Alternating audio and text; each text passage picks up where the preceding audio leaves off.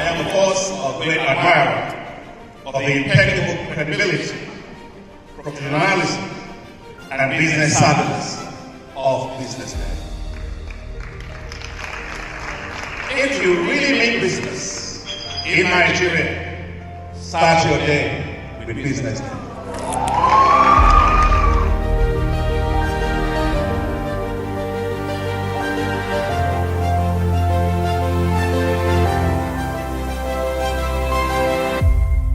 BusinessDay is West Africa's leading provider of business intelligence and information, delivering premium content across diversified media platforms, including online, mobile, and print. Since its inception in 2001 with a weekly newspaper production, BusinessDay has expanded its reach to provide exclusive content accessible through print, mobile, and online channels. Our premium offerings are further enriched with syndicated content from esteemed sources like the Financial Times, The Economist, and the Harvard Business Review. At BusinessDay, our mission is clear: to be the foremost provider of business and financial content, empowering readers to make informed decisions in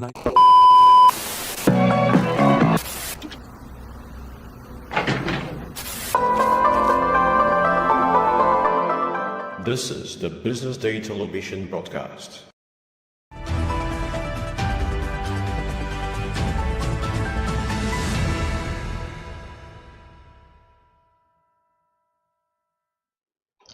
Good morning and welcome to the BDTV Breakfast Show. I am Bethel Olajabi and it's a pleasure to have you start your day with us.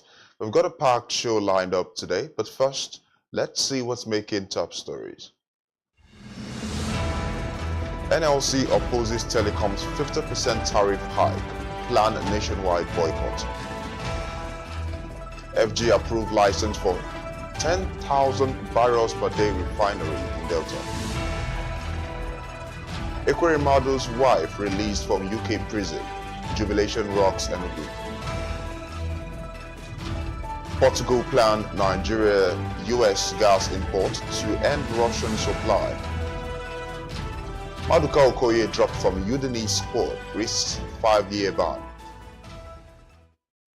Begin the news in Nigeria, where the Nigerian Labour Congress has asked Nigerians to prepare for a nationwide boycott of telecommunications services in protest of the Nigerian Communications Commission's recent approval of a 50% increase in telecom tariffs.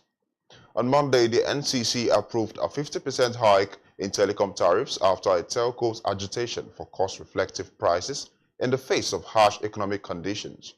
This increase, which was below the 100% rise the telcos asked for, pushed the average cost of calls to 16.5 naira per minute from 11 naira, the cost of 1 gigabyte of data to 431.25 naira from 287.5 naira per gigabyte, and the SMS prices to 6 naira from 4 naira.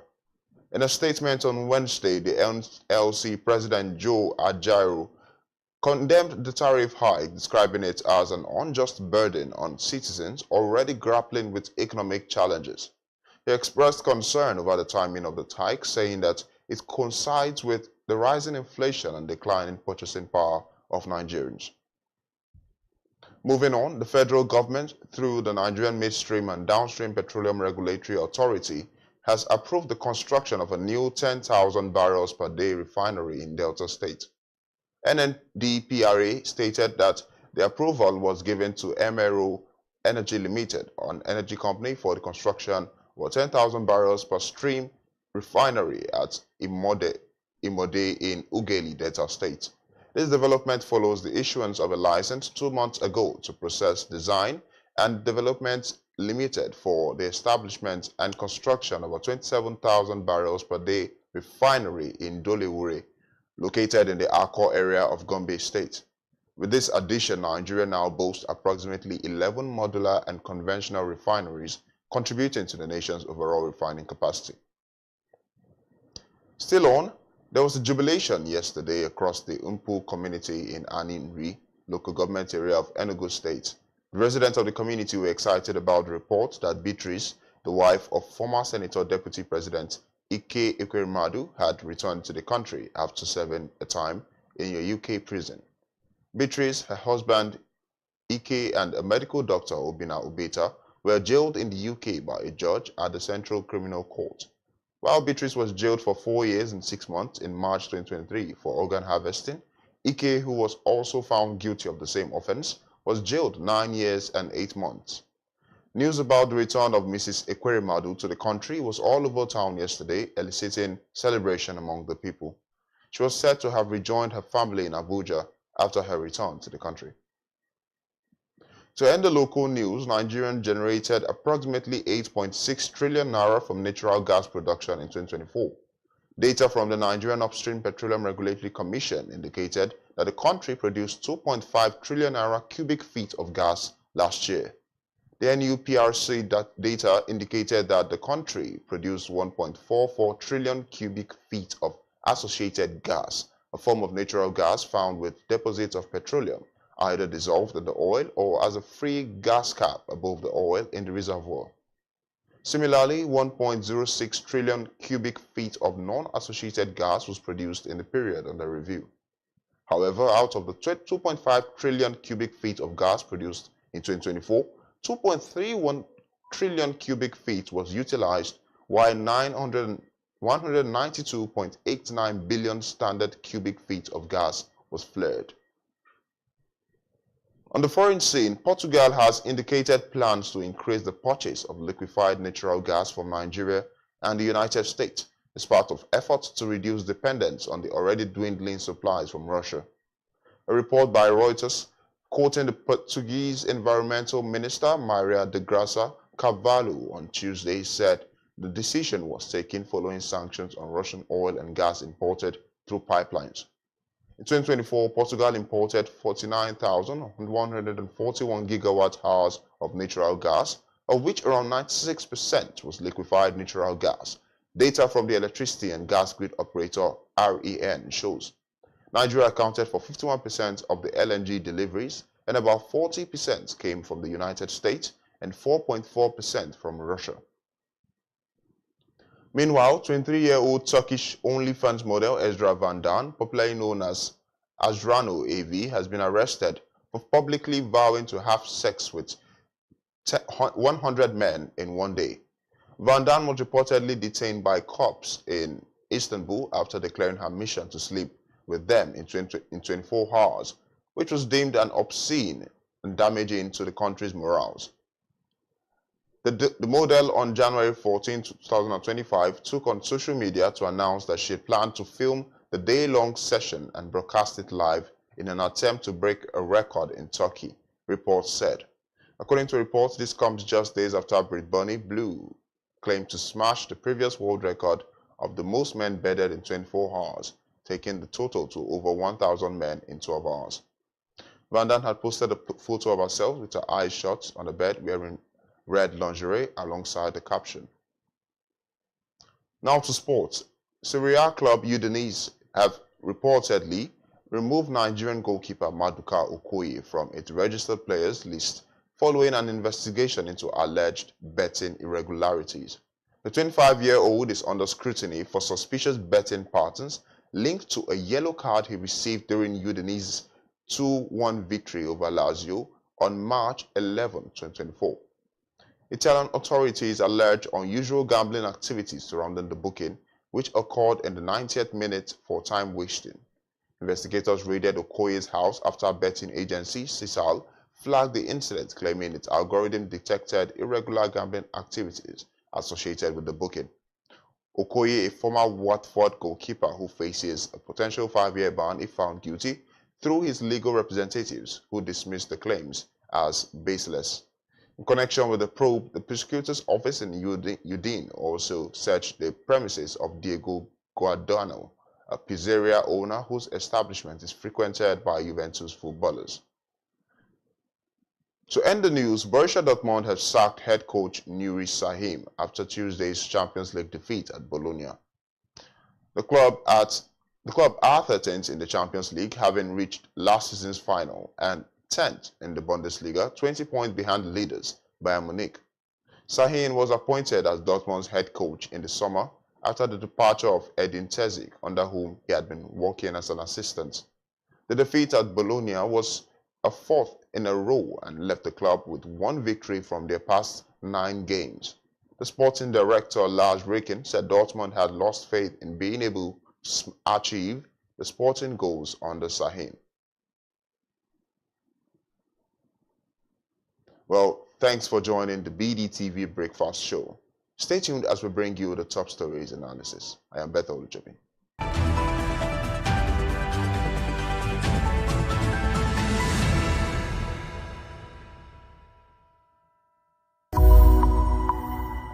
There are certain times that I have disciplined my children and gone back into my room and wept.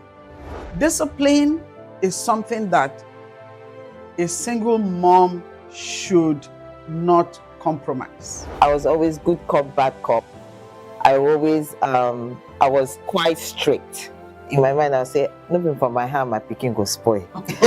When you let them have their way with everything, you are destroying them and destroying yourself. So my daughter was quite headstrong as well, and it used to be a battle. It was a battle. You apply tough love because when you punish them or when you withhold certain privileges because you need them to learn a lesson, you are actually loving them. You know, in Nigeria, there's a different kind of discipline. Of course. When she was 11, I decided to send her to Nigeria from the UK. She said, am I going back? I said, no, you're not going back. And I sent her to secondary school here, and she was here for 6 years. And I didn't send her to Olashore, it's so deep inside Ilesha. And you know what? That was a life-changing moment for me and for her. I did not like the way the West was going in terms of the woke culture that they were imbibing in our kids. And like you, I said to her, we're going for holiday for 3 weeks. I got back, I said, you're not going back. And that was 3.5 years ago. Best decision I ever made.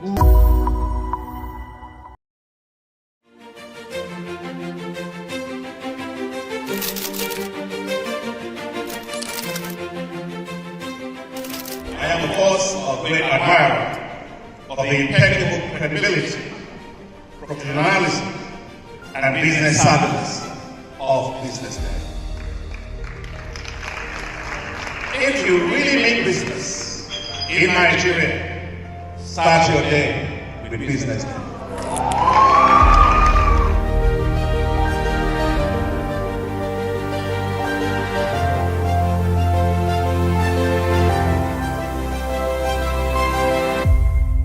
BusinessDay is West Africa's leading provider of business intelligence and information, delivering premium content across diversified media platforms, including online, mobile, and print.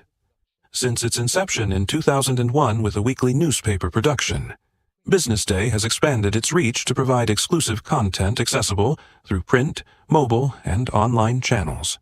Our premium offerings are further enriched with syndicated content from esteemed sources like the Financial Times, The Economist, and the Harvard Business Review.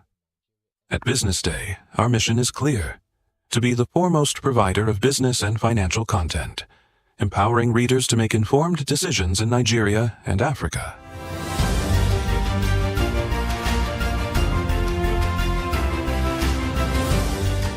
Since our establishment, we have been committed to delivering insightful, relevant, and accurate information about Nigeria's business and finance environment, while contextualizing the impact of global events. We monitor the stock market, analyze the companies driving it, and report on government policies and their economic implications. For being consistent in organizing these CEO forums for almost the last 14 years, I think this was a commendation, and I think something that will encourage them to continue. From decoding market trends to dissecting economic shifts, we offer actionable investment ideas and serve as a compass for decision-makers navigating complexity. Beyond headlines, BusinessDay fosters discussions on critical economic issues through impactful conferences and events. These platforms bring industry leaders together to share narratives that drive innovation, and spark meaningful dialogues. Our events galvanize connections, bridging the gap between inspiration and achievement. For businesses seeking visibility, our strong digital presence offers unparalleled opportunities, with millions of followers across social media and a dynamic website attracting visitors from within and outside Nigeria. Business Day is the ideal platform to boost visibility for your products and services.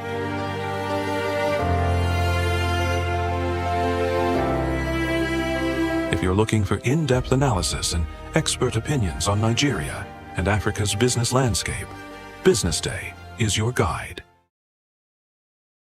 Attention business leaders. Want to make informed decisions? Join the ranks of the best with Premium Business Day. Access in-depth analysis and expert opinions to stay ahead. Subscribe now at premium.businessday.ng and unlock premium content. Plus, you get 50% off your first subscription. Don't miss out. Make smarter choices and seize new opportunities. Sign up now and elevate your business game. Visit premium.businessday.ng today.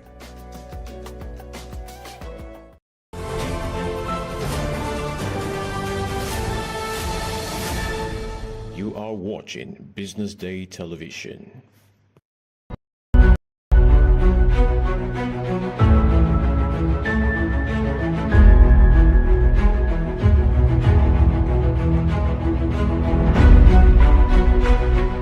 On behalf of our author and Business Day, I unveil this book or recommend the book to everybody in Nigeria and elsewhere.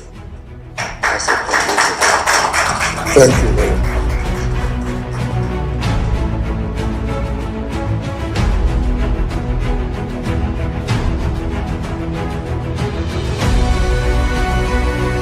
I want to congratulate you, Femi, for putting this together. I'd like to thank Frank Agbogu, Business Day, for giving him the platform to do this.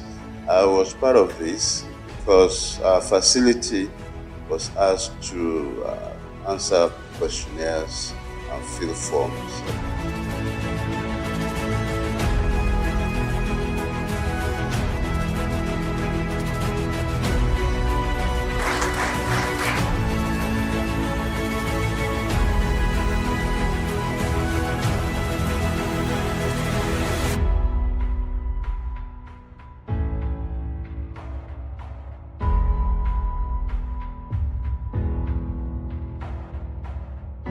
There's a ferment in the Nigerian healthcare system.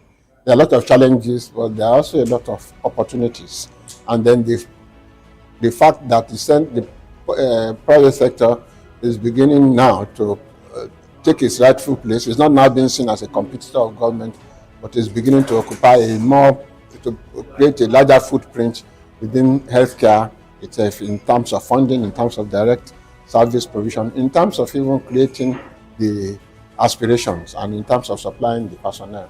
And that is how it should be. We are developing a customized health service on both the supply side and the demand side that should be fit for purpose in an environment. The supply side is moving fast, but without looking at the demand side and facilitating it, that is the access of the people who need to use the services. There's only so far they can go, or they'll be making investments that cannot be returned in the foreseeable future, and that is not right. People talk nowadays about patient capital. No matter how patient the capital is, that is waiting for a long time to get returns, those returns must be built into the system.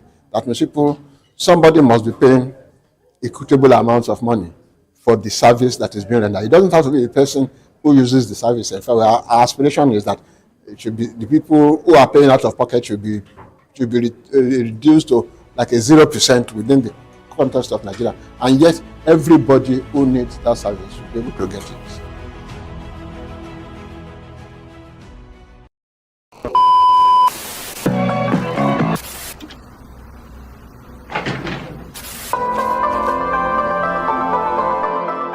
This is the Business Day television broadcast.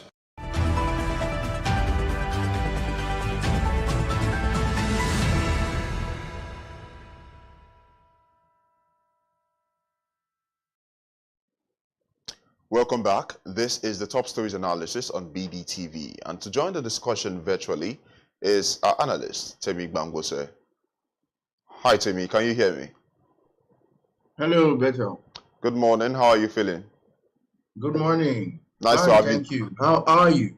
I'm good. I'm good. Thank you very much. Nice to have you join us in the studio today, even if you're joining us virtually.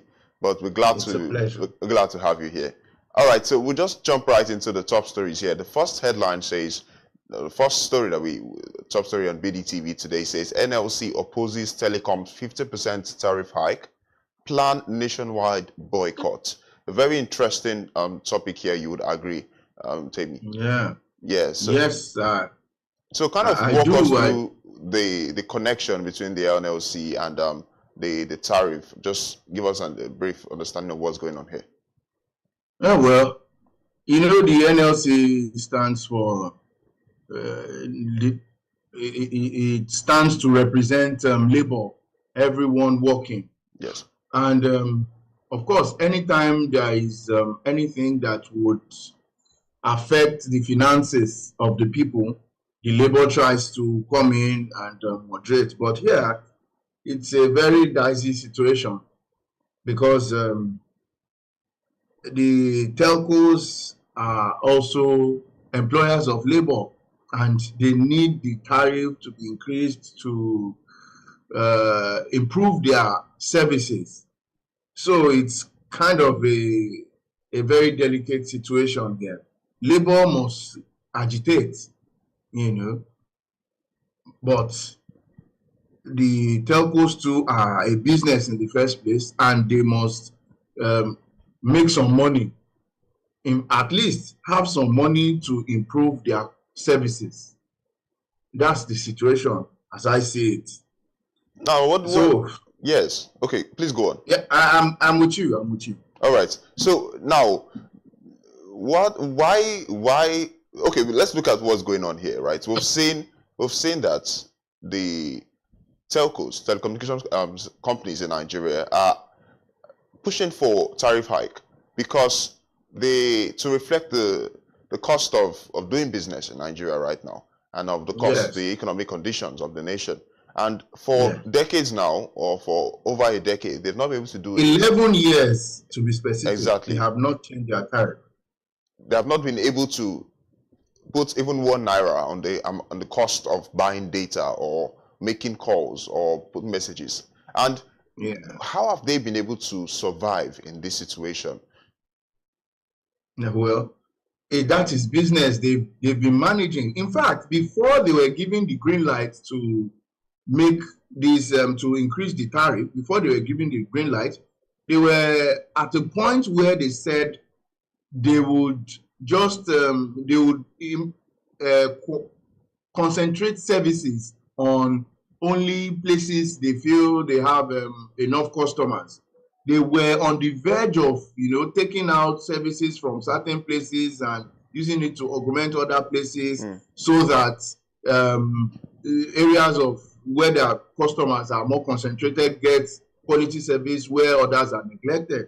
They were close to making that decision before they were given the green light to go ahead and increase tariffs. So it's been difficult for them, but because they are business people, they have to survive anyway. They've been doing what they needed to do to survive. You see, they've really not been able to put in a lot of investment because they were not sure that they were going to be able to recoup it. The principles of business itself says there should be free entry, free exit, and but when you cannot transfer some of the costs that you incur in doing the business to customers or to the people buying, then it becomes very difficult. You start operating at a loss. You see what happened to the stocks of MTN and others when they were given the green light. So that shows you that now investment is now coming in because they are assured that at some point they will be able to make some profit. Now, very interesting take on that, Temi. Now, we look at this, looking at the situation at hand, right? The telecoms companies as recognized cost of operation is high. And for what you've said, it's obvious that they want to survive. They're finding a way to maintain their head above water, right? To be more sustainable right now, given the current economic conditions. Now, do you think the NFC is right to oppose this, considering that these companies are only trying to survive, the same way the NLC had also pushed for increase in minimum wage and some other things that to also reflect the economic conditions? Don't you think that the telcos are also doing the same thing? So is the NLC right to oppose them? Not to be too critical of the NLC, I think they should be understanding, they should be understanding, they should not be opposing them, really, because it is long overdue. Remember that they are not a charity, the telcos. It's not charity, it's business. You see, just like NLC itself, or the people that make up NLC, they are salaried workers and businesses who put in effort or money or time in order to make some profit. So if you put in all those things and somebody tells you that you cannot collect your salary, or you are not entitled to a raise, you know how it will be. So it's exactly the same thing. So to me, I feel that labor should be understanding enough. I think they are directing their aggression to the wrong people. You see, there are certain causes of, there are certain reasons, there are certain precursors why MTN or Airtel or all the telcos, why they have decided to increase the tariff, why they are pushing for it. Their cost of doing business has increased. Naira, when they came to Nigeria in 2000s, in the early 2000s, 2001, Naira to dollar was about 150 Naira. Right now, it is on the average of 1,500 Naira. You see, 11 years ago, it was around 400 Naira. Right now, it's about 1,500 Naira. So it has increased. They needed to, even the labor itself, we understand that the minimum wage that they got may not even be able to take care of their minimum needs. But, well, it is what it is. It is what it is. Things are changing. The business here have to make up for, at least be able to give quality service. So they have to be able to give quality service.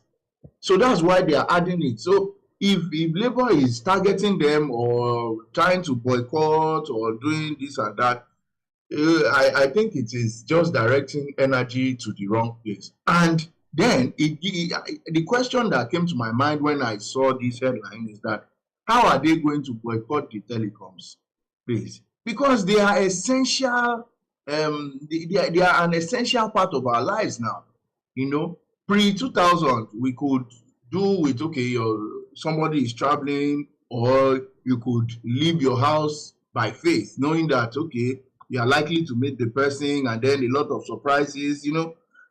So many things now run on the services that telcos provide. Your car security, your house security system, ATMs, POSs. Apart from the calls that we make, data services, you see, CCTVs and all, so many things are dependent on the services that telcos render. For you to say you want to boycott it, it is almost impractical to say you want to boycott it. What would you do if you want to boycott it as labor? You will not make calls for that day, right? Who is missing? Or you will not browse, People are already addicted to these things already. You see, can you stay a whole day without pressing your phone? Even me joining this program now, I am joining virtually, and that is data. So if we are going to boycott it, how do we boycott it? It's like you want to boycott your lifeblood. You see, like cutting your nose to spite your face. So it is impractical. I see it as just noise making, unactionable noise making on the part of NLC.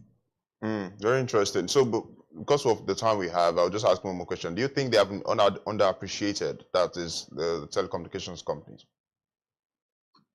It is. That is true. I agree that they have been underappreciated. Oh, okay. You see, I totally agree. Oh, well. All right, moving on. The next story we have here says FG approves license for 10,000 barrels per day refinery in Delta State. Now, tell me, what is your take on this, given Nigeria's current petroleum situation, in the sense that we still import petroleum and we have up to 11 modular refineries, at least 4 of them majorly, which have struggled to be in operation. And then this is coming up. Do you think this is misplaced priorities that we should focus, or what do you think? I don't think it is misplaced priority. We need all the refineries that we can get, and then we also need all the crude oil that we can get. We are still a country who produce crude oil, but who still suffers. Well, that has reduced since the price was regulated. We still queue for fuel. You know, it shouldn't be. We should be able to get it whenever we want it. So if somebody is opening a new refinery, good for them. It's good for them. So it helps to make the market less monopolistic, you see. And then we have a choice. You can decide to get from A or from B. And that would also put a pressure on whoever it is that is getting the crude oil. So if we have a lot of refineries now and we don't have crude, more attention will be turned onto getting the crude. We are still the only OPEC country who is unable to meet their quota and surpass it. So I think it is not misplaced priority, if you ask me. It is a form of improvement. It's a step in the right direction, and somehow it will put pressure on Nigeria to make sure that they get enough raw materials, the crude oil, to these refineries, so that we have more fuel to use: diesel, petrol, naphtha, everything in the value chain. Okay, now this refinery joins a long list of, not very long, but a list of other private modular refineries in Nigeria that we've seen in other states, right? And so who supervises, who regulates these refineries? Because many of these are not in operation, they're still unoperational. So now we're introducing a new one. What is the hope that this would also last longer than the others have? What is the hope that this would be more sustainable and produce more long-term results, right? So who regulates this? NDPRA. They are the ones who regulate it. And you see, the very nature of business means that some will survive and some will die. And refinery, in the first place, is also a business. Someone agitating to get the license or registering to get the license, they intend to do the business for a long time. You see, so the onus of sustainability is really on the shoulders of the person who has applied for a license. You see, what we need to really look out for now is the environment. Is the country making the environment conducive enough for them to do that business. You see, that is where that backward integration, giving them crude oil, that's where it comes in. You see, if the refineries don't survive, whose fault is it? One, it could be the business owner. But mainly, if it doesn't survive, it is because they are not getting the raw materials they should get.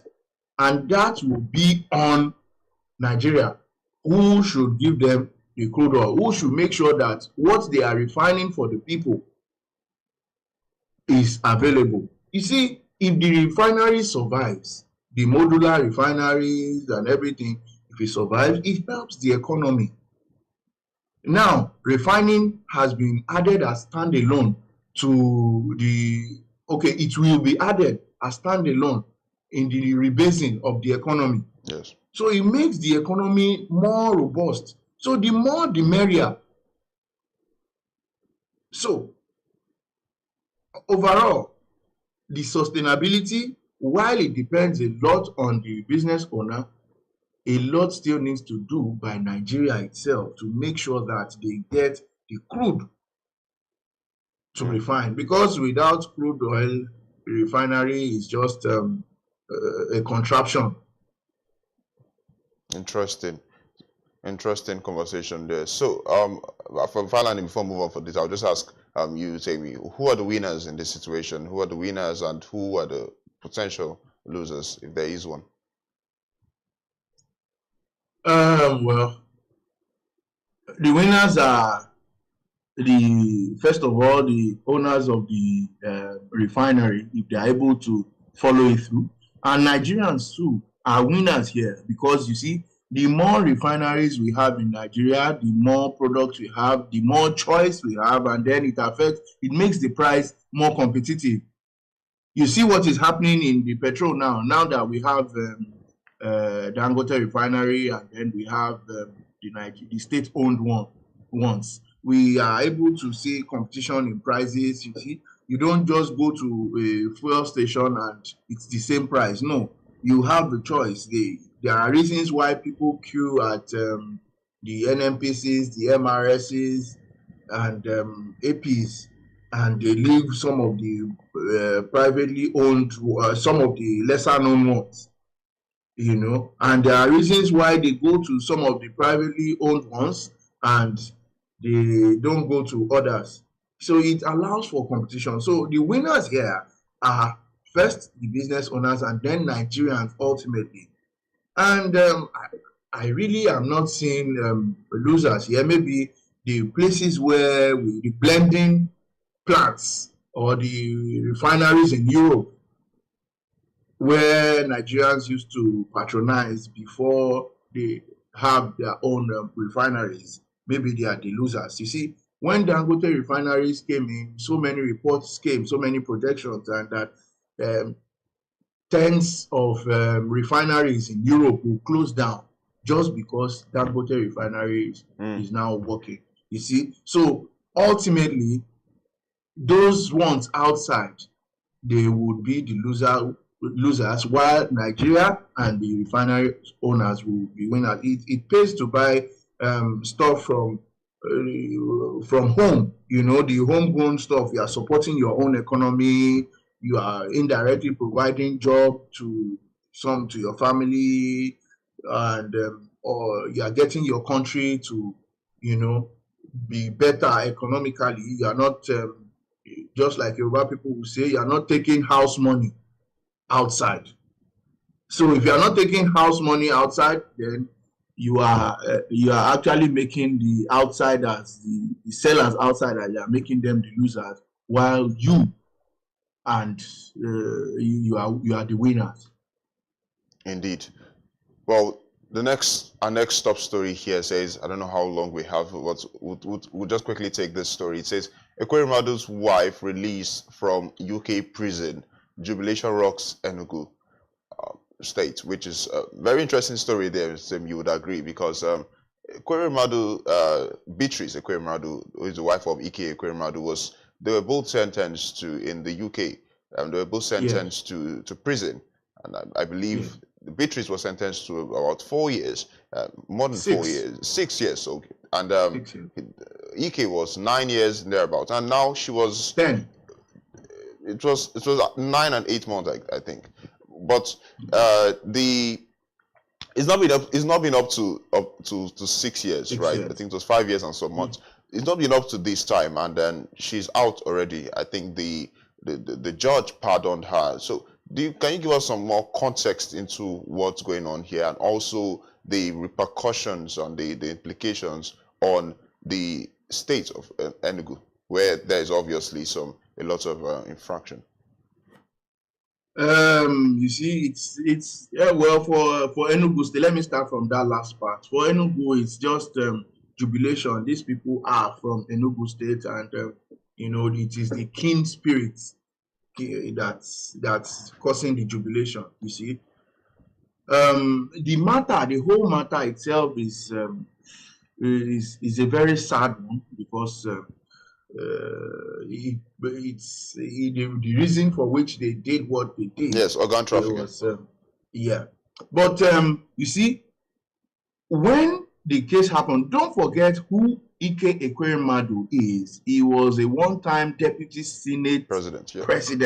So he is a big politician in Nigeria. He's a reputable person in Nigeria, and so when the matter came to fore at that time, a lot of diplomatic moves were made.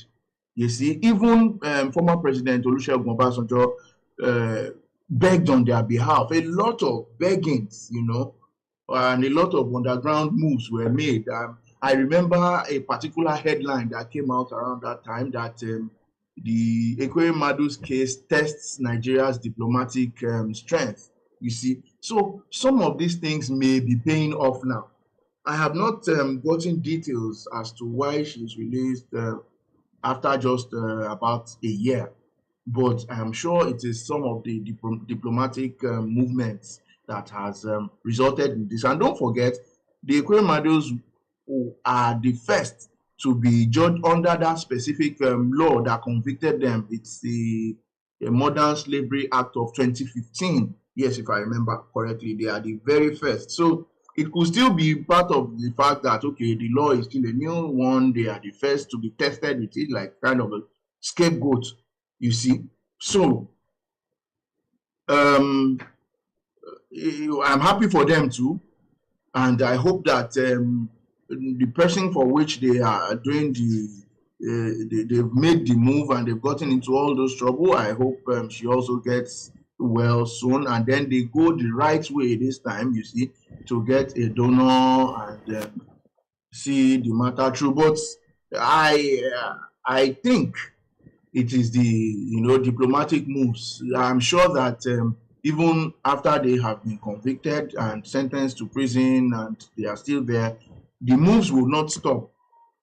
It is like it's a punch on Nigeria's face that one of its senators, who got to that height, is now in prison in a foreign land. It's a sad one, and so I will not be surprised at all if Ike Ekweremadu himself is freed soon. Yeah, and remember that at that time, Beatrice pleaded that she had health conditions too. So this may also have added to why she's freed early. Well, it's a very sad situation, as you've said, because these are well-respected individuals in the society, of course, in Nigeria's political space, for a long time, and the situation kind of rubs a bad light on Nigeria as a whole. But well, we hope for the better, because we hope that this release could actually bring some form of, because you didn't mention, you said you were going to start with the case and then get to the situation in Enugu, but we never really got to it. Do you want to say something on that? On the case itself? On the situation, yeah, and the implications of in Enugu State, right? Okay. Considering the current situation over there. Well, they are happy, and I think for me, it's just a lesson to to them that nobody is above the law. And now that Ekwemadu's wife is back, and we see that she is received with open hands, at the end of the day, everybody will be fine. It doesn't. It will not have a big implication, because a lot of people already are very sympathetic with them. So it is not as if they will now stigmatize them and do. They are already. You can see from the headline, jubilation is rotting the place. So they'll be accepted. They'll be comforted. Enugu will move on. Before you know it, the case will all be forgotten, as it usually is in Nigeria, and it will only be remembered on the pages of newspaper and on internet, and perhaps as memes on Twitter, X. All right. Now, because of the time we have just a very short time, but we have one more story here. It says that Nigeria generated 8.6 trillion naira from gas in 2024, and very large. That's a lot of money right there, you would say. Well, it's still not enough. Nigeria is a gas. We are sitting in a lot of gas. Yes. So we could make more from it only if we focus on it and let it work. Just like people who have other materials, they use it. That gas should be what we use. It should be piped through all our houses, just as it is done in some places in America and Europe. Gas is their major fuel. That is what it should be for us too. We should make it more stable so that we can make more money for it. But I know that with the PIA, yes, the Petroleum Industry Act, and its emphasis on gas and so on and so forth, we will make more from it. You see, we'll make more from it. So I say congratulations to Nigeria on this. I hope we spend the money well, and we are able to consolidate on it to make really more, because the potential is huge. It is huge. If our petrol is the main source of survival for so long, then I think gas will double it or triple it, in fact, because there is more where this came from. How does this compare to previous years, Timmy? It is a significant improvement. Before the space was regulated, Nigeria didn't make this much from it. I'm trying to look for some of those statistics and bring them up, but it's not coming up like that. But this is a significant improvement from years back, and this is a result of the reforms in that industry, and Nigeria's now focusing on gas as transition fuel. Okay, now it's a good thing to get money from gas, to make money from gas, but then we also have to look at the environmental implications of this, right? How is the communities? How are the communities? How are they being also brought into this, into what's going on here? How are they benefiting? Ensuring that how are we ensuring that the communities where we're getting gas from and getting from this thing from are also benefiting, because there's gas flares that could also lead to environmental damages. How are we ensuring that they are also brought in, the revenue also gets to them? Because we've seen in many cases where communities where this place is getting from are left poor, they are left unattended, right? So how are we ensuring that, in as much as we're getting a lot of money from gas and it looks good on paper, that the people who are living where this thing is are also being taken care of? Okay, so let me now put this in perspective. You see, with gas now, there will be the reason why gas is flared in the first place is because there was no use for it. So in the past, when Nigeria flared gas, well, they still do minimally. That was because they didn't have any use for those gases. The concentration at that time was on oil, and its byproduct. But now that attention is going to gas, it is going to be very good for the environment, because it will reduce significantly the amount of gas that is flared because it will now have a use. I once went on the tour of Dangote refineries, and what I asked questions. I saw flares, but it wasn't like the flare I saw some years back at somewhere from the shores of Ibeno Beach in Akwa Ibom. So I asked why it was not coming every time. So they said they use all the gases, and the only time I see that flame come out is when there is too much pressure and it is just used to ease it. So I said, what does that mean? The engineers told me that that means that they are using all the gases, all the gases as fuel. They are putting it into good use instead of just flaring it into the atmosphere. Now, about the use of gas, gas is cleaner, is way cleaner than all other fuels. So it is easy on the it is easier on the environment, especially when it is burnt in cars as CNG and cooking gas and all. It is cleaner. So it is the environment will smile on this. Then the Petroleum Industry Act also takes care of the places of the communities where the resources is taken from. And unlike crude oil that is very dirty and causes pollution, water pollution, oil spill and everything, I think gas is relatively safer.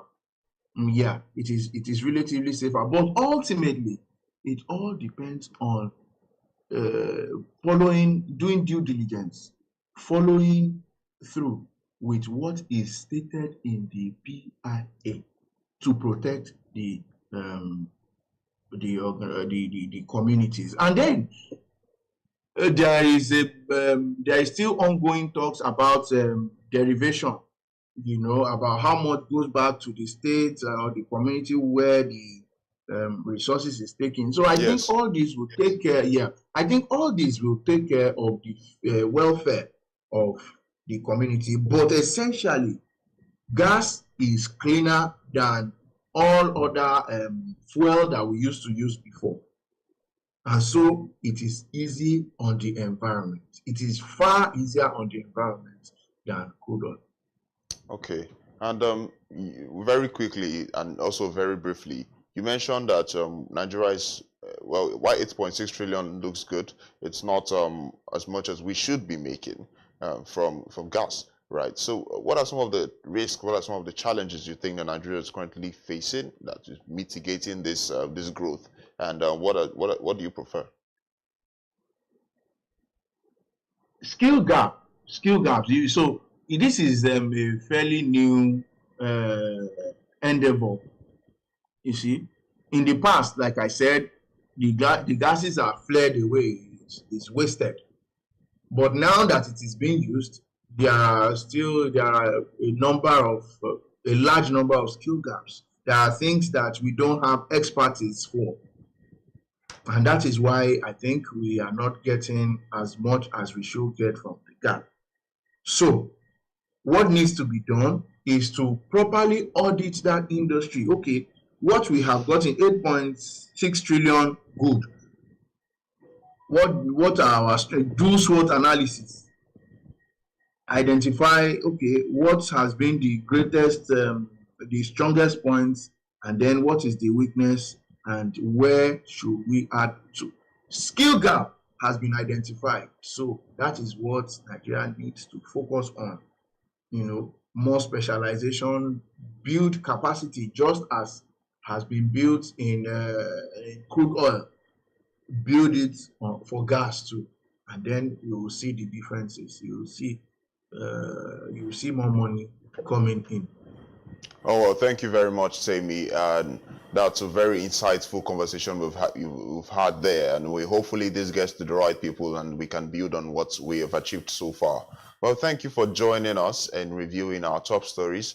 We'll be right back with our paper review.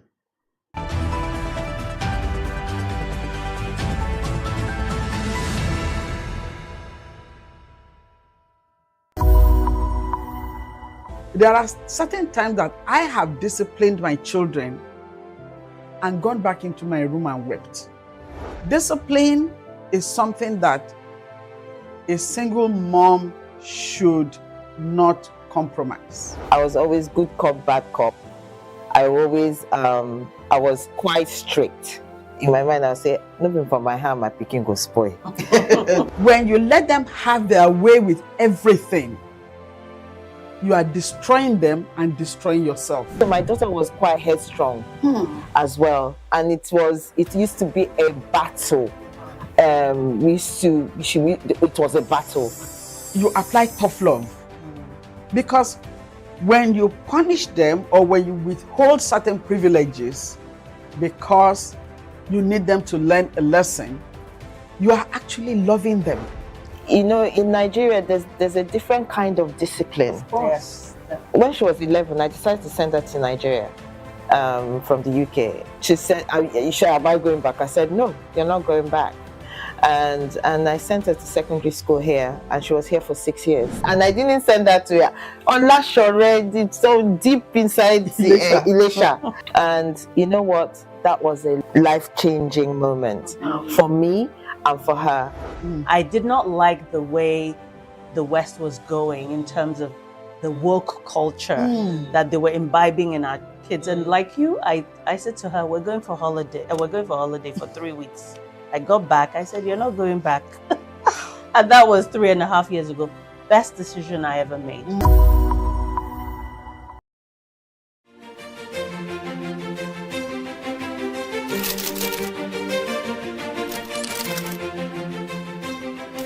I am, of course, a great admirer of the impeccable credibility, professionalism, and business savviness of BusinessDay. If you really mean business in Nigeria, start your day with BusinessDay.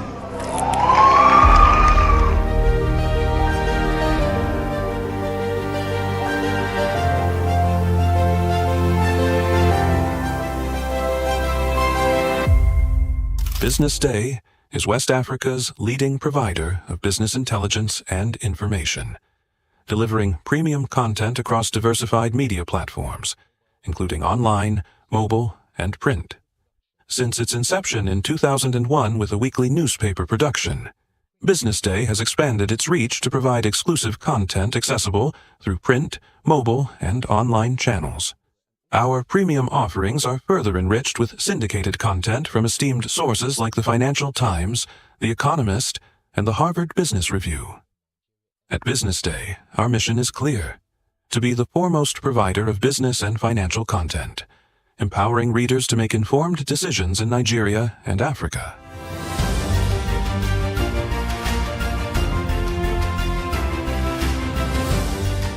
Since our establishment, we have been committed to delivering insightful, relevant, and accurate information about Nigeria's business and finance environment, while contextualizing the impact of global events.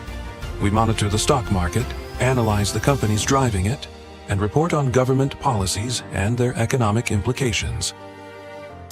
For being consistent in organizing these CEO forums for almost the last 14 years, I think this was a commendation, and I think something that will encourage them to continue.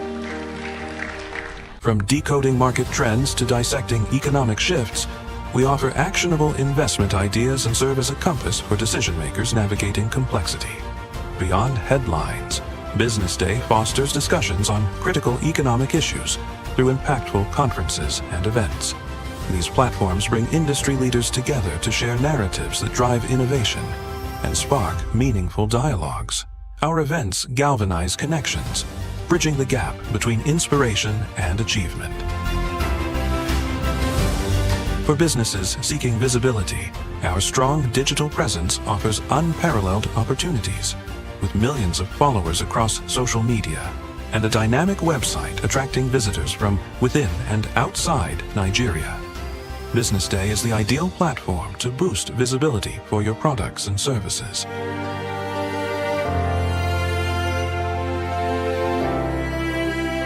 If you're looking for in-depth analysis and expert opinions on Nigeria and Africa's business landscape, Business Day is your guide. Attention business leaders. Want to make informed decisions? Join the ranks of the best with Premium Business Day. Access in-depth analysis and expert opinions to stay ahead. Subscribe now at premium.businessday.ng and unlock premium content. Plus, you get 50% off your first subscription. Don't miss out. Make smarter choices and seize new opportunities. Sign up now and elevate your business game. Visit premium.businessday.ng today.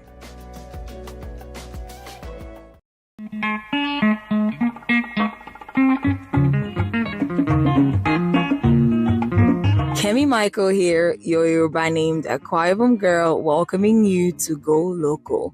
We took a trip down to the town of Kenta in the heart of Abeokuta, where we met with the Otun Iyaloja of Kenta Kampala Market and a few traders.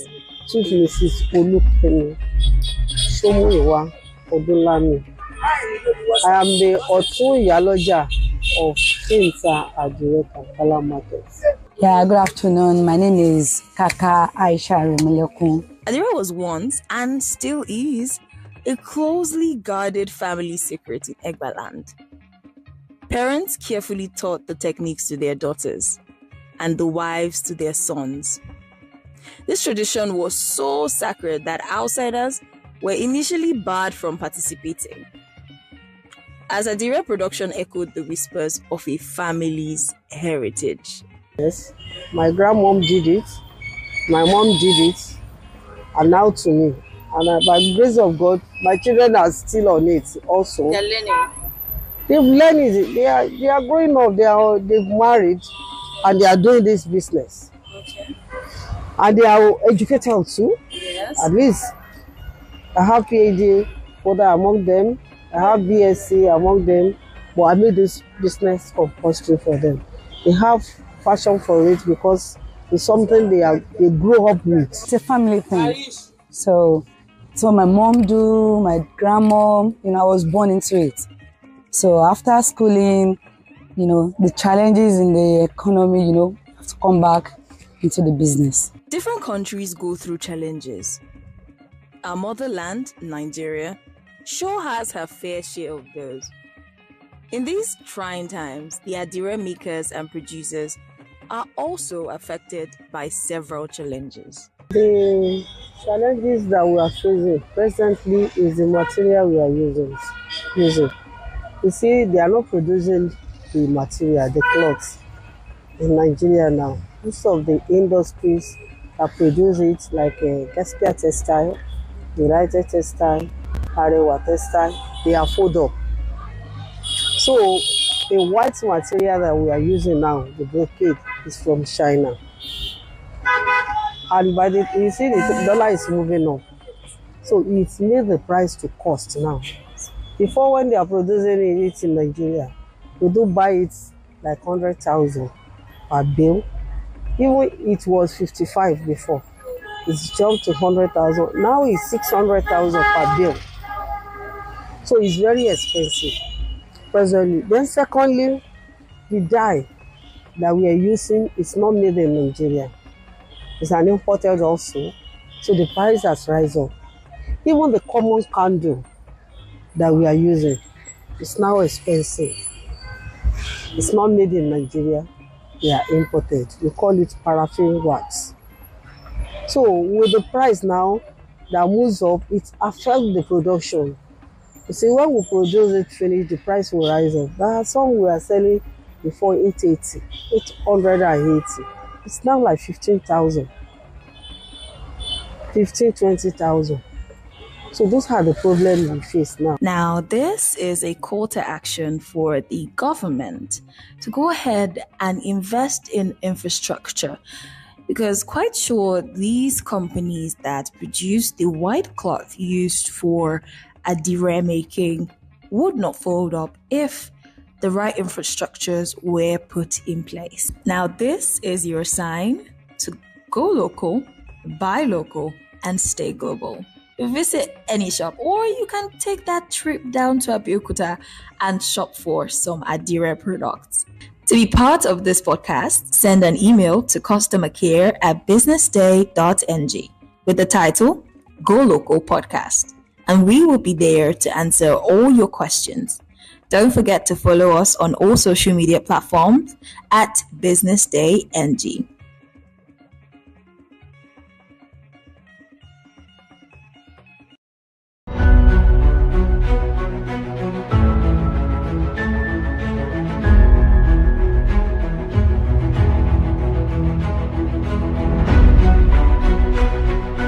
On behalf of our author and Business Day, I unveil this book, I recommend the book to everybody in Nigeria and Israel. As a foundation. Thank you very much.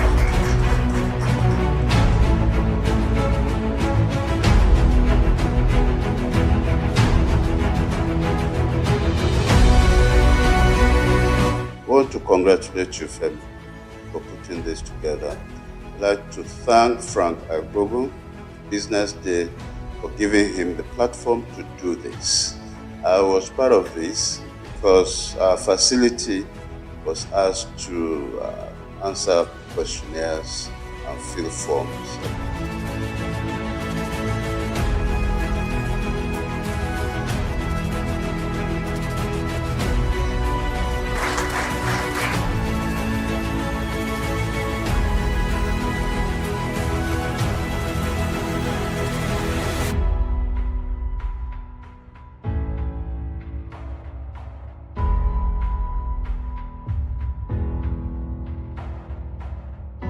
There's a ferment in the Nigerian healthcare system. There are a lot of challenges, but there are also a lot of opportunities. And then the fact that the private sector is beginning now to take its rightful place. It's not now being seen as a competitor of government, but is beginning to occupy to create a larger footprint within healthcare itself, in terms of funding, in terms of direct service provision, in terms of even creating the aspirations, and in terms of supplying the personnel. And that is how it should be. We are developing a customized health service, on both the supply side and the demand side, that should be fit for purpose in an environment. The supply side is moving fast, but without looking at the demand side and facilitating it, that is the access of the people who need to use the services, there's only so far they can go, or they'll be making investments that cannot be returned in the foreseeable future, and that is not right. People talk nowadays about patient capital. No matter how patient the capital is, that is waiting for a long time to get returns, those returns must be built into the system. That means somebody must be paying equitable amounts of money for the service that is being rendered. It doesn't have to be the person who uses the service. In fact, our aspiration is that it should be the people who are paying out of pocket should be reduced to like a 0% within the context of Nigeria, and yet everybody who needs that service should be able to get it. Attention business leaders. Want to make informed decisions? Join the ranks of the best with Premium Business Day. Access in-depth analysis and expert opinions to stay ahead. Subscribe now at premium.businessday.ng and unlock premium content. Plus, you get 50% off your first subscription. Don't miss out. Make smarter choices and seize new opportunities. Sign up now and elevate your business game. Visit premium.businessday.ng today.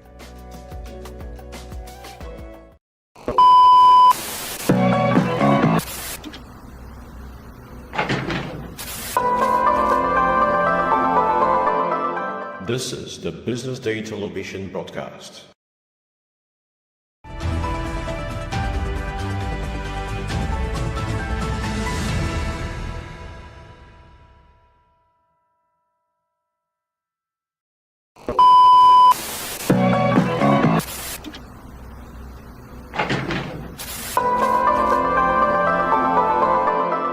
This is the Business Day television broadcast.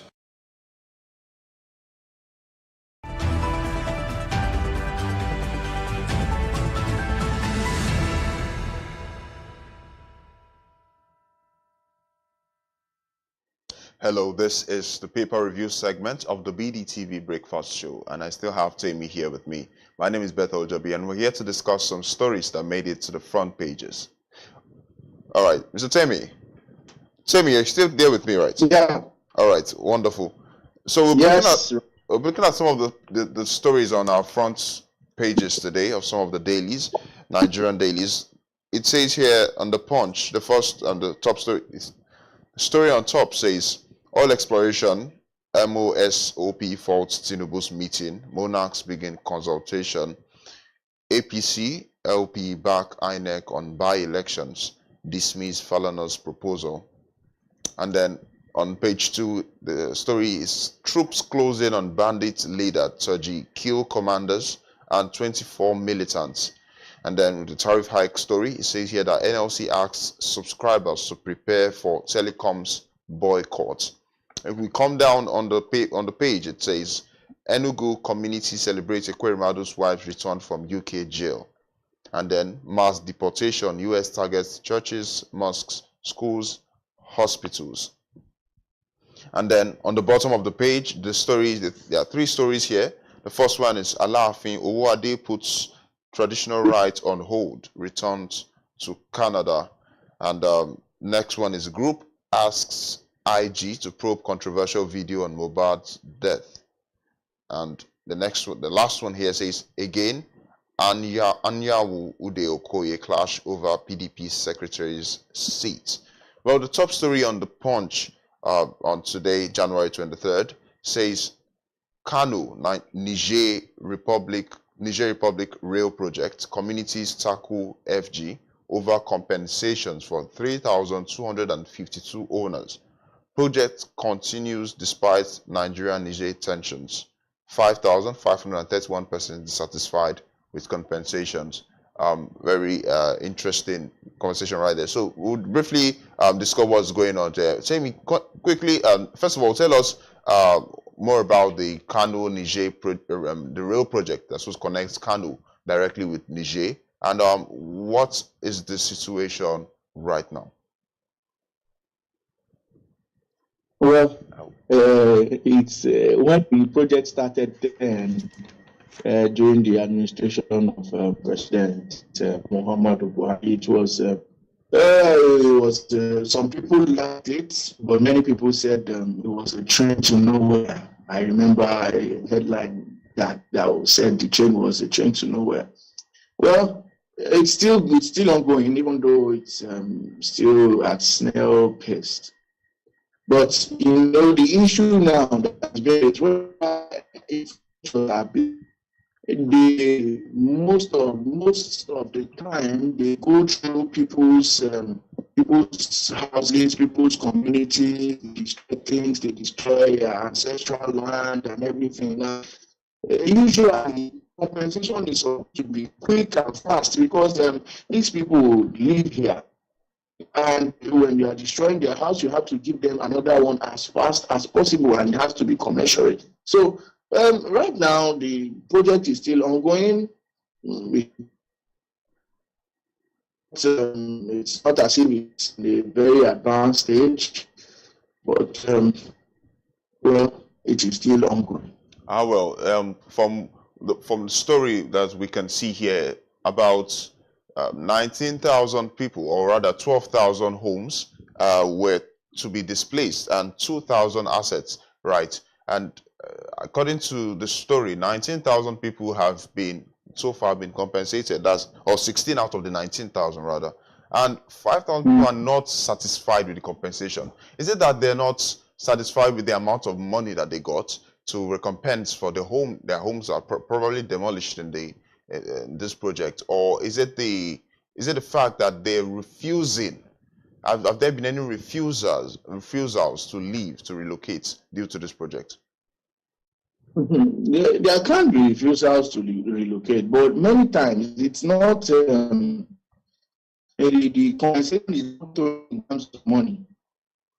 While I don't know the full detail, I tried to get it before coming on air, but I couldn't. I tried to get the full detail of how this compensation is coming on. But what I know is that in other in projects I've seen where the people are compensated, I saw one in Gombe State some years back where a coal mine was found under some people's community, and then they had to compensate them. What the company that compensated them did was to build a new community for them. So they built houses for them, 2-bedroom flats made with materials that are close to what they used to have, made water and light and everything. But you see, in the compensation, when you are moving people from ancestral land like that, even when you give them mansions, it most likely will not feel that need, because it's not only a place to lay their head. They have also been cut away from certain amount of history, connection with their ancestors. So many of these compensations are psychological. It is not physical like that, because I trust the government to pay sufficient amount of money. They evaluate whatever they are destroying and then they pay. Yeah, it may take some time, but they eventually pay. Now, when people say they are dissatisfied, most of the dissatisfaction many times is not because the money is not enough or the house is not beautiful enough, but because of the nostalgia, the psychological connection to the land that was taken, or to the property that was taken away from them and another given to them. Okay. Well, just really trying to look at it now, and apparently there's so much at stake for these people, because based on what you've said, this is like land that was handed down. This is the heritage, right, in the land, and so there's probably no amount of money that would buy that. No. But even regardless of that, right? So it says that there's so many people. It says here that there's people who are giving 500,000 naira to share among themselves, which was even deducted because of bank charges and all of that. So, as you've said, we would hope that there will be more efforts, and the government puts their foot forward to ensure that this is settled in due time. Considering now, which I'm coming to now, the Niger, the juntas, the military juntas now have taken over Niger, right? Niger is currently ruled by the military, and which have expressed dissatisfaction with the present government of Nigeria. Do you think this could mitigate or kind of stop what is currently going on? Do you think that this could affect it? It is unlikely. It is largely unlikely that there may be negotiations, there may be threats, but it is very, very unlikely that the junta will stop the project. It is unlikely. Oh, thank you. Now we'll move on to the Vanguard newspaper. The Vanguard newspaper, Thursday, January 23rd. On top of the page, it says manufacturers unsold goods topped 1.4 trillion naira in 2024. And then coming down, it says presidency proposes stricter sanctions on airlines over flight delays, cancellations. WEF 2025, Nigerian global leaders target $29 trillion African economy by 2050. That's at the World Economic Forum this year. The PDP crisis supports Damagum or leave, elected deputies tell opponents. If you come down to the bottom of the page, it says or the top story says NLC TUC CNG orders reject 50% tariff hike, and which we've discussed today on the during the top stories analysis. But coming down to the bottom, we see more stories here. We see it's birthright citizenship.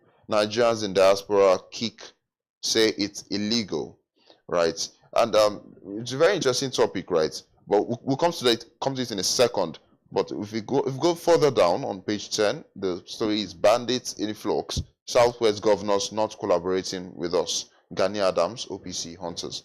And then on sports, Lookman is irreplaceable, Atlanta coach says. Well, we'll come back to the birthright story, Temi. It's a very confusing situation for many people right now in the US. Donald Trump was sworn into office, and he is adamant on making sure that makes his presence felt, and he's pushing, or rather he's signed really to end bet citizenship, right? And how does this affect Nigerians in the diaspora? You know, the stories here says the Nigerian diaspora are kicking against it, saying it's illegal. So kind of give us an overview of what this is all about, and how it also translates to these Nigerians in the US also saying that we would not agree. For me, reading between the lines, I feel it should not really disturb Nigerians in diaspora if they are duly registered. You see, that executive order, what it says is that they will stop issuing citizenship documents to children born in the US to undocumented mothers or mothers in the country or on temporary visas, unless the father is a US citizen or permanent resident. Okay. So, yes. I have issues with the part that says it's only fathers that can bestow citizenship. It's a form of discrimination against women and all the equality discussion. But really, I feel where they are going itself, the first part is what caught my attention, that it is undocumented and illegal immigrants, basically. Undocumented and illegal immigrants. You see, it's trouble on its own when there are undocumented people or illegal immigrants in a country. You see, it is a lot of problem. Now, it is hard to budget, because you can't see them, you can't plan for them, and so on and so forth. Now, such kind of people now bringing in children into the system, and then it's a little bit problematic. But I feel that it shouldn't be trouble to Nigerians. It's also if you want the citizenship, then stay there. Stay there. Stay there, take the citizenship and live there with them. So from what we see, I think okay. Yeah, go on. Okay, so from what we see, right, it's US law that if you are born in the US, you are automatically a citizen of the United States, regardless of who is your father or who your mother is. If you're born in the US, you don't get on US soil, you are a citizen of the United States. So this is seen as an infraction on the rule of law, the constitutional provision for that. So now, what is the general implication of this? Legal implications of this, really? I'm not a lawyer, but yes. I know that executive orders are signed and then they can be overruled. When you sign it, it doesn't need the parliament. It doesn't need the parliament. It just goes through. But then this is in direct head-to-head. What President Trump has signed is going directly head-on against what is already I think the 14th Amendment. Yes. So it is a whole lot of dynamics. So if the parliament is with it, they know the people are already suing. A lot of people who are not even Nigerians. So what I feel is that we still have to give this thing, we have to give it some time to see how it pans out than to agitate upon it currently. But for me, if I was in that situation, if I was in the diaspora situation now, what I would try to do, if I really need that citizenship, is to make things right so that I'll be on the right side of the law. But I know that it does not sit well with many people, not just Nigerian diaspora, and it is already being challenged. And so we have to just, perhaps I am unable to discuss extensively or objectively about this because, well, I am not about to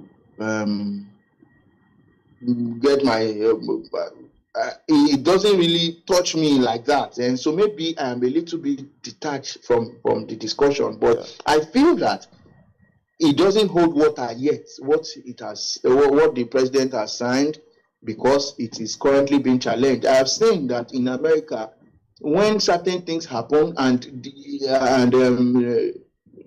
there is a law that backs it, and it looks like it is unchangeable, I have seen lawyers and communities go against that law, that they challenge it, the law itself, in the court of law, and then we see changes in that law. So I am looking forward to seeing this legal fireworks on this particular executive order too, and how it will eventually come out. We can only keep our fingers crossed.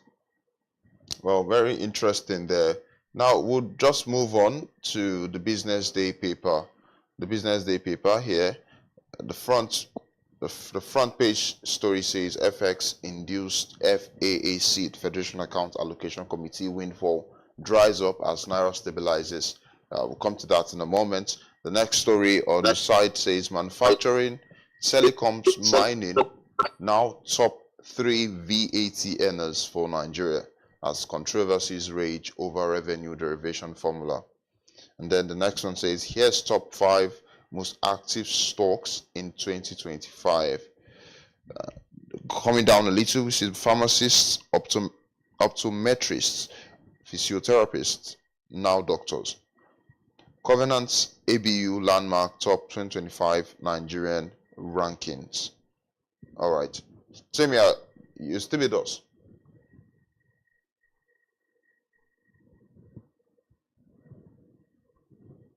Are you with us? Yes, I'm still here. Yes, I'm still here. Okay, all right. Yeah, so I'm still here. All right. So now let's look at the top story or the front page story on Business Day today. It says that foreign exchange induced FAAC windfall dries up as Naira stabilizes. Do you want to give us a background into the story?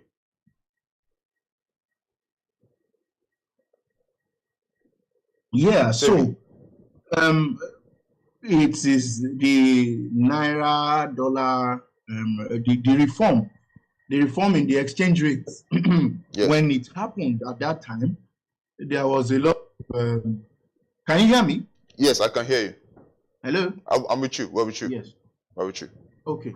Please go ahead. So, when that reform that sought to remove the difference between official price and black market, when that reform was made, Naira became very unstable. And, well, not even unstable is the word, but volatile. It was rising at a speed that many people could not even fathom. So what happened is that because of that volatility, anytime FAC is shared, it's a lot of money. It means a lot of money for the collectors. But now the Naira has found its balance. It can be calculated. It is not that today it is 1,000, tomorrow it is 1,002. For about a quarter now, it has been stable. It has been hovering around 1,5, 1,6, and so it is able to plan. So right now, when the money is changed to dollar, or when the dollar is changed to naira, it doesn't become as big or as fat as it used to be, because we now know the price. We know exactly what is coming out from it. So for the governors, it's like a tap of free supply is being closed. So you mentioned the introduction of the electronic foreign exchange system, right?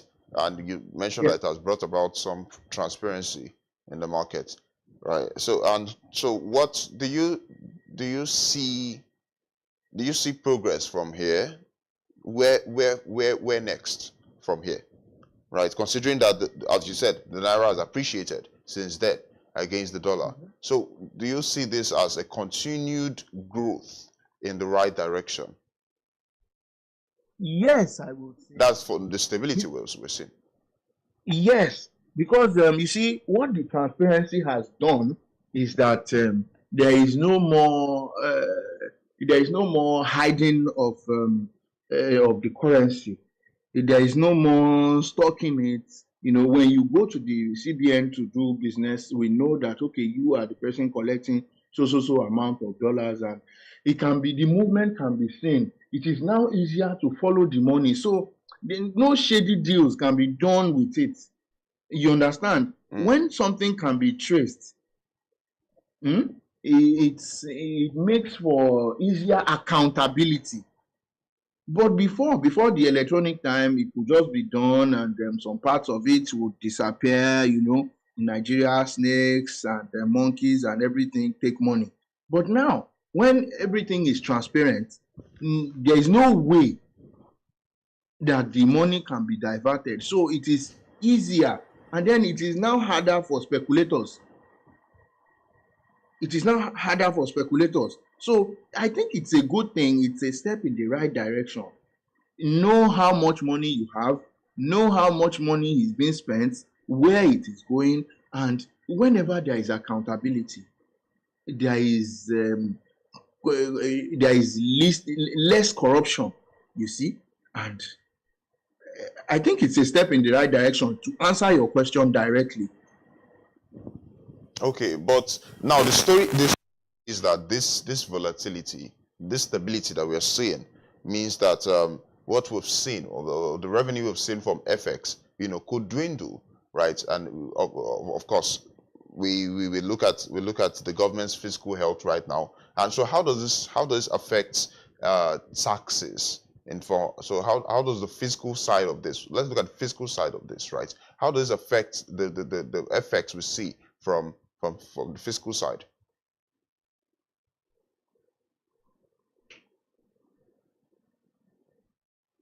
So it is not as if revenue will dwindle. It's just that it's the exchange rate, that has given the, will I say, unfair advantage before. Yes. Nothing is really changing. It's just that we are coming to, like, water finding its balance. Do you understand? Yes. Water is finding its balance. It's not as if soon anything is changing per se.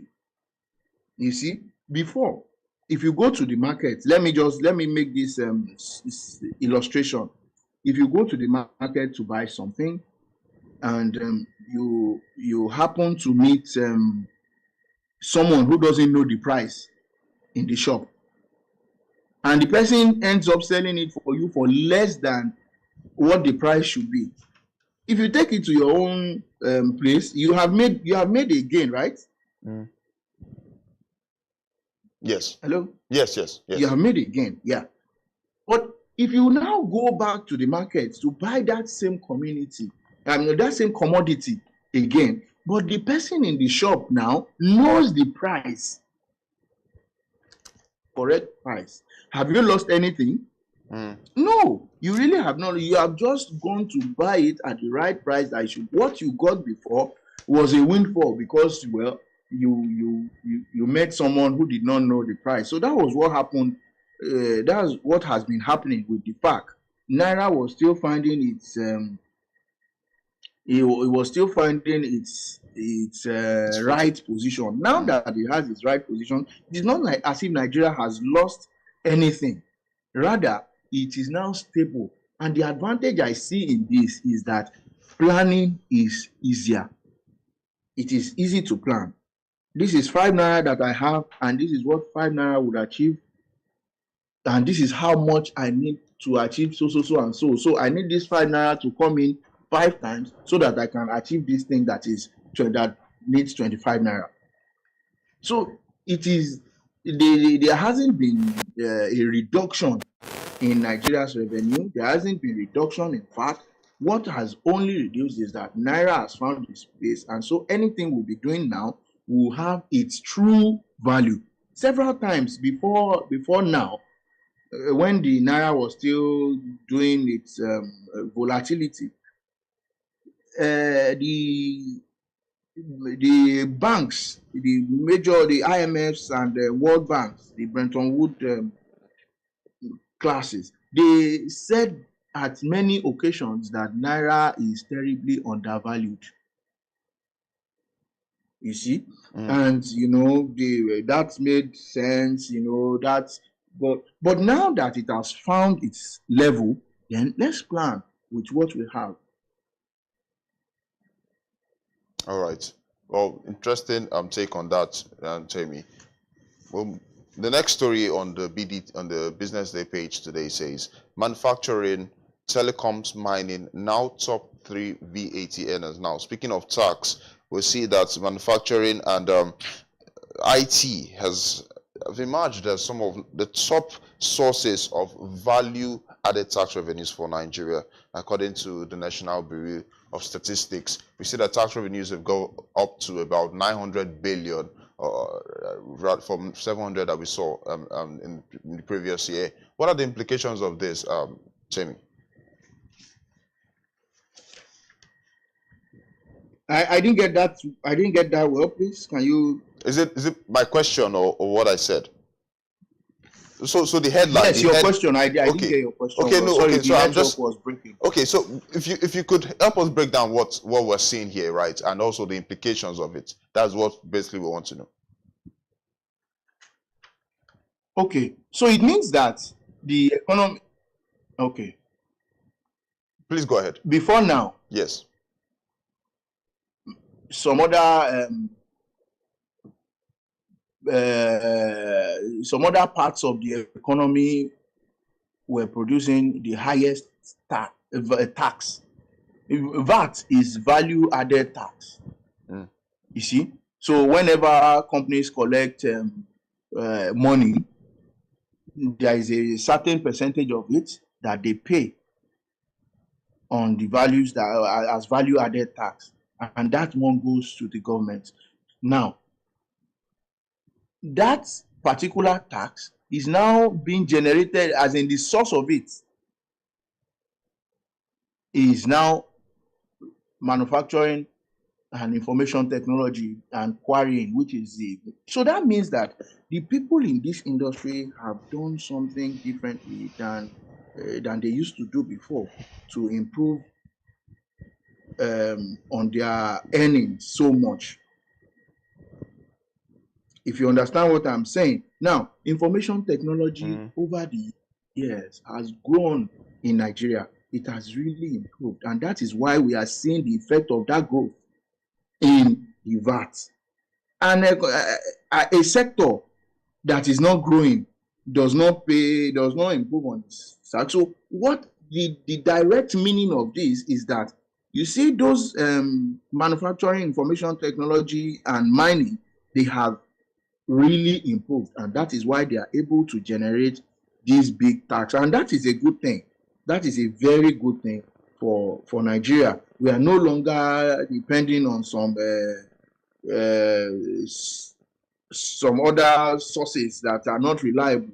We are now seeing, okay, the manufacturing in Nigeria, the information technology in Nigeria, and the quarrying. That really got me thinking. That means that the Ministry of Solid Mineral, they are really doing well for them to be included as. I have not seen them on that top sector of that list for some time. So that means that they are doing something right to be generating that much VAT. That is mining and quarrying. Okay. Oh, thank you. Now, a question I want to ask is that despite the improvements in the VAT revenue that we've seen here, right, Nigeria's revenue to GDP ratio continues to struggle, right, in terms of improvement. And I mean, considering other economies, developing countries, Nigeria GDP to revenue is hovering about 7. It's not as you would expect. It's hovering around 7-9%. Do you the new tax reforms that we're seeing come into play? Do you think this could help the situation that we have right now? Well, if there are, you see. So basically, I'm asking if the tax reform bills could bring us better VAT revenue.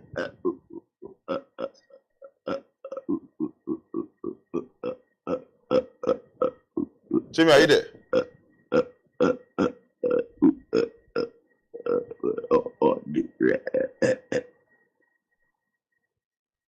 Jimmy, are you there? If you're with us, please signify.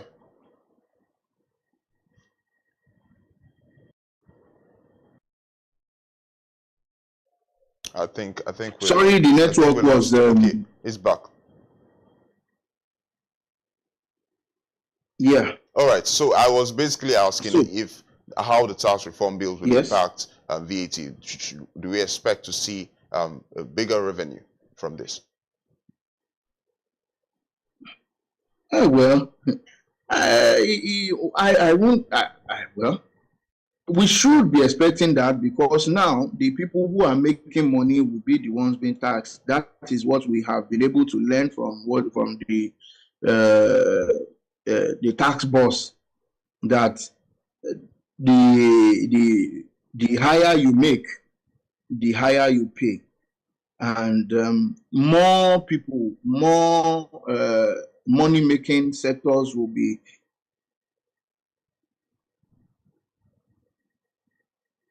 included in the tax. This, we cannot overlook what we have just said, what we have just seen. You see that manufacturing, technology, mining, and quarrying are now the biggest top 3 sources of VAT in Nigeria. Yes. Because it has really boosted the VAT that we get. In fact, it says that VAT revenue has risen by 88% compared to previous years. You see, so that means that certain things are now working around. Maybe more, or maybe where Nigeria wasn't looking before. So maybe they have started looking there, and now they are taking VAT. Maybe leaks have been plugged, and I'm sure that with the tax reforms coming, more leaks will be plugged, because now the taxes will not be collected in a fragmented way. It will be collected according to what we have seen in the proposals, that in the bills, that it will now be collected centrally. So like what happened in the CBN, the electronics FX thing that has made everything transparent, the tax sector too will now be transparent. So once there is accountability, once there are more people paying that tax, and more due diligence being done, I am sure that there will be an increase. We will see significant increase. Yes, it may not be as large as 88%, the 88% increase that we saw from last year to this year, according to that report. But there will still be more, maybe like 50%, some more. So, but it's positive. Okay, thank you, Temi. Moving on.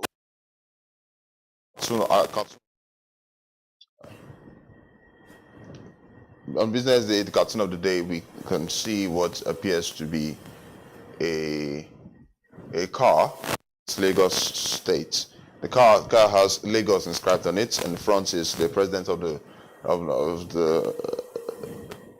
president of Nigeria, Bola Tinubu, and in the back seat, what appears to be his son, Sheyi Tinubu.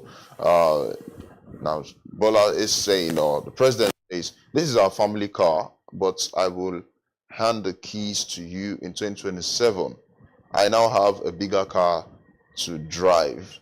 And of course, the car has a flag mounted, says 2025 on the back of it.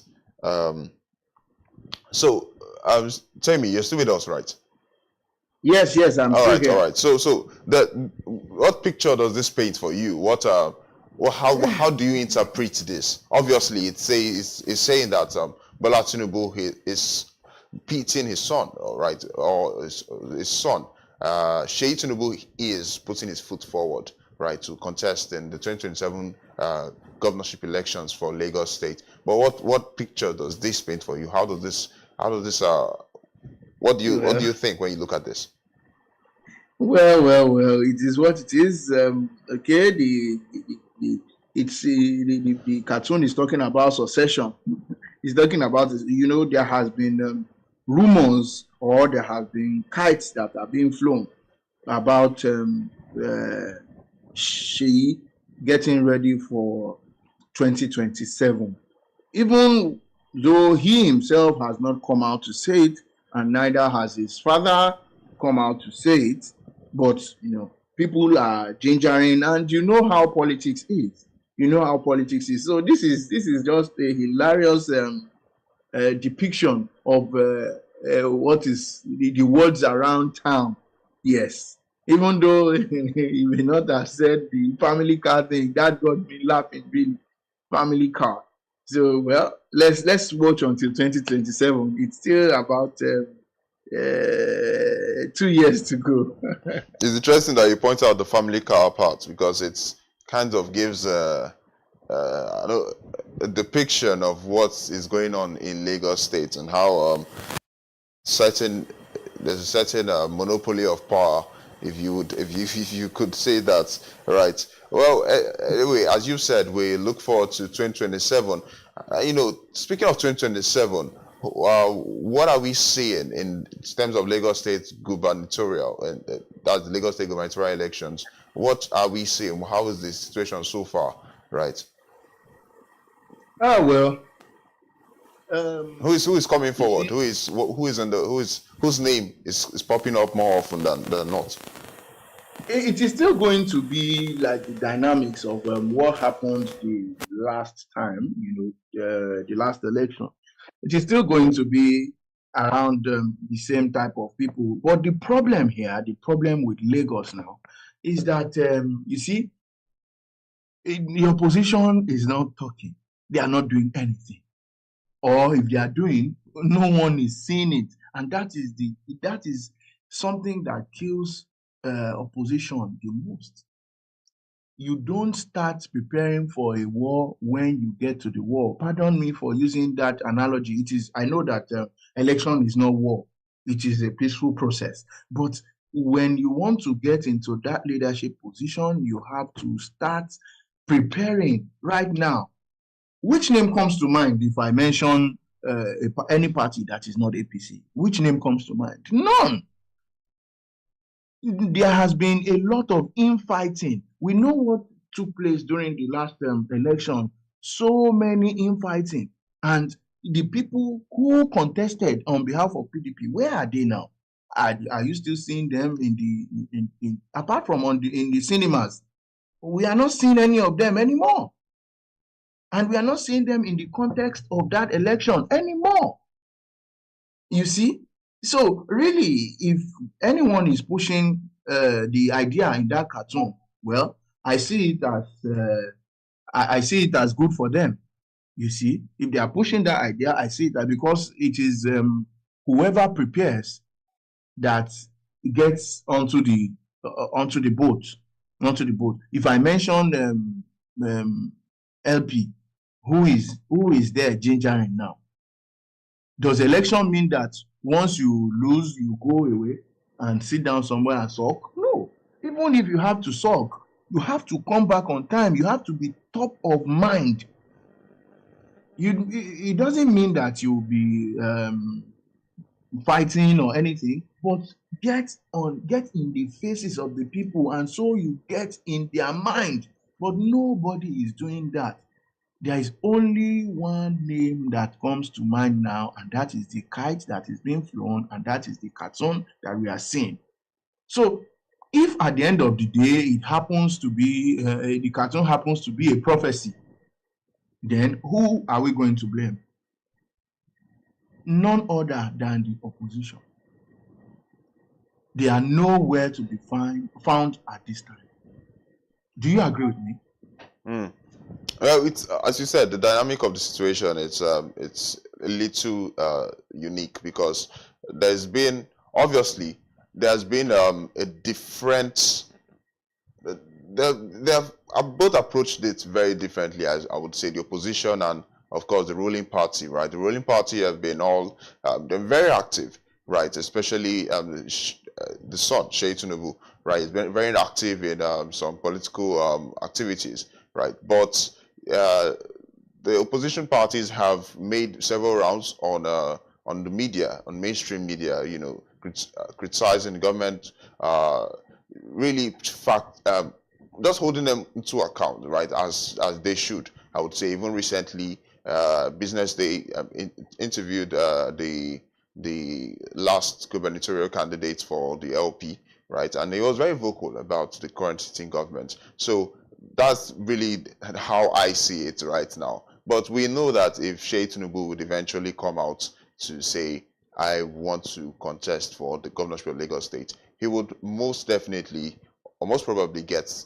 the backing of his father. Do you agree?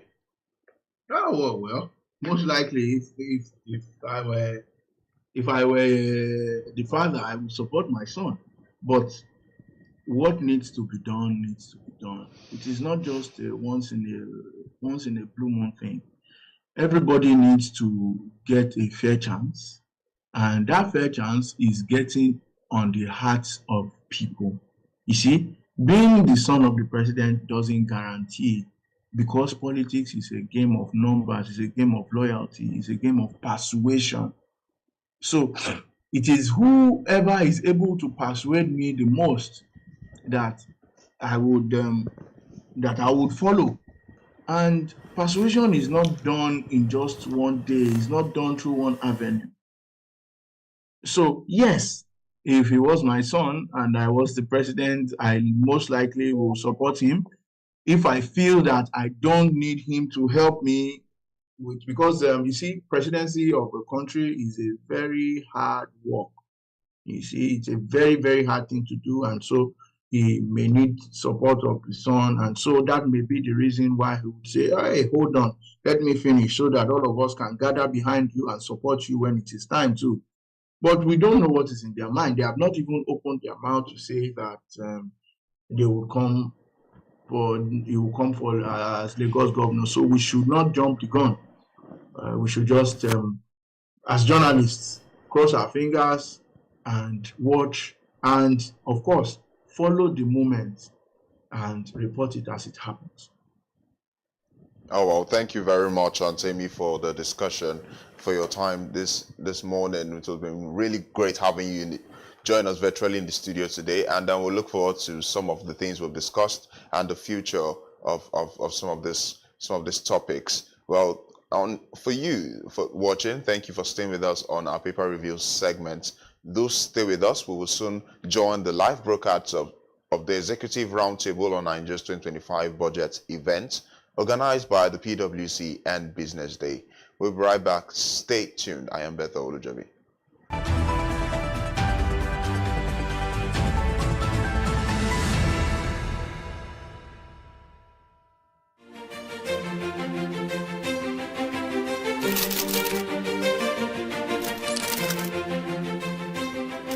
I am, of course, a great admirer of the impeccable credibility, professionalism, and business savviness of BusinessDay. If you really mean business in Nigeria, start your day with BusinessDay.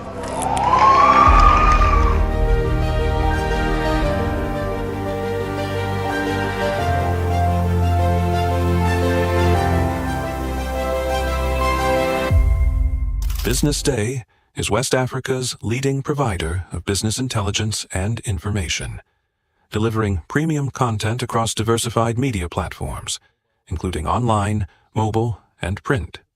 Since its inception in 2001 with a weekly newspaper production, BusinessDay has expanded its reach to provide exclusive content accessible through print, mobile, and online channels. Our premium offerings are further enriched with syndicated content from esteemed sources like the Financial Times, The Economist, and the Harvard Business Review. At BusinessDay, our mission is clear: to be the foremost provider of business and financial content, empowering readers to make informed decisions in Nigeria and Africa.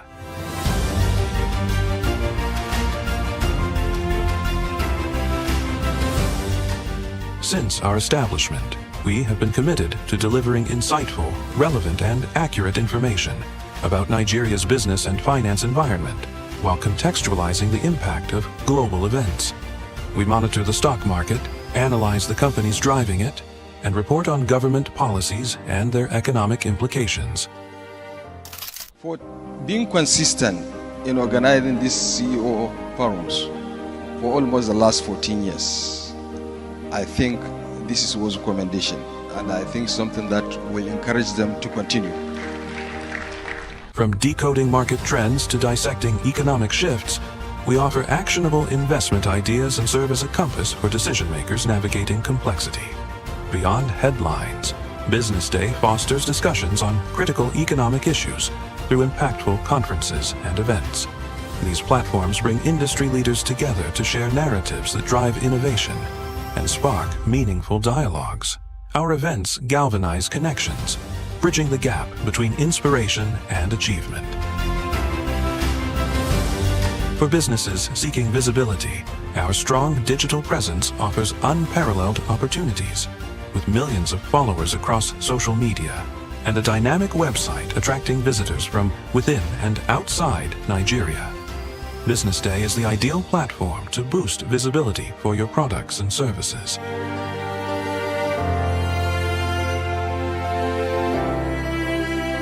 If you're looking for in-depth analysis and expert opinions on Nigeria and Africa's business landscape, BusinessDay is your guide. There are certain times that I have disciplined my children and gone back into my room and wept. Discipline is something that a single mom should not compromise. I was always good cop, bad cop. I was quite strict. In my mind, I would say, nothing from my hand, my picking go spoil. When you let them have their way with everything, you are destroying them and destroying yourself. So my daughter was quite headstrong as well, and it used to be a battle. It was a battle. You apply tough love, because when you punish them or when you withhold certain privileges because you need them to learn a lesson, you are actually loving them. You know, in Nigeria, there's a different kind of discipline. Of course. When she was 11, I decided to send her to Nigeria from the UK. She said, am I going back? I said, no, you're not going back.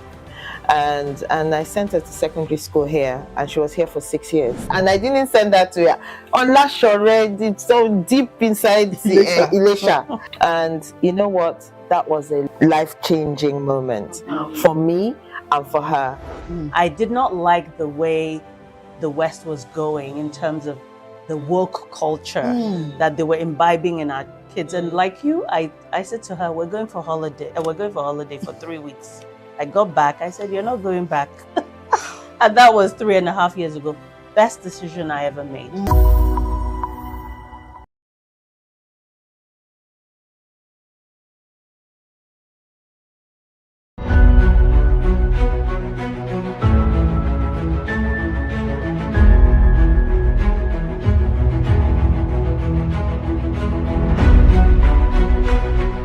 On behalf of our author and BusinessDay, I unveil this book or recommend the book to everybody in Nigeria Yes, thank you very much.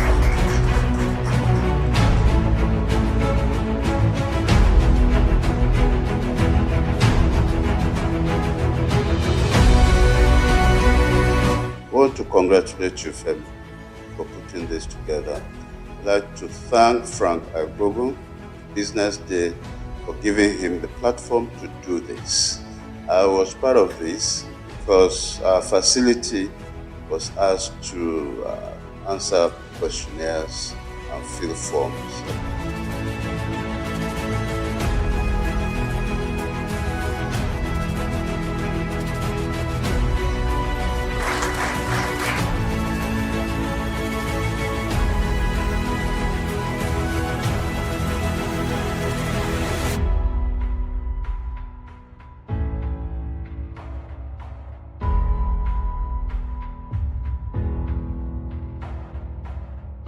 There's a ferment in the Nigerian healthcare system. There are a lot of challenges, but there are also a lot of opportunities.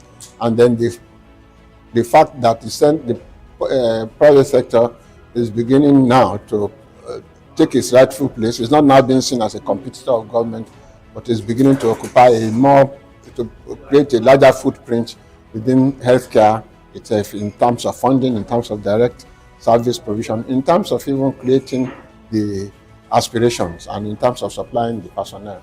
And that is how it should be. We are developing a customized health service, on both the supply side and the demand side, that should be fit for purpose in an environment. The supply side is moving fast, but without looking at the demand side and facilitating it, that is the access of the people who need to use the services. There's only so far they can go, or they'll be making investments that cannot be returned in the foreseeable future, and that is not right. People talk nowadays about patient capital. No matter how patient the capital is, that is waiting for a long time to get returns, those returns must be built into the system. That means somebody must be paying equitable amounts of money for the service that is being rendered. It doesn't have to be the person who uses the service. In fact, our aspiration is that it should be the people who are paying out of pocket should be reduced to like a 0% within the context of Nigeria, and yet everybody who needs that service should be able to get it.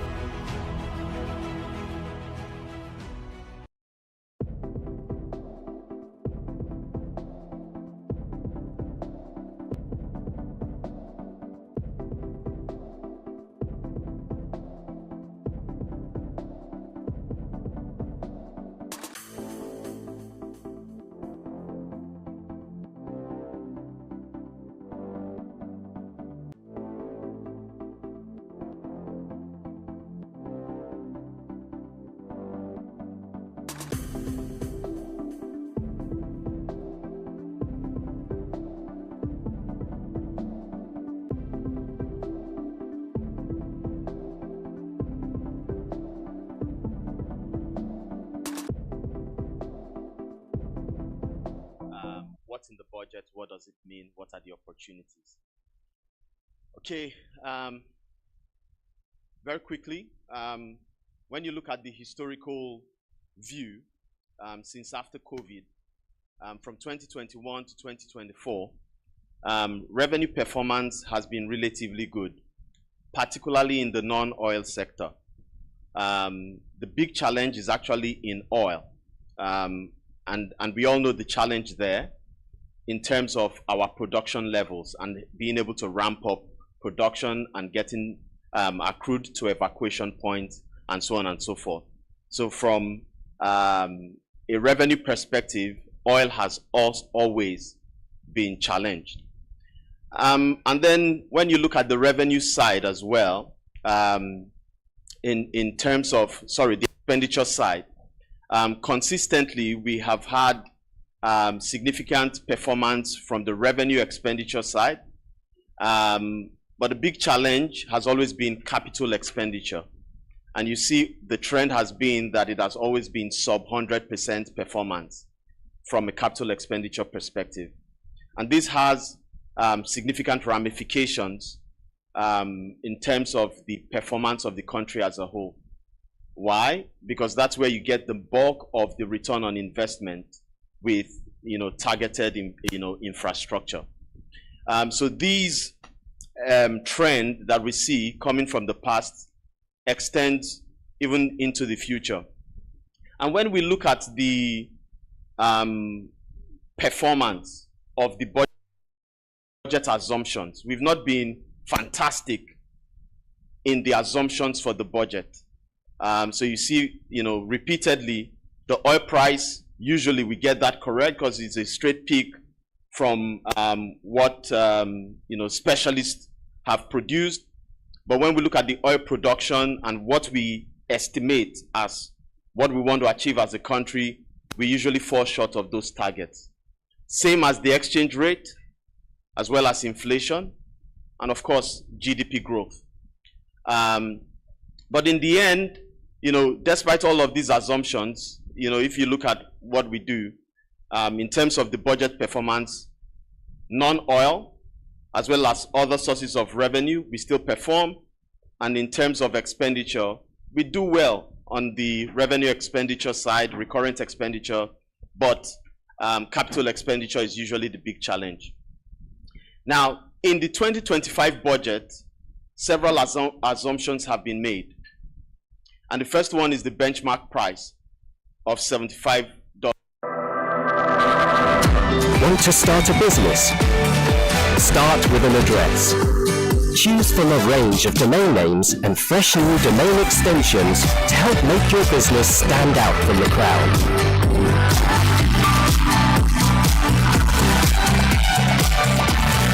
Give your online business the best start with the right address from GoDaddy. Start for free at godaddy.com.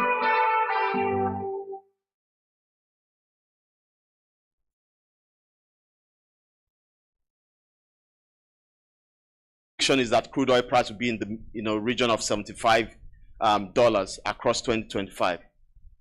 However, there are risks, as someone mentioned, in terms of the disruption from the US in terms of the Trump administration. Already, there are conversations being had with Trump speaking about the Russia-Ukraine war and saying this ridiculous war has to stop. Now, if that happens, it means that Russia doesn't have to layer on its crude to get into the international market. And it's also said that there's an intention from him to win the Nobel Prize for peace in his current administration. So there would obviously be some intervention in the Middle East. And what that could do is that some of the sanctions which you expect that will be imposed on Iran may not come true, and therefore about 1.6 million barrels of crude that gets into the international market, from Iran would continue to get into the international market. And he has said, drill, drill, drill. Now, what that would mean is that there could be so much supply, and that would impact on the price. So there is a risk which we as a country cannot control. And then you look at the other factors, crude oil production. In our view, we believe that this is doable. In 2024, there were several significant transactions that occurred where commitments have been made by the local players who acquired those assets to ramp up production. So we had the big transaction, Shell sale to Renaissance. We had the NAOC sale to Oando. And of course, we had the one from Equinor to Chapal, and so on and so forth. Now, all of these buyers have made commitments to increase production levels. And mid into 2024, the MD, the group MD of NNPC, already declared a state of emergency on our production. So we expect that there is, some of these things may begin to yield fruit towards second quarter, third quarter of 2025, and potentially could give rise to us achieving those targets. And already my colleague mentioned the impact that that could have from an FX perspective. Shell already invested or committed to invest about $5 billion in the Bonga North oil field. There's an expectation that the existing production could also increase by, upwards of 100,000 barrels per day in that regard. But the big impact of that investment will come through in 2029. So in terms of the outlook, it's looking quite positive. I wouldn't touch on the FX expectation because I think Segun Zaccheaus already hit the nail on the head on that, as well as inflation. The other one which I believe we should touch on is the 4.6% GDP growth rate, because that has implications in terms of the impact on businesses. There's a saying that you cannot grow faster than the economy, right? But that 4.6 GDP, we take it with a pinch of salt, because the expectation from our outlook is that maybe we'd achieve about 3.3. It said that in 2025, 9 of the countries that would grow fastest, 9 of the 13 are actually African countries. But unfortunately, we will not be there. I think, our growth rate estimated at 3.3 will not get us there. And this is particularly important because of our fertility rate as well. When we continue to produce kids, that means our GDP per capita will continue to drop, right? And someone was asking me, what is happening with our middle class? And I said, oh, I'm here. And he said, no, not you, because you're not middle class. Probably he hasn't seen my pay slip. But the point is, as fertility continues to increase and GDP growth does not match that, then there's a squeeze on the ability of people to pay, the ability to mobilize credit, deposits, the ability to extend your market in terms of FMCG. And that's why people begin to look at other strategies to continue to improve their businesses. The proposed 2025 budget is ambitious. It's at almost 50 trillion naira. 13 or 14 trillion naira of that would finance the deficit. So our debt stock today is estimated at upwards of 140 trillion. Debt to GDP rate above 50%. What we are saying is that debt stock is going to increase in 2025, expectedly, because government would have to borrow to fund the budget significantly. And if you remember my earlier slide, one of the places where we very well perform is in terms of debt servicing. And it goes without saying, because you don't have anything to do with that. You've got to pay your principal and interest. So these are some of the impact that we see in terms of the budget as it comes through. But there are some focus areas that could be important, as highlighted already. Industrial development is one of the key areas that government is looking at. So in terms of the policy reforms, agricultural laws, taxation, special agro, industrial processing zones are a target of the government and provides opportunities. Already we've mentioned the importance of CNG, the small and medium enterprises, and mobilizing tourism as much as possible, and as well as some of the initiatives around ease of doing business. And I'm sure Taiwo would also come and talk about some of the initiatives around reducing some of the exploitative taxes that are levied on businesses and how some of the policies would impact on that. Another massive area would be infrastructure development. The national fiber optic cable is expected to be extended by an additional 90,000 kilometers. There'll be significant focus on trade enhancement, the Africa Continental Free Trade Area, and so on and so forth. 50 trillion sounds like a lot, but when we analyze it and look at that number, it's not quite enough for Nigeria. If you look at our total budget today, it's, you know, when you add the states and the federal, and then you divide that by our population, we have budgeted about $206 per Nigerian.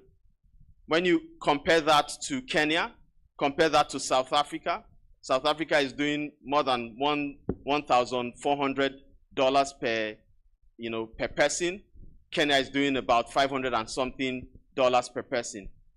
You know, it seems ambitious, but the expectation is that, you know, for a country of this size, that's what's required. Our real problem is generating the revenue to meet up with, you know, our infrastructural needs and to deal with the debt issue. So I'll call on Segun Zak to just bring everything together and say, what should businesses be looking at, and what are the expectations? Thank you. Thanks, Kenneth. So to land all this, because at the end of the day, is what are we going to do about it, right? And if you notice, we try to also highlight area that the opportunities and that you must think about as businesses. But what must you do as businesses? And what we've tried to do here is to put together a simple, what we call response framework. And I'll spend the next few minutes talking about it, because at the end of the day, for us businesses, is what we can do that we will be able to control. So there's 7 thoughts from PwC for you to take into consideration. And the first thought is really one around relooking and reinventing your business model. And the logic around that is, if you look at some of the factors that are driving the business environment now, you realize that the old business model, how you're configured to deliver value, cannot and will not sustain into the future. So as we enter 2025, you need to ask yourself the question, how do I configure the process of delivering value? What can I remove when you call this intermediation? Are you using a middleman that you can disintermediate? That's for an example. Or are your product physical and you can translate them to digital, right? Every business must think about that question.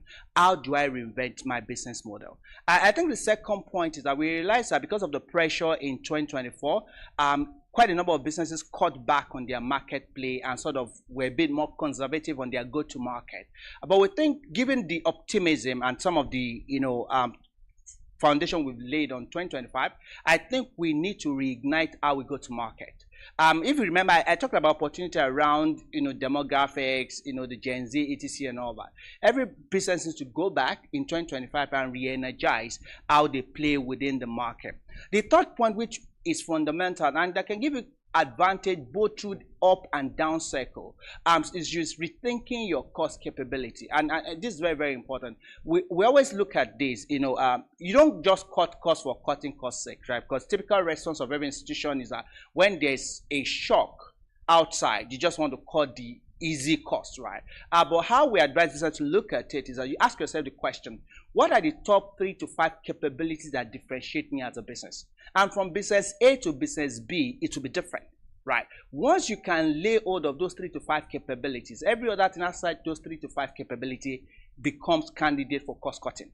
But the capability that are key to you becomes candidate for investment. So having a capability-based thinking to cost optimization is part of what businesses must think about in 2025.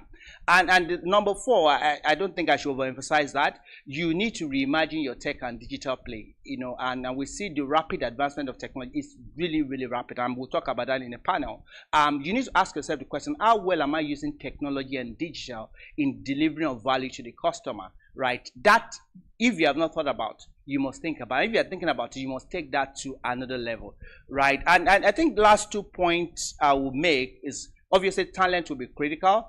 We must continue to look at our talent, how to retain the best, and how to navigate some of the talent war that is happening within our market. I don't know if you are experiencing, we are experiencing as PwC.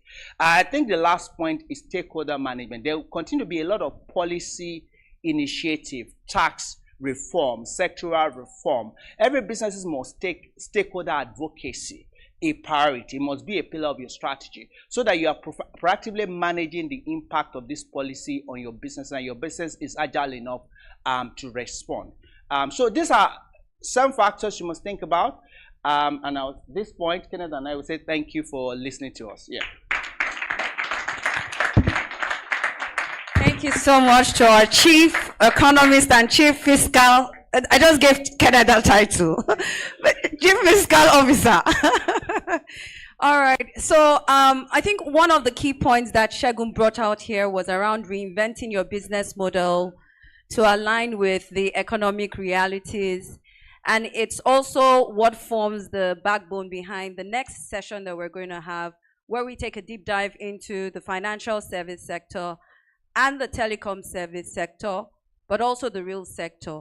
So this is really about tailoring all that we've heard now to suit, where we are working and what we need to do differently. And I'd like to call on Chioma Obaro, our partner in financial services space, who would moderate this session for us.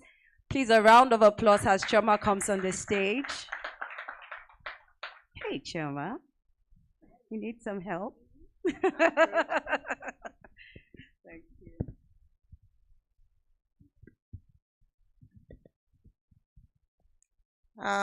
Thank you, Esiri, and once again, good morning and welcome to this event. I will stand on existing protocol, and I'll just go right into the panel session. Let me first welcome to the stage no other person than one of our esteemed guests, Taiwo Oyedele. Taiwo is the chairman of the Presidential Committee on Fiscal Policy and Tax Reforms. As many of you would know, before this role, Taiwo was doing what the combination of Kenneth and Segun did today. He was the fiscal policy partner and Africa tax lead at PwC. Taiwo, you're welcome. I would also like to welcome on stage another esteemed guest, Mr. Olusegun Alebioshu.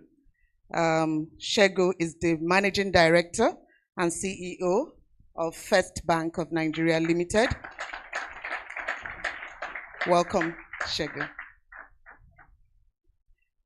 Let me welcome one of our bosses. I know Esiri introduced Sam as one of the bosses. We'll be meeting another one of them, no other than Femi Oshinobi. Femi is the Consulting and Risk Services Leader for PwC West Africa. Femi, you're welcome. So that it doesn't seem like there's no gender equality in PwC. So I would like to welcome Obiageli Uboma. Obiageli is standing in for Carl Toriola, the CEO of MTN. We are honored to have Obiageli with us. Obiageli is a risk executive and business leader with over 20 years experience in leading financial institutions in the UK and Nigeria. And she's currently the Chief Risk and Compliance Officer of MTN Nigeria. Another welcome applause for her. You're welcome, Obiageli. I don't need to look at my slide to introduce this next panelist. Join me to welcome no other than Wura Oluwafeyeku. Wura is a partner in PwC, wearing so many hats. She is a financial services expert as well as our risk consulting lead in PwC. You're welcome, Wura.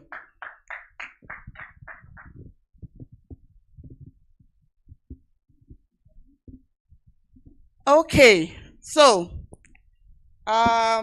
let's kick off with Taiwo. I'm sure you knew I'll be starting with you. So just having listened to Segun and Kenneth speak about the budget, the physical and economic growth for 2025. What are your views around the implications of this on different sectors, financial services, oil and gas, manufacturing, telecoms? Sort of recap or summarize the entire presentation for us. Thank you. Yeah, thank you, Sherman. Good morning, everyone, and thank you, PwC, for inviting me. It's good to be back at PwC for 1 hour. And it was good that Sherman reminded PwC that they paid me one person's salary for doing the work of 2 people. Maybe we can discuss that later, Sam. And the other point is my brother, Frank. I will not even make any attempt to contest for any. They will not vote for me. So I'll stay on my lane. All right, so thank you, PwC, for the outlook, Shegun and Ken. I find it quite useful. I'll make very brief comments on some of the points you raised and the way I see them, right? So the first one is to do with inflation. So I hear people say every time that 15% is not possible. And I don't understand why they're saying it's not possible. If you look at the average inflation for 2024, it's 33%. Okay?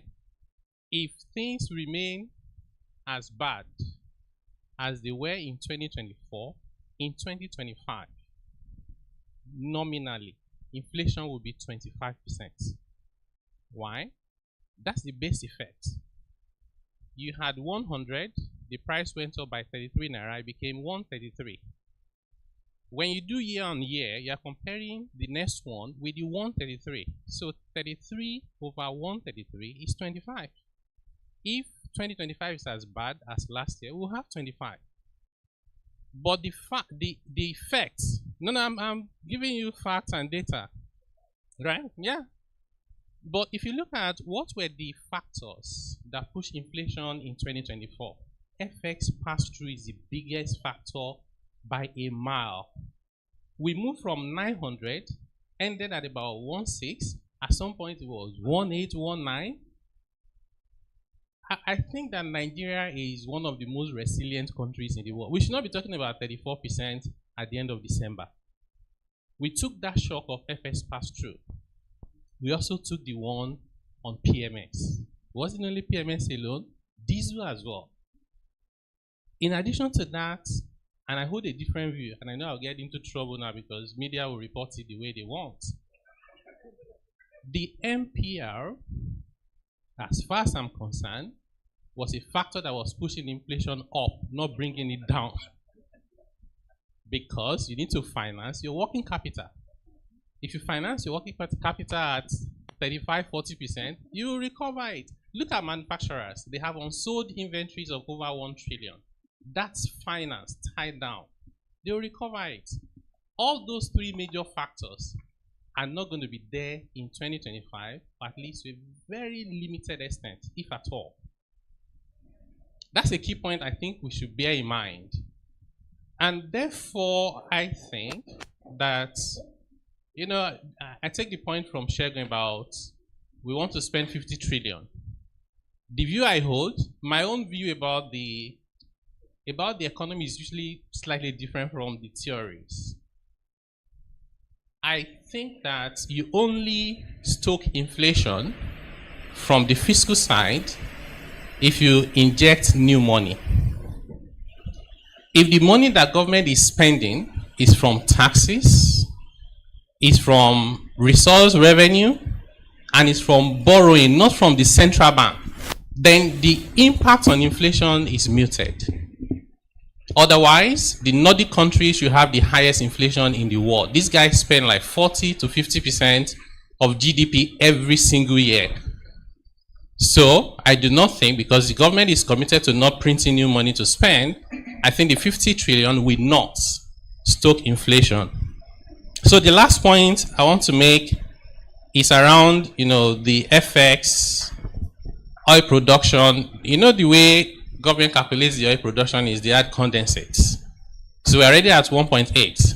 1.8 is not 1.9. God bless you, my brother. It's even 1.9. It's not very far from 2 million, right? If you're at 1.9, you are looking for 106,000 barrels per day. And there's investment that is coming in. I actually think that the production volumes are realistic. I'm more concerned about the price than the volume. with Trump and drill and drill and drill, right, you are likely to have lower prices, which, to be honest, overall, I think is good for Nigeria because there's a payoff, or you call it a trade-off. So prices, pressure will be down, government revenue will be down. It's okay, we'll balance out. So at the end of the day, if you can trigger productivity, everything is then okay. So let me quickly answer your question. I know I went around like that, right? It's okay. So the way we see the reforms are that these reforms are structural.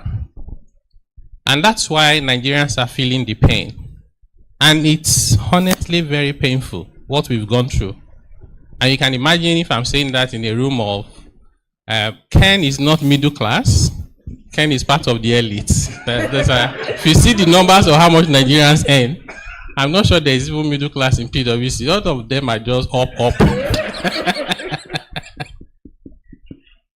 So, if the middle class and the high income earners are feeling it, you can imagine what the ordinary person is going through. Wake up in the morning, you have no idea where the next meal will come from. It's hard. And when you're hungry, there's no reform that makes sense. But those things were necessary. And I said before, it's the first time in the history of Nigeria that we remove subsidy and we set the market structure to determine the price, not the NMPC. I know the central bank is going to introduce a code for FX by the end of the month. That would improve the transparency issue that you raised. Once you address transparency, you've taken up the pressure on the FX significantly. I made mention of one of these points last week. About $20 million every day is off the market. Some of the reforms we are doing from the fiscal side, it's about $4 billion we are taking off the market as well, where today Nigerian businesses are being asked to pay levies, taxes, and regulatory fees in dollars. It's about $4 billion. Once we pass our tax bills, that's off the market. As we are taking off those pressure from the market, we're seeing improved liquidity coming in. Diaspora remittances, NMPC alone, the amount we expect will go to the Federation account this year should be in the region of $10 billion. What did we get last year? It wasn't up to 2, right? So just imagine those factors. I honestly think that we should not just be talking about Naira exchange rate stability, we should be talking about recovery. I do not think that 1.5 is the fair value of the Naira. I think Naira is undervalued. Thank you. Thank you, Taiwo. And I think with this, you can be rest assured that we are voting for you. I mean, so just speaking on what Taiwo said about the way to grow the economy being through, production, expanding what comes into the economy. There's no other person to speak more to it than Shegu, being the financial services, the people that hold this money. So Shegu, how do you think financial services will contribute to economic growth in 2025?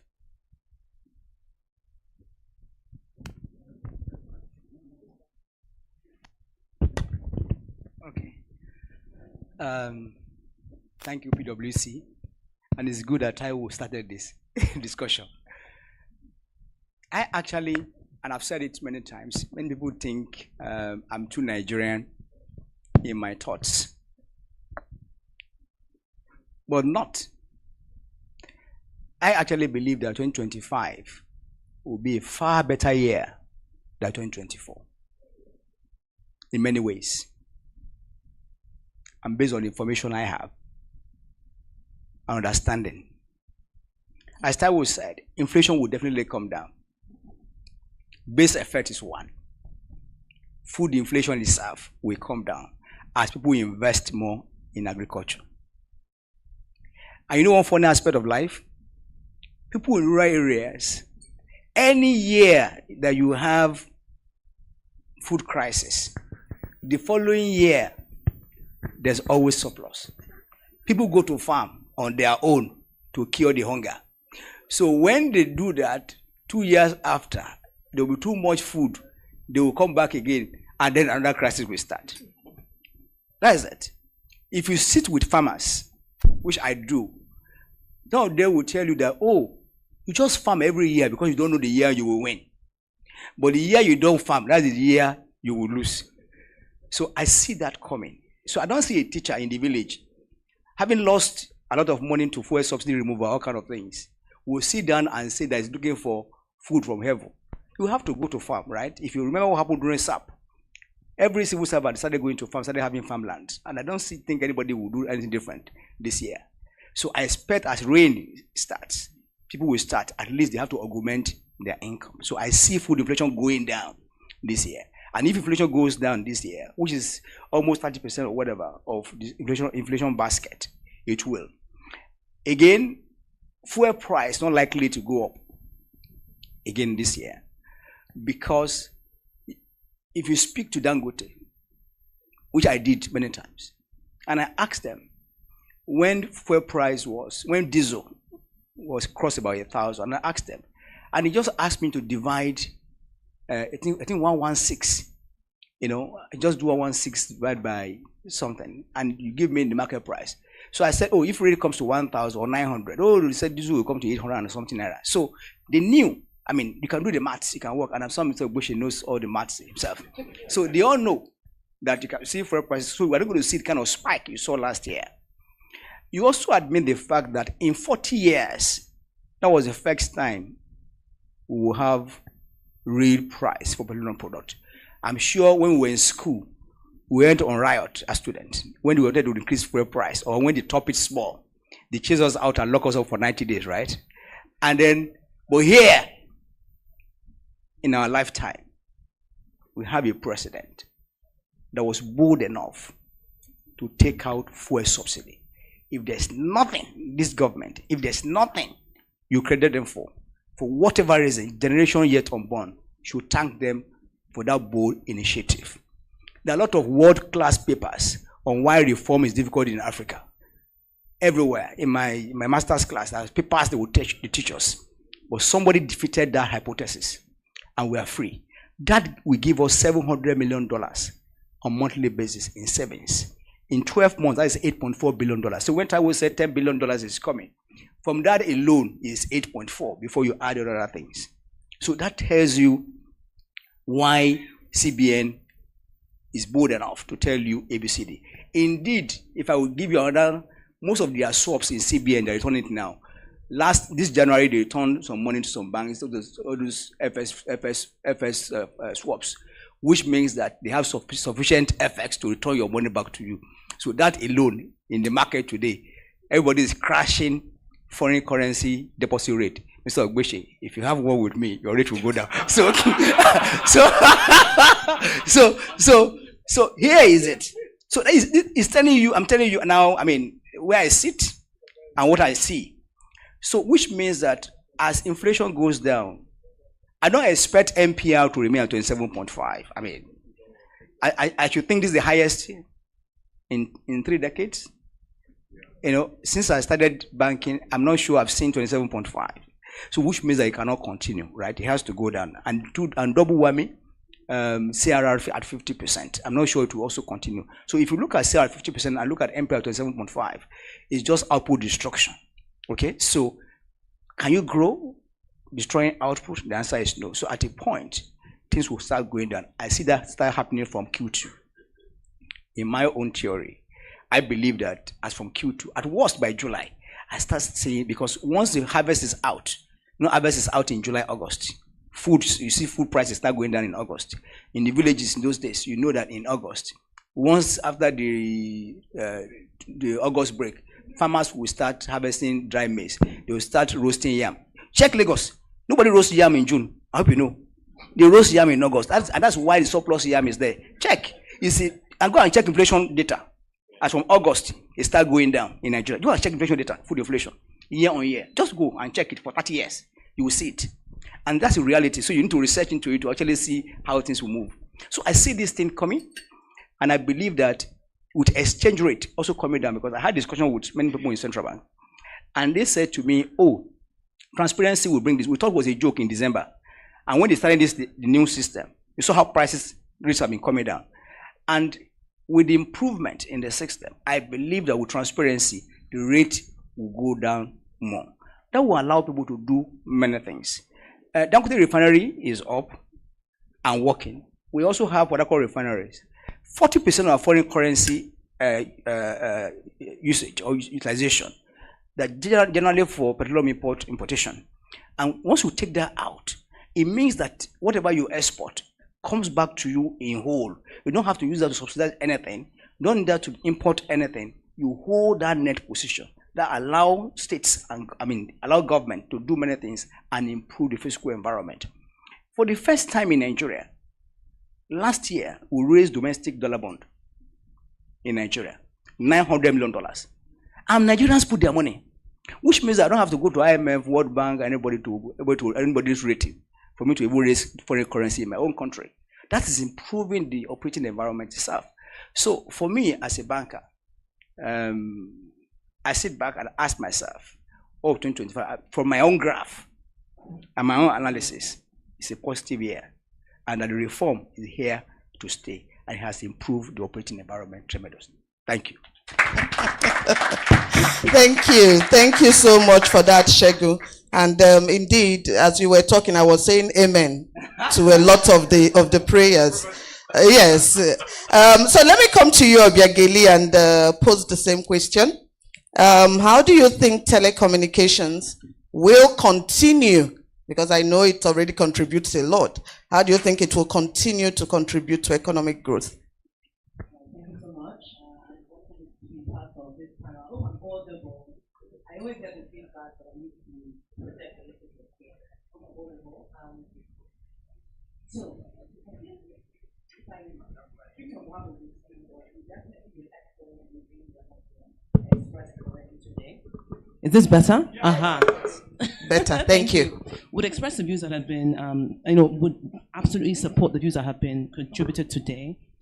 Telecoms is really about communication and connectivity, right? And that's fundamental to every single sector and business in Nigeria today. Financial services, to your digital influencers, we cover all of it. So we'll continue to support in that method. I want to say that the telecoms sector, as you know, from a GDP perspective even, is the second highest contributor. Information and telecoms, I believe, is the second highest contributor to GDP. We hope that will continue for the many reasons that we about already. I think we contributed 14% to GDP, and in the space of the last 10 years, that pretty much doubled. So you can see the growth has been massive. Do we hope that the next 10 years will also bring another doubling of contribution to GDP? Absolutely, yes. I would say telecoms also massive contributor in terms of tax. Last year, the telecoms industry, so I'll take MTN out of it, given our financial performance last year, but we are a strong taxpayer as an individual corporate anyway, but nearly ₦1 trillion contributed to government coffers through taxation. And also, don't forget, we also invest quite heavily. We might not have invested as much as we would have liked last year, but certainly nearly ₦1 trillion in capex investments, because we have to keep the quality of the service, optimal for our subscriber base. And I think, lastly, we are a significant employer of people, both directly and indirectly as well. So again, that will continue. So we hope as the economy recovers, we'll be able to support in those main ways. Thanks. Obiageli, not so fast. So I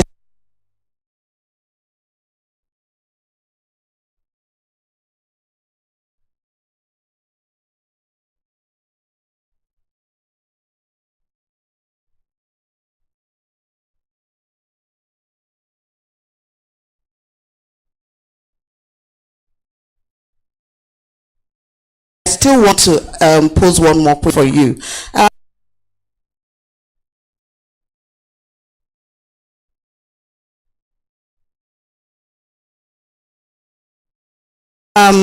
Given the recent 50% increase in tariffs, and of course, considering what Taiwo, Shegu have said around the hardship and the suffering and all that it's going on, how do you plan to balance the need to increase these tariffs and with ensuring that the telecom services themselves remain not only affordable but accessible to the lowest class? Thank you very much for the question. And it's a question, I mean, we're all subscribers in this room. And I know that anxiety, the anxiety that people are feeling when they see 50%, it was the 100% that they wanted, but they only got 50%. Let me just be really clear about a couple of things. So it's not going to be overnight. Your tariffs are going to increase by 50%. Okay, let's just be really, really clear. What the government said is up to 50%. And there's a clear process involving NCC, our regulator. So we can't just say, okay, overnight, 50%. On a product-by-product basis, we're going to go to NCC and say, okay, this tariff, can we optimize, can we increase this? There will be some tariffs that we probably will reduce as well, right? So there is that balance. And trust in NCC, it has to balance the sustainability of the industry, which is why the tariff increases. You would have seen the CEO, I think, probably this time last year, going around pretty much saying, sustainability is a critical issue. Our costs have gone through the roof, OPEX particularly, gone through the roof. We can't invest, etc., etc. We need these tariff increases. There hasn't been a substantive tariff increase for years, etc. So there's a rationale behind it. So NCC is balancing that sustainability with the need to really make sure that consumers are getting value, okay, especially bottom of the pyramid, people that don't have access to these types of services. So we are very alive to that. Our customers, we don't take our customers and subscribers for granted. So we must deliver value. So as we are working with NCC and going to them and saying, okay, for this tariff, we want to change this, we're consolidating tariffs, so you'll see a reduction in the total number of tariffs to simplify it, to make it a lot easier for consumers to make decisions around, okay, this tariff actually suits me.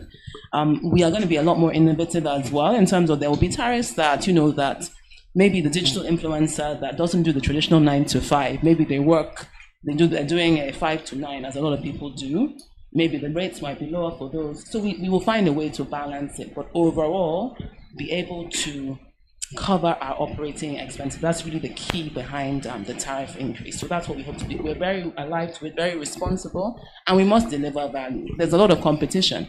And again, with this opportunity that the government has given in terms of up to 50% increase, you can definitely see some operators will say, we're slashing. I'm sure some people will come out and say, we're slashing our prices. So there will be a lot of competition, which requires us to be responsible and to make sure that we deliver value. Thank you, Obiageli. Very well said. I saw Femi nodding as you were speaking, so I'm sure he wants to contribute to that. Yeah, thanks, and good morning again, everyone. I know the unions are trying to listen. I saw something in the paper yesterday that they're going to protest. I haven't engaged MTN on this session, but I consult in this industry across West Africa. It's a big challenge.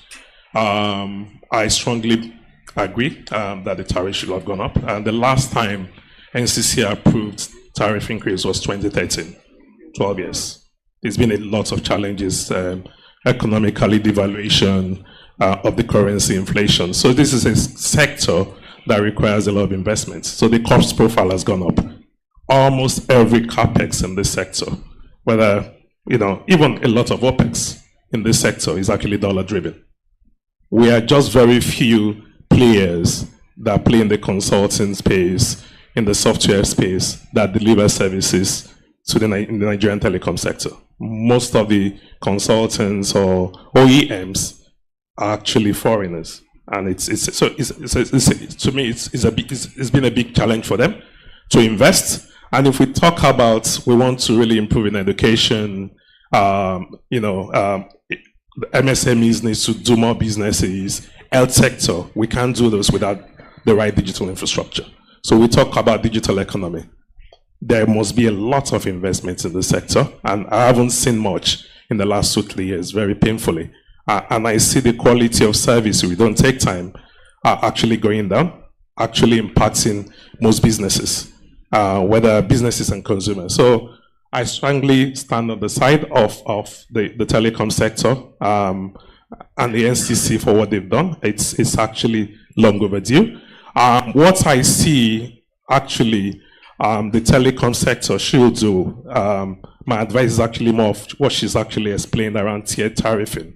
So you've got to do the tariff in such a way that you take care of the low income earners in such a way that, Kenneth, you're not looking at me, you are not one of them. So your tariff will go up. You're targeting 50 or 70 for the likes of Kenneth and Sam.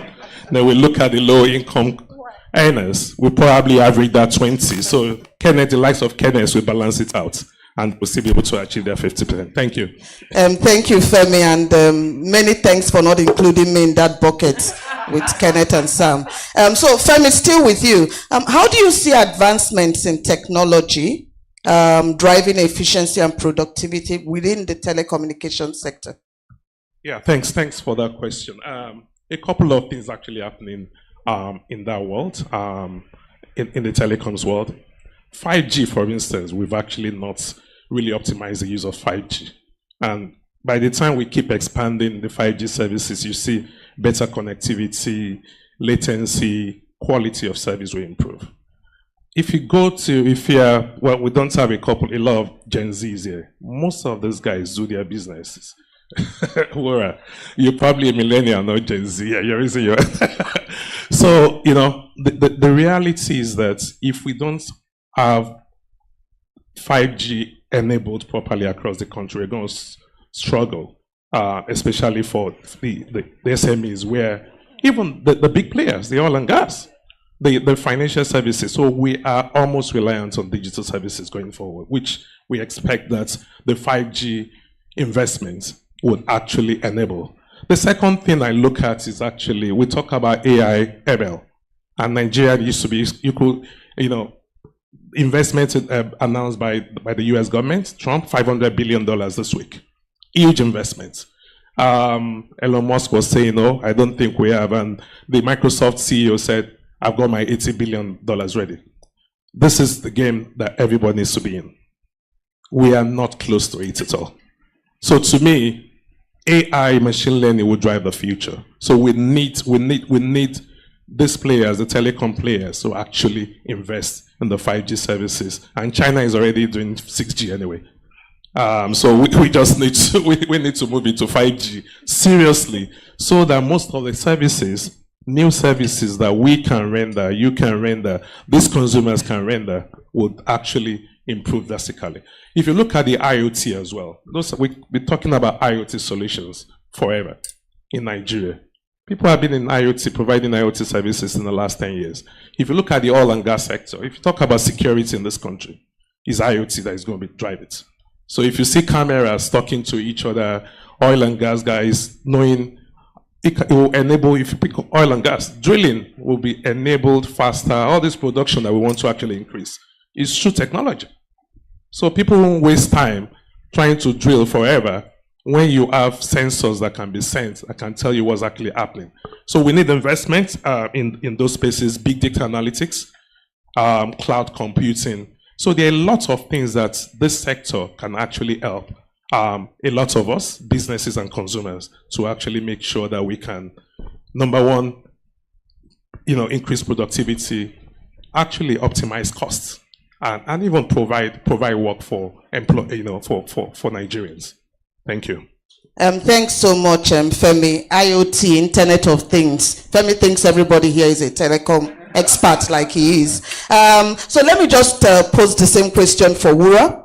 From a financial services perspective, how do you see advancements in technology driving efficiency and productivity within financial services? Thanks, Chairman. So the biggest things that we see across the globe is the use of AI, right? And over the past 2 years, generative AI is starting to take root. The amount of investments being made at a global level, the amount of resources being devoted to this is significant. We are far from it locally, but when you look at the global context, a number of interesting use cases can be seen. So you have use cases around improving customer experience, using virtual assistants, using chatbots, using AI in credit decisioning process, reducing the amount of manual inputs that goes into that. That's going to drive operational efficiencies. In fact, our CEO survey that came out just this week, 1/3 of CEOs are already seeing positive impacts on revenue and productivity from leveraging AI. So I think it's about local players also embracing. And I think as second wave adopters, potentially, that we even start to get a lot more benefits. So the first wave have invested quite a lot exploring numerous use cases, right? So for us is to then tap into that and just hone in on the successful use cases. and see how we can tailor and adapt that to our local environment. But in terms of improving operational efficiency, improving productivity, improving revenue, AI is a really big factor in there. Then the second thing I would also point to is RPA. So a number of entities locally use bots, right? And but the scale at which it's being used, there's still a lot of room to grow in that space. So streamlining your processes so you can automate and then just free up your people from the mundane tasks, so that you can quickly see the impact on your bottom line, even on your people, especially with the rate of attrition that we're experiencing at some point. So for me, it's AI and then RPA as well. Thank you, Wura. So that we can take questions from the audience as well as the people online. Let me quickly go to Taiwo.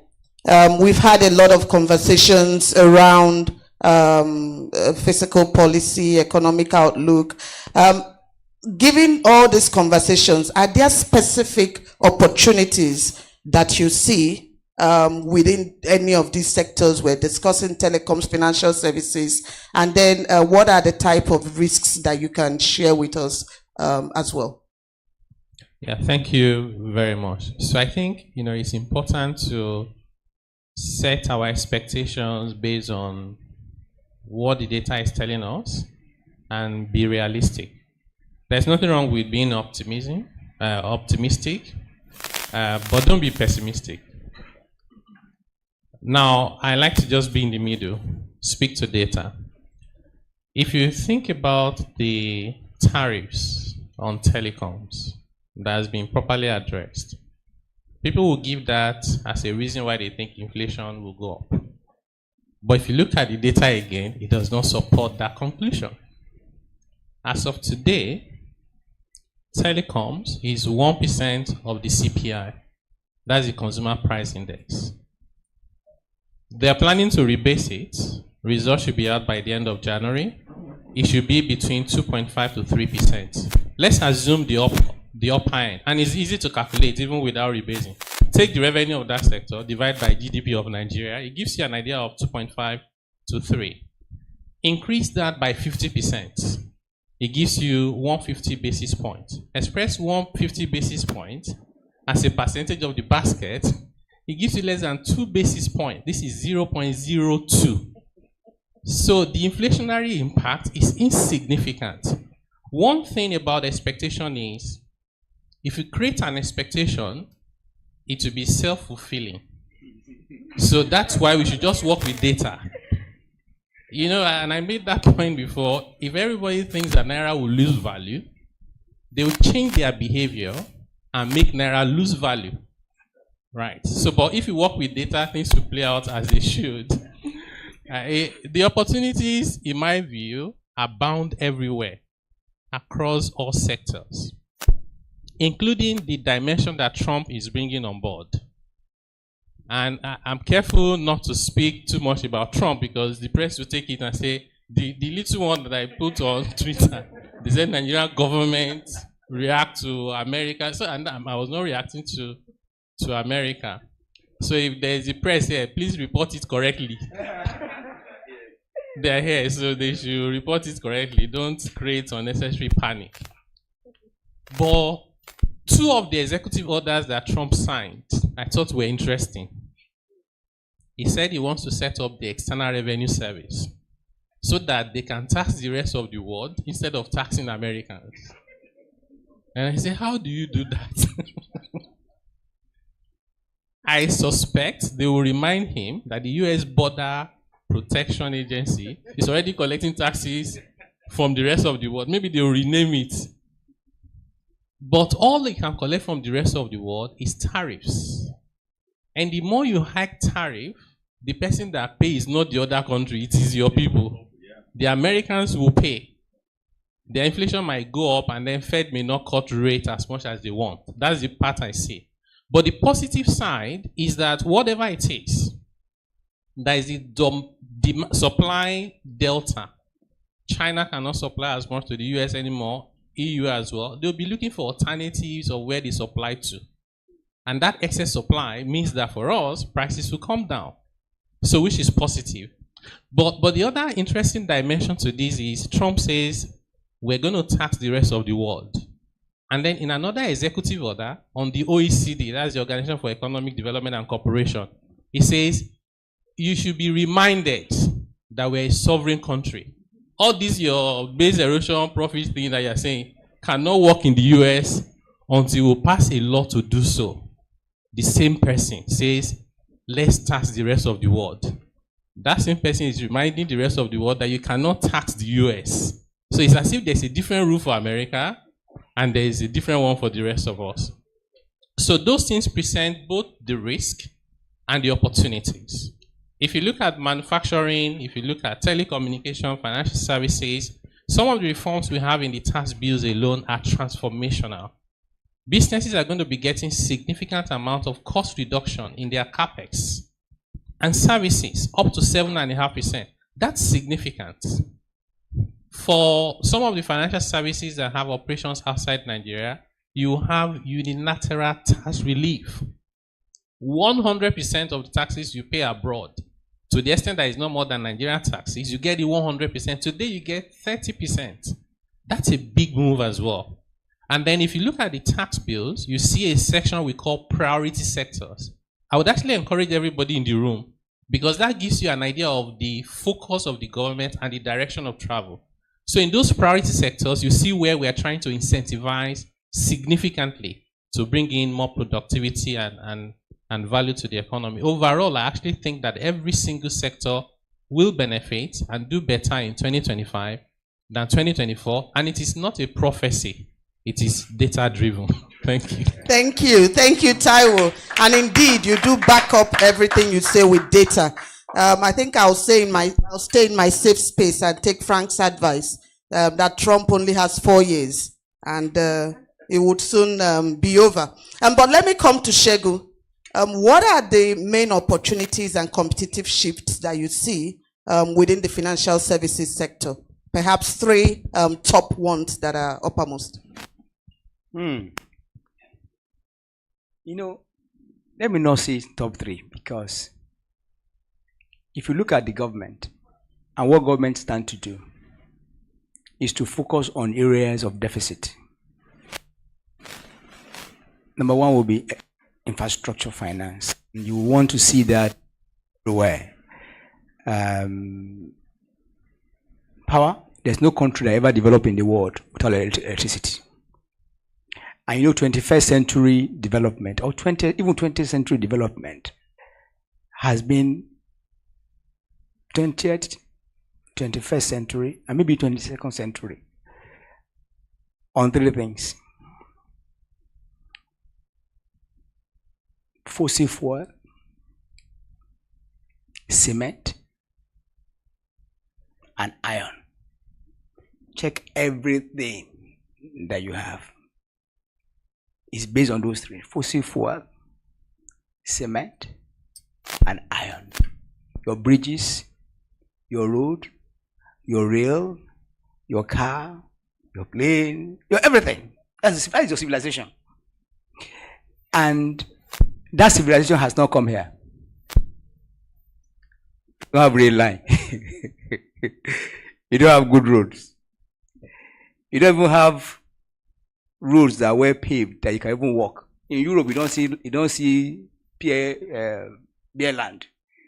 But the best of places in Lagos, you see bare land everywhere. So 50 years behind, right? So you still have opportunity infrastructure to go ahead. Our fossil fuel will still be here. So you need electricity to come in, infrastructure to come in, and government will want PPP because government cannot do it alone. So those things are very important. Non-oil exports is something that all of us have to work with, and that's why ratings will come down for them, to support industries, to support new. I mean, how many manufacturers will borrow at 32, 33% to go and set up a new factory? It will be difficult, right? So, and that's why I believe that rate will come down for people to take that advantage and set up industries here and be able to export. It's important. Non-oil export is important. And the third one, many Nigerians don't like it, but I always say that we need a credit economy.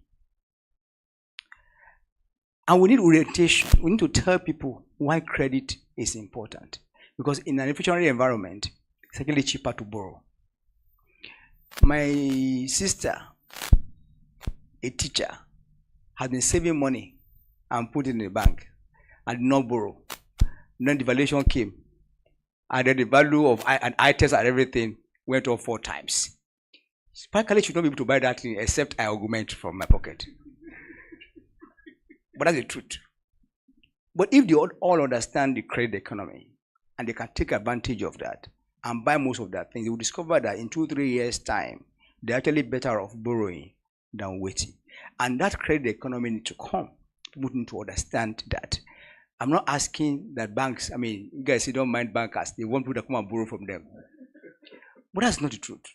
It's the only way to get the economy running and run fast enough and people enjoy life.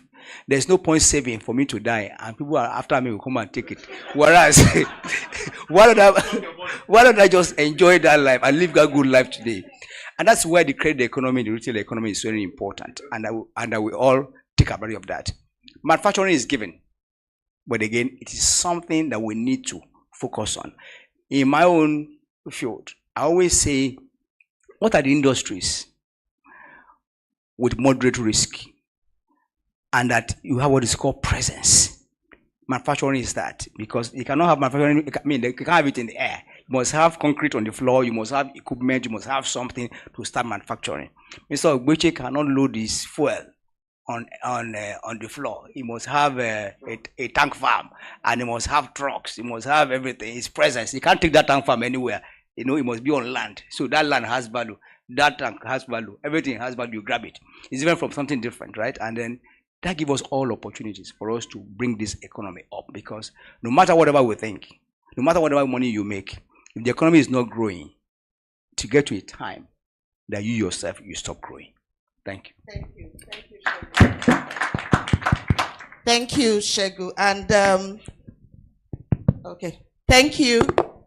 Given in the interest of time, and Shegu, we will be coming to you again for another session specifically on credit economy, because with it would open the economy for a lot of Nigerians, particularly those of us that are not with Kenneth in the upper class.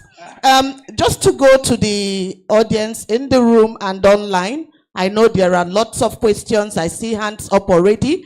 I'll defer to my non-PwC colleagues. So apologies, Cyril, if I don't look at your direction. It's deliberate. I would start with you, sir. Can I have someone give him a microphone, please? Thank you.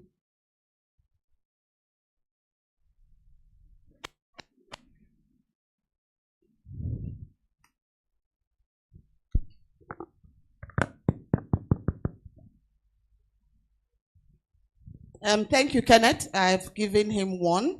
Yes. Thank you very much, PwC, for this enlightened program. And let me thank the panelists.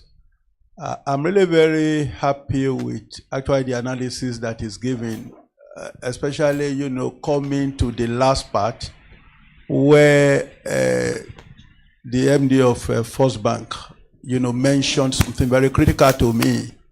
When we said we want to grow an economy, we want to do so many things, he mentioned something about power, which I didn't see it coming out, very well until he mentioned it. The truth is we cannot do much. We mentioned manufacturing.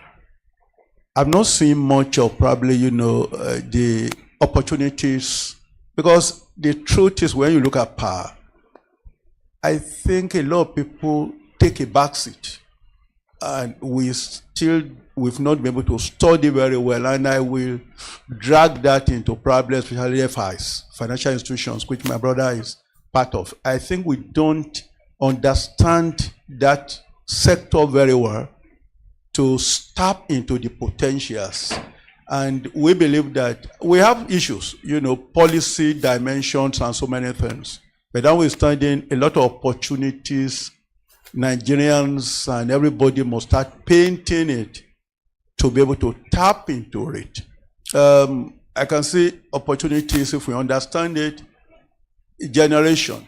You know, someone mentioned today that probably about we generate 4,500, 4,000 to 5,000. It's probably more, kind of. But of course, generation is different from transmission and distribution, kind of. And what are the issues there? Are there issues with gas? Is there opportunities in about 75, 80% of our generation comes from thermal? You know, are there opportunities there? We flare gases, you know, our gas that goes input into, you know, generation today is still priced in US dollars. You know, is there incentive, is there anything government is doing, or even the private sector, to really go in there and see how you can really, you know, move? Those are opportunities there.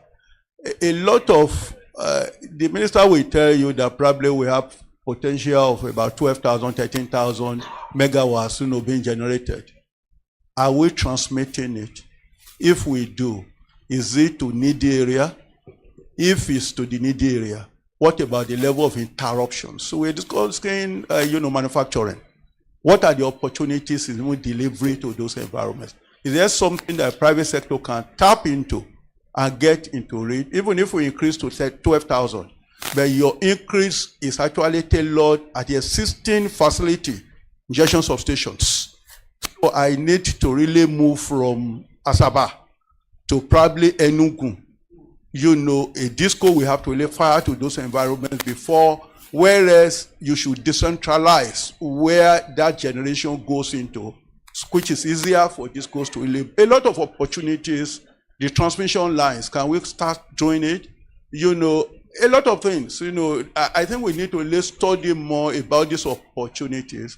And a second cash flow, you know, can be created. Your money will come back, but I think we need to know those potentials. Two, we also need to know the risk. A lot of risk acceptance criteria, my brother will know. You know, when those things were designed, is born out of some of these specialized environments. People have not taken enough study. You know, you can create opportunities, you can utilize it, and the risk will be very low. So I just want us to continue to look at that sector. Is very important. We have a lot of opportunities in there, and things must actually move. Thank you very much. Indeed. Thank you. Thank you. Okay, do go ahead. But please, if we can just keep the questions brief, that will help us address them as well. Thank you. Yeah, my name is Ronti Omole. And when Shegun was making the presentation, I'm actually happy that Taiwo tried to corroborate what I want to say. As he was making it on the interest rates, and I said, I put down, our interest rates increases the cost of production, reduces the production capacity, reduces supply, increases the price of the commodities, drives inflation, increases closures of SMEs, increases unemployment, reduces the value addition and multiplier effects, and reduces the GDP of the country. So, too much emphasis on fiscal and monetary on financial and monetary policies have been killing the nation. 95% of narratives have been on the monetary and financial policies. FDIs are temporary, chasing treasury bills and high interest rates. Where are the FIDs?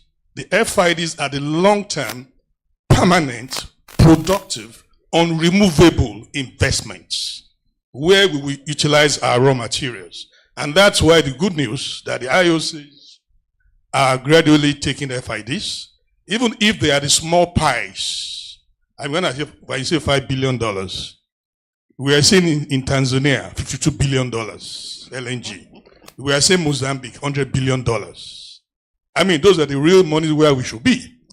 And from the market facts, I think they are coming back to Nigeria because they found the environment much more attractive, flexible, and our reserves are so fantastic and sweet. So basically, what I'm saying is the wealth of a nation depends on the grassroots wealth creation. Absolutely. If we cannot spend good money, good incentives at our local levels to ensure that our raw materials are just slightly modified.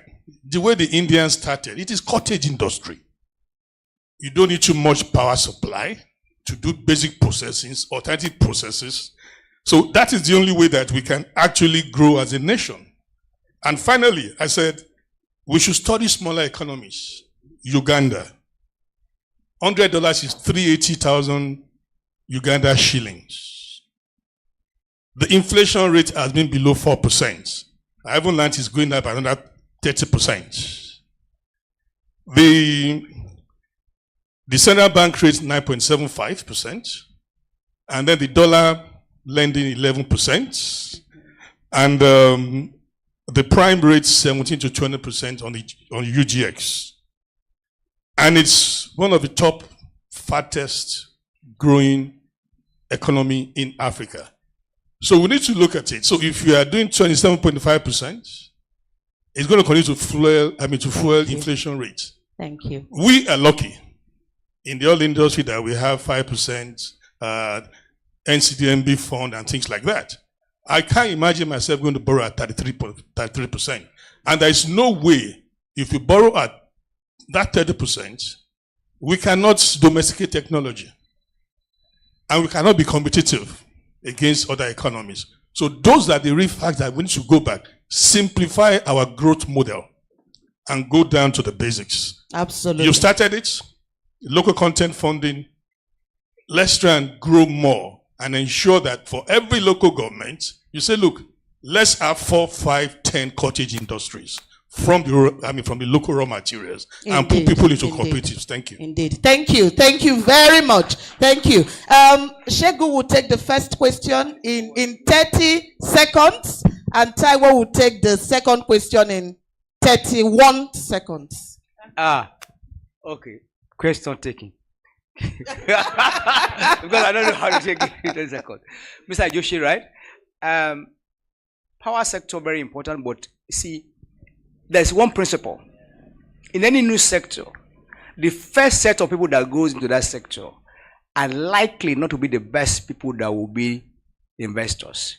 So, rent, political influence, do fueling in third world countries. So if you just check the politics and economics of privatization across third world and developing world, so state capture comes in. The big guys come in, and they're not the best guys to run it. Then you have crisis. 10 years after, real guys start coming to the sector, and issues start changing. If you check people that bought all those assets, I'm not sure they ever ran a plant before. So failure is likely to come, right? And then you now have new guys coming in. Back, take out debt, all kind of things will happen, and that's happening. Once the industry becomes structured, sector becomes structured, risk profile start coming down, so appetite start changing, and good people start coming in. We call it, we used to teach us in those days, this competitive monopoly, all you guys call it in those days. Free entry and exit, and then somewhere online you cover it. It's happening. So the sector will become more profitable, but there must be restructuring that will work. And for the rural economy that you talked about, because of power, the industry cannot work in rural communities. My uncle used to have one in those days, where we have palm oil, this thing, palm kernel, and we sell the whole thing, and we have piggery, where we use the shaft to feed our pigs. Immediately power finished in Nigeria, my uncle became broke, everything finished. That's exactly what they're going to see, except in rural economy, we're able to have off-grid in those rural economy across local governments in Nigeria. Maybe you put 1 megawatt across, and then you have industrial zone in each local government in Nigeria. That is the only way you can activate rural economy. Without that, it's a mirage. Thank you. Thank you. Thank you, Shegu. And Taiwo? Yes, 31 seconds starts now. I like your point on the interest rates. And like I said, I've always had my very different views from analysts and even from the monetary authorities. And I do agree with all the analysis you made. I think that sometimes we don't interpret our data correctly, and therefore we make the wrong policy choices that can end up fueling the problem we are trying to solve. So some of the two important points that people tend to play around with is money supply. So we say money supply has gone up. Of course, there's the assumption that because the fiscal authorities are spending money, that they are increasing money supply. They're not. It's a transfer, right?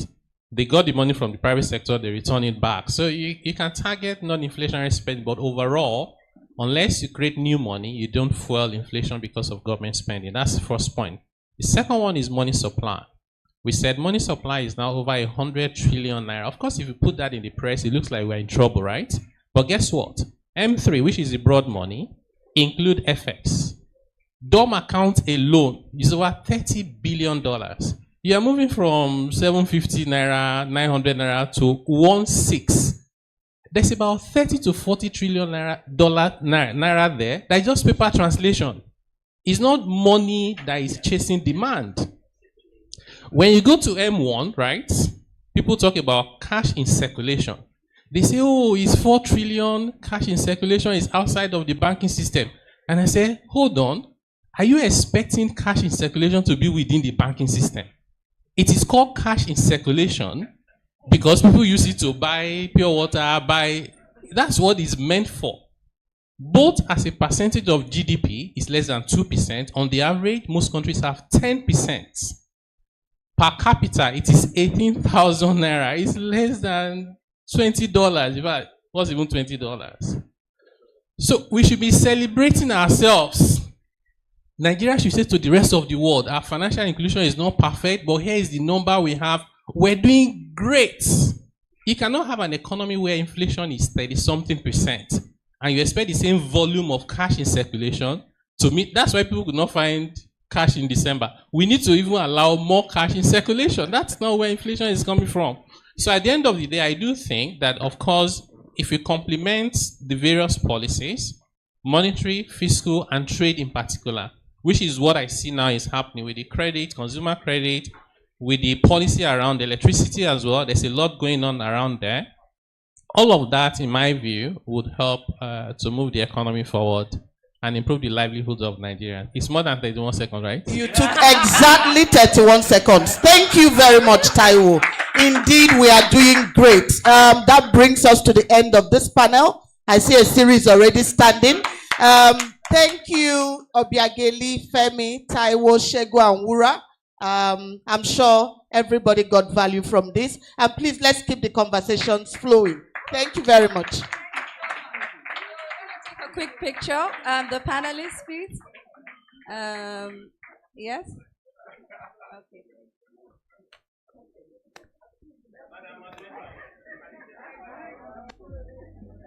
Yeah, an amazing job from the panel. Thank you so much. Shego and Kenneth, you want to join quickly? Because I know we didn't take a picture.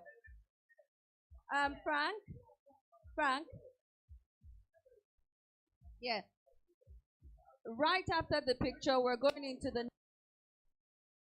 next session on the real sector, the big boys, bigger boys, I think. So, smile, guys. Thank you. 1, 2, 3.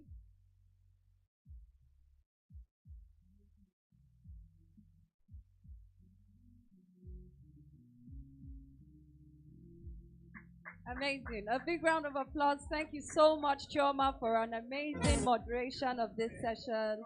And thanks to all the panelists. Okay.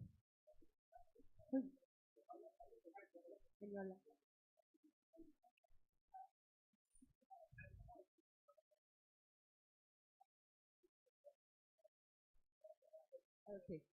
All right. Very quickly, I would like to welcome Eniola Olatunji of BusinessDay on stage. Eniola will be moderating the next session. And while Eniola approaches the stage, we'll have very quickly a short video from BusinessDay rolling. Media team.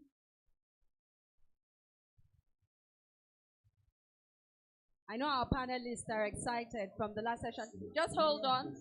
Please hold on. Please hold on. Let's have some quiet in the room.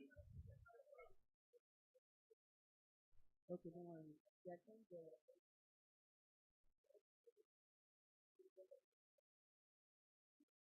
So can we have everyone seated, please? Thank you.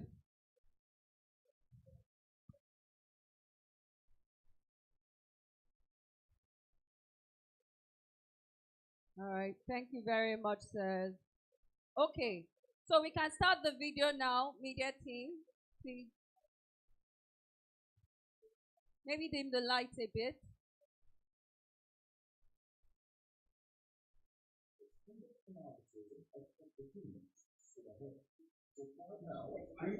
BusinessDay.ng and unlock premium content. Plus, you get 50% off your first subscription. Don't miss out. Make smart choices and seize new opportunities. Sign up now and elevate your business day. Visit premium.businessday.ng today.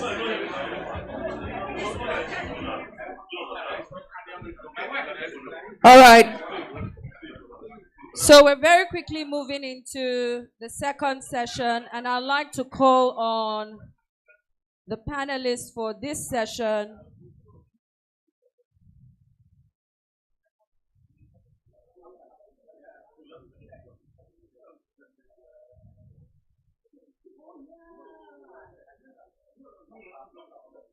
And like I said earlier, this session will focus on the real sector. We have Eniola Olatunji online, yeah, who's going to be our moderator for the session. I'd like to call on Dr. Gabriel Ogbeche, the Group MD of Rain Oil, to come on stage, please. These are the bigger boys now taking up the stage. I'd also like to call on Mr. Ayodele Musibawu Abioye, the MD of BUA Foods PLC. Is he here yet? Okay, in a bit. And then I'd like to call on Pedro Omotweme, the Africa Oil and Gas Leader for PwC Africa. A round of applause, please. Also our Client and Markets Leader. I don't know if Abioye is on. He's gonna come. Yeah. So the MD of BUA will join us shortly, but I'll hand over the mic very quickly to Eniola. Yes, please. Okay, a round of applause. You look Fulani already. I thought you were a Fulani guy. Okay, over to you.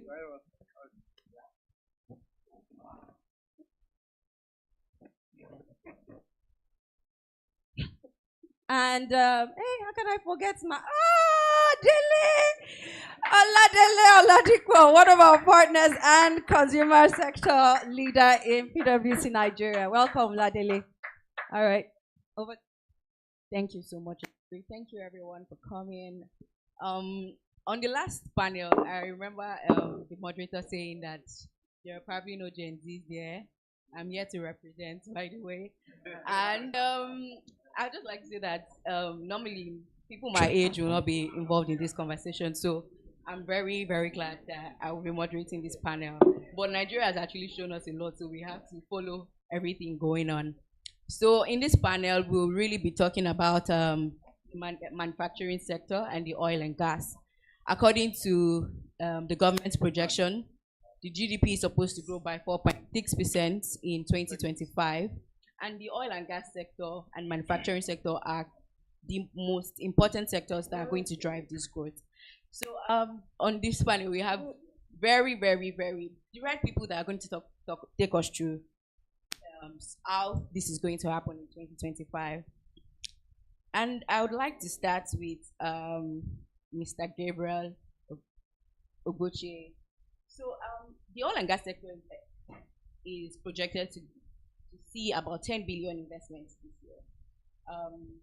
So how do you foresee the investment landscape in 2025? Where do you see this money? What sectors in the oil and gas sector, what part of the oil and gas sector do you see this money going to? And generally, what's your outlook for 2025 in the oil and gas? Okay, thank you very much. I think the outlook is very, very positive and very exciting. I think we are in very, very exciting times. Our federal government budget this year about 49 trillion and predicated on crude oil production of about 2 million barrels per day and crude oil price of about $75 per barrel. Regardless of that, I think that it's a bit conservative.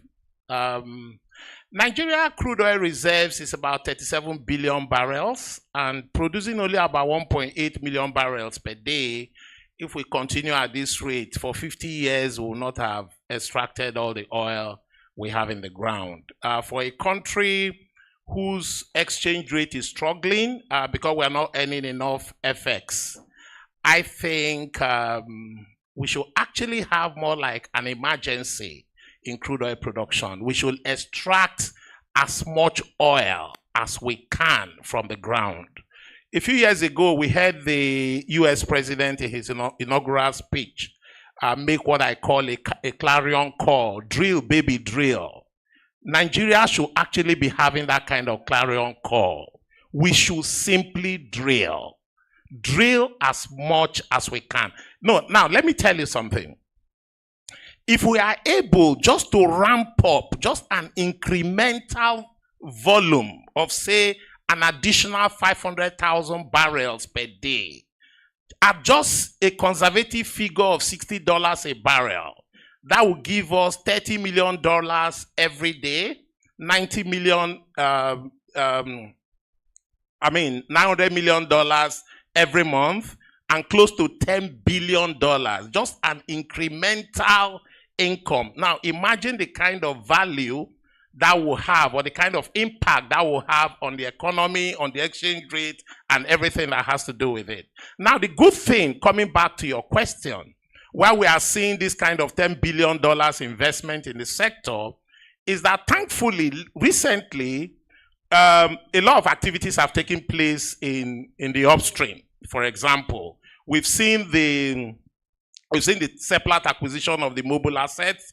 We've seen the Renaissance acquisition of the Shell assets. We've seen Oando acquire assets from Ajip. We've seen Chapal Energies acquire some assets from Equinor. So there are a lot of transactions going on in the upstream. But I will tell you one thing.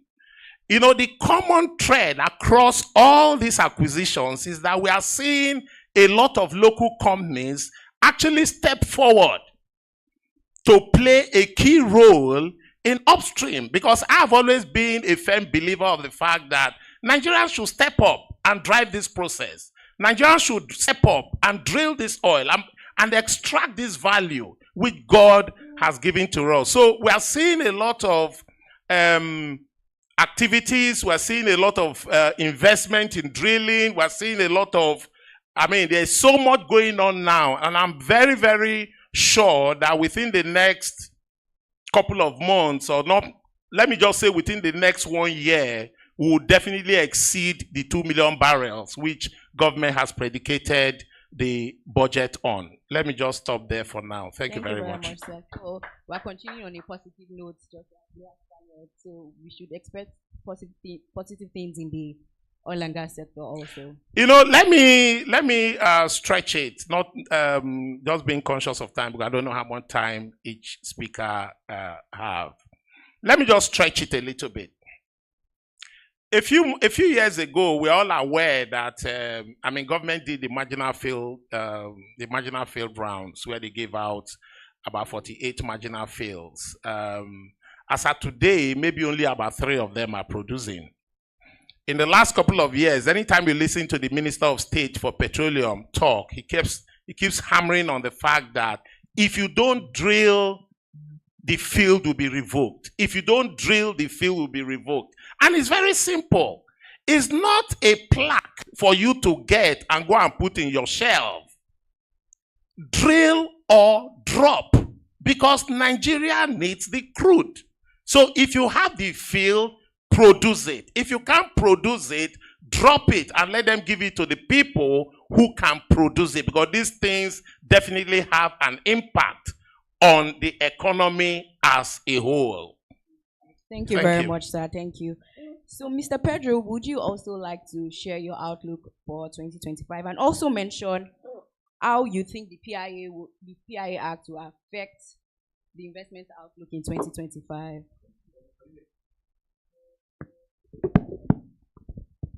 Yes, thank you very much. Let me just follow on Gabriel's analysis of the oil and gas and where we see it going, and also talk about the PIA. So Nigeria's projection is 2 million barrels per day, but please note that that is for everybody in the industry, not just Nigeria alone. So that's a share, the JV share is there, the local players, all of that is 2 million, which based on what we are seeing now, it is easy to achieve on the basis of what is happening in the industry, and also probably exceed that. So following on what Gabriel said, I think the plan will be exceed this projection because it's good for everybody. Out of that 2 million barrels we are proposing to produce, about 270 million barrels per day is pledged already, which means you borrowed money upfront, you pledge crews to pay. So remove that 250 or 270 from your 2 million. That's actually what we have. And then you also now have the share of government of the 2 million. Okay? So I think it's better that we have that analysis, because sometimes I'm not sure everybody truly understands the workings of the oil and gas sector. So 2 million is the target based on condensate that we have. We can achieve that and even do much more. And I think like I said in the earlier panel or in the presentation by Shegun, the plan is that for all the new acquirees, they are ramping up production. So if you look at the rig activities in Nigeria, for example, you have a lot of rig activities because you just want to drill and drill and drill as much as possible. Because we are members of OPEC, we have to obey OPEC quotas. Right now we're not achieving that, but I think we need to go back to OPEC to increase our production quota, because we have a 1.5 million barrel OPEC quota. You need to increase that so you can actually bring your 2 million to the market. On the PIA, I think PIA is a good work for Nigeria. When I started working in the oil and gas industry, I remember then we used to write report to our foreign counterparts. There are changes that will happen to legislation, and that changes took about 20 years. Finally, in 2021, we got it signed. Now, 3 years post PIA, I think there's a lot of work that still needs to be done, just to ensure that all of the benefits that we wrote down, that we say we're going to provide, that benefit actually come into play.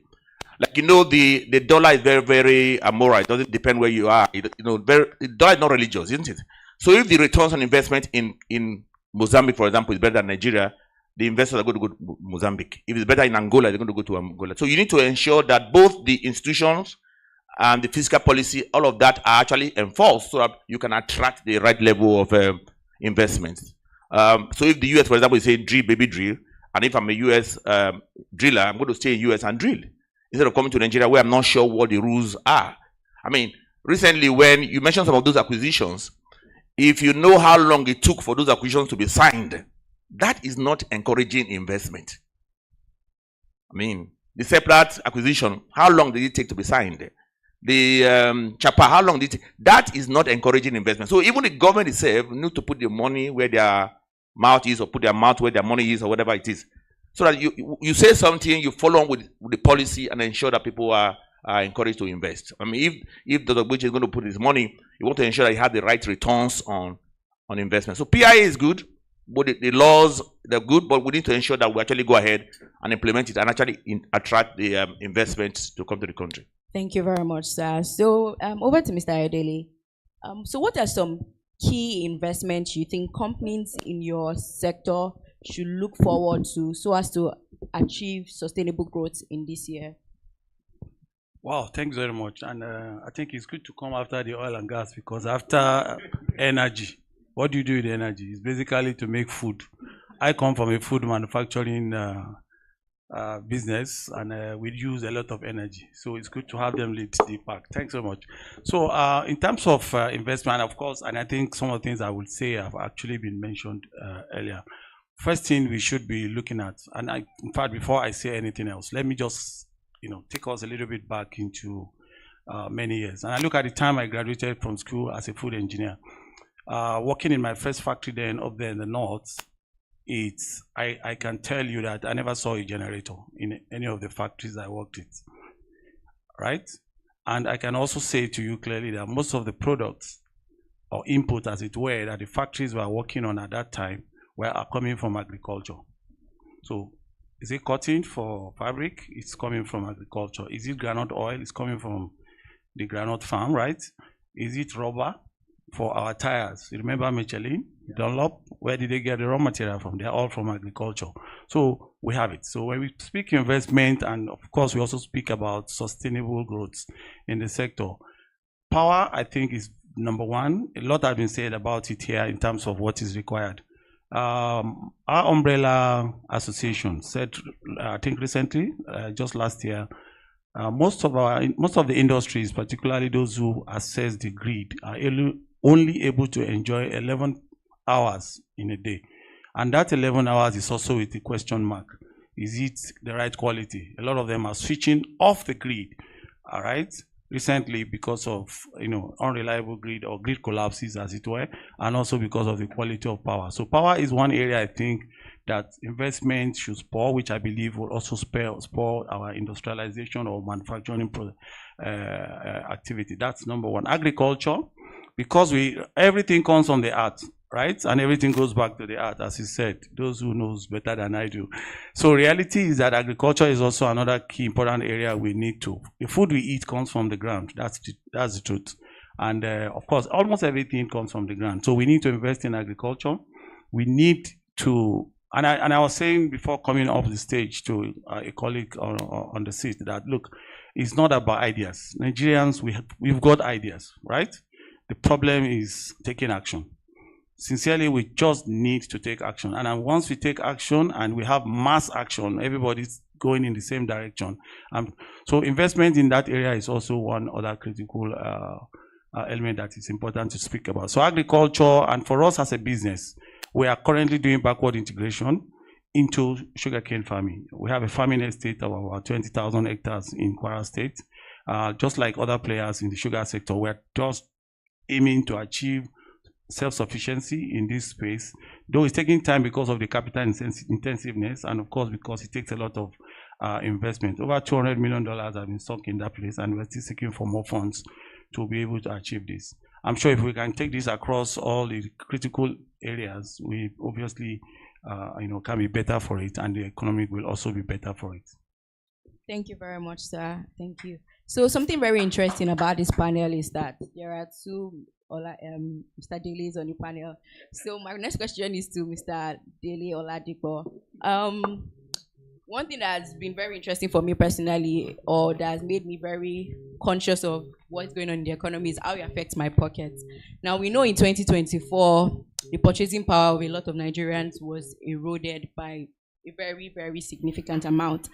And this will affect manufacturers, of course. We expect that it affected manufacturers last year. And although the last panel has tried to convince us that this year will be very, very good, we'll still have to think about how this will affect manufacturers and what are some ways they can mitigate this eroding purchasing power of consumers, Mr. Oladipo. All right, morning everyone. Now, let me take it from where my namesake stopped. Inflation will happen, right? And even in our own assessment, we are looking at the mid-20s, maybe 25% or so, but it will definitely happen. And like you rightly said, that is going to erode consumer buying power. Now, in the real sector where we play, there are certain things that are sacrosanct. We must eat. We must dress up. Whether you like it or not, you must do those things. You must get affordable housing over your head, right? So there are some things that consumers will strive to do, and which means that there's always a ready market for the manufacturers to satisfy. The question is, how then do they meet those needs given the pressure on purchasing power of the consumers? Now, we've seen a lot of businesses in the manufacturing space try to, rebrand. They've now done a lot of exercises looking specifically, and like Taiwo said, look at the data. Where are we selling? What are consumers buying? What do they have the power to buy? Since COVID, a lot of manufacturers have consciously looked at their product portfolio again to say, what should we be concentrating our raw materials, concentrating our resources on? What volumes should we be producing? How do we price those things? Because they need to protect volumes, first of all. Now, if you look at the results of a lot of manufacturing companies, even for those that are reporting higher turnover, by the time you look at the facts behind the figures, you ask yourselves, what is the volume? What volumes are you selling? So a lot of them are actually challenged from a volume perspective, and which is why they need to look at the stock keeping units that they are going to be selling. Do I move down from maybe a 1 kilogram bag of flour to a 500-gram bag of flour, because that will sell? Now, to us in this room, especially the Kenneth and the Sam, those might seem to be very, irrelevant questions. But for the man that is earning a minimum wage of 70,000, that's a very, very relevant question. And that's a particular demographic that companies in the manufacturing space, especially in the food space, that they are facing. So number one, differentiation, branding. Number two, they need to look at a lot of data to determine what investment options are. The other thing that businesses are doing, in addition to the backward integration that Dele said, is you also need to look at your operations. You need to strive for operational excellence. What are those non-core activities that I, as a manufacturer or a food processor, what can I win out of my business without affecting quality, without affecting profitability? Now, a lot of businesses are on the route of outsourcing. For those activities that they still need to continue doing, they've outsourced them. For those ones which they believe that they don't need at all, they've simply cut them off, all in a bid to make sure that they protect margins and are still able to sell to their customers at the right price. Now, for me, and maybe my Ayodele will concur, it is inevitable that manufacturers will continue to increase their selling prices this year. The question is by how much and for how long are they going to do that? But clearly, manufacturers, just like their consumers, are facing pressures when it comes to prices. So it's inevitable that they will continue to increase prices. Thank you so much. I hope we are taking down these nuggets that you are dropping.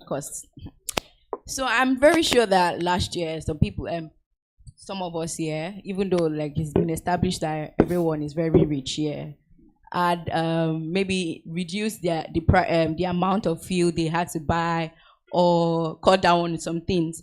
So how do you think that the eroding consumers' purchasing power is obviously affecting the oil and gas sector? So how do you ensure that you drive growth and sustain demand for this, Mr. Gabriel? Then also. Well, thank you very much. We know that when Mr. President came in slightly less than 2 years ago, the first thing he did was say subsidy was gone.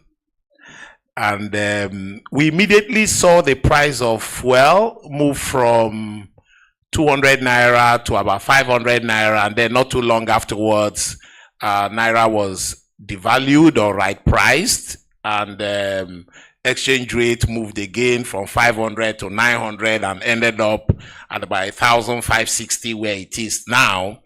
When I listened to Segun Alibiosu speak, the MD of First Bank, he said something. In real terms, if you look at where the price of petroleum products is today, when you're buying petrol, say for 1,000 naira per liter, let me just round it up.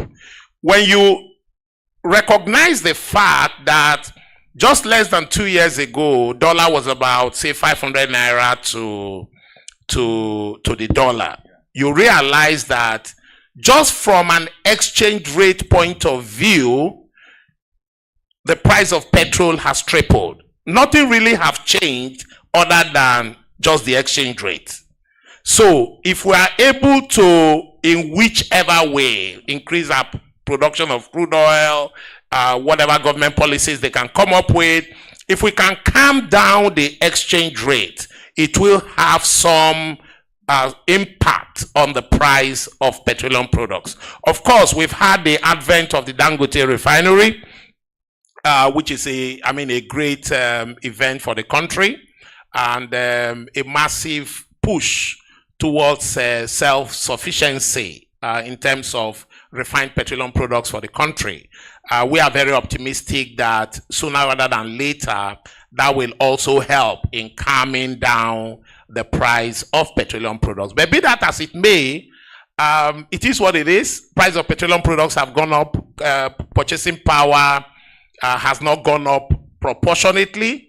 So we've all seen a massive drop in the consumption of petroleum products. I mean, if you have petrol stations across the country, on the average, I think we've seen maybe anything between 20 to 25% drop in consumption. But having said that, again, we're a business, and as a business, you have to survive. So we are seeing all kinds of innovation. What else can people do? If people are not buying petrol, where is the demand shifting to? So we're all aware of the CNG initiative, which is being driven by the federal government, because CNG on a one-to-one basis is far cheaper than petrol, for example. I mean, if you fly into Abuja and you're going into town, and you will see some CNG locations just on the right of the road, and you see a very long queue. Vehicles are converting to CNGs. People are buying CNG kits, because the truth is that people need to be innovative. I mean, it is what it is. So there is a massive shift. So we are also seeing investment into CNG, and Rain Oil as a company is something which we are looking at very, very seriously. We are also doing a lot of investment in LPG. So if you can't cook with kerosene, for example, you should be able to use gas, which again is cleaner. Sooner rather than later, we need to take electric vehicle very seriously, because even though, I mean, if you travel out of this country and you go to Europe, you go to the US, 6, 7, 8 years ago, if you drive on the streets, maybe 1 out of every 4 cars that pass is an electric vehicle. But if you go abroad now, maybe 1 out of every 3 vehicles you see. It used to be Tesla, but now even the biggest brands, Mercedes, all of them, they're all going into EV, because that is the direction in which the economy is moving. And Nigeria, we are not immune to what is happening in the world, because to start with, we don't produce cars here. So we may live here and think that, oh, EVs will not catch up with us, but we'll just wake up one day, it has caught up with us. So some of us are thinking very seriously on investing in charging ports, so that when that time comes, we will be ahead of the curve. But the most important thing is that the prices are very high. Income is not exactly matching that. Demand has gone down, and we're all finding creative ways of remaining in business. Yeah, that's very true. Mr. Pedro, would you like to add anything to what he has just said? Yes, I would. So let me start with the biggest elephant in the room, Dangote Refinery. Okay, and these are my personal views. I do not think Dangote Refinery will bring down the price of petroleum products dramatically. It will bring it down, but not dramatically. If you look at the mathematics of the economics of it, what you are saving is your importation cost and your holding cost. The price of crude is an international price. Dangote Refinery will buy crude from government or from whoever at the international price. I know there is a lot of price over, said to them in Naira, I say, who is selling to who in Naira? Because if NNPC is a private entity, then NNPC has the right to sell crude at the price as a private entity. It's not determined by what the president says. Who is the shareholder of NNPC? So the shareholders should be determined at what price the NNPC should be selling crude. The private, and if you look at where the Dangote Refinery is situated, it's such a place that it can import crude from anywhere in the world. That's why it's in a free trade zone in Lekki.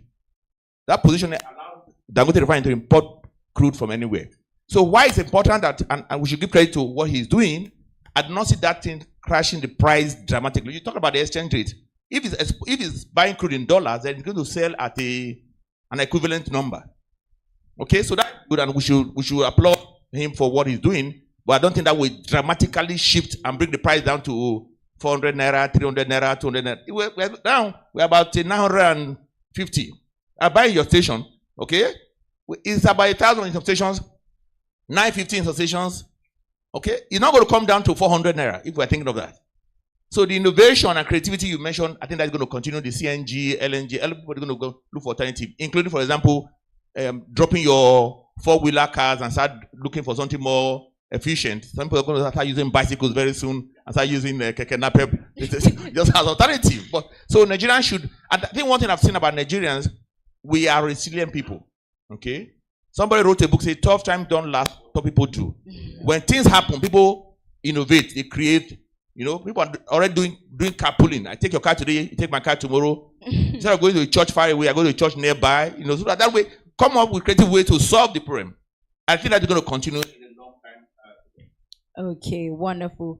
So as two sectors that contribute very largely to the GDP, productivity and efficiency is very, very important. And 2024 was riddled with a lot of low productivity and very weak efficiency expansion in operational sectors.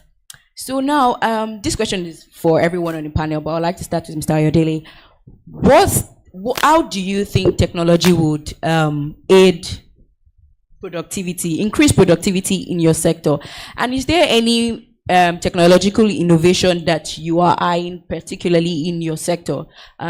Yes, so how do you think technology is going to aid productivity? Thank you very much. But permit me, if you don't mind, to first of all disagree with my namesake that food prices will be. And I want the audience to have a calm belief. Because we heard from the first panel about the fact that 2025 is not a year of shock like we had experience in 2024. There are a lot of hope. I think we also have a namesake, probably has left us, Mr. Taiwo Yedele, who also spoke about the incentives that the new tax policy is bringing to consumers, right? And also to manufacturers like us. So prices won't go up. I think prices will be stable, and if not, actually come down. If inflation comes down, every other thing also will respond accordingly. So let's have that faith and that belief that stability is here, the shock is over, and prices will not, will not spike as we saw it in previous years. And secondly, I think also there was a mention about productivity of food, that we should be expecting higher productivity in this year and next year. Right, that will also help to kind of, bring down prices. Hopefully, the energy costs did not erode that benefit away. Hopefully. So, coming to technology, yes, industry have come from embrace of technology. We do talk about Industry 4.0. We're already edging to Industry 5.0, and there have been talk around artificial intelligence, augmented realities, machine learning, name it, robotics, and all of that. Incidentally, we are in this country a little bit behind, but I think one thing that is, if there's anything that is running so fast that we need to catch up with, is technology. Because unlike before, where it takes 10 years before, and I remember, if you can cast your mind back, when we started embracing GSM, right? We started with the so-called Nokia and all of that, while the rest of the world were already using smartphone, right? But I think it took less than 5 years before we all dumped our 3310, or what is it called, Popular, and then we're all today sitting with a smartphone. So technology is coming very fast, and I think with the help of the Gen Zs, which you are, right? Yeah. we have no option than to catch up very quickly, and those of us who are not digital native like you are, also trying to behave like you do, and pretend to be absorbing that quickly. Now, bringing it to the industry and specifically to us as a business, currently we're investing in plant development, which is one of the critical areas we believe. Like my principal do say, our board chairman says, to address food security, we need to invest in production platform. How do you make sure that you can supply the food that is needed, and how we can produce more into the market? And those investments are coming with technology that are AI powered already. And currently, with our integration of our business 4 years ago, we are also adopting technology in 2025, particularly focused on AI powered business solutions in order to enhance productivity, focusing largely on our customer economy, that we believe is very critical, and also on our operational and maintenance efficiencies, operational excellence generally, as it were.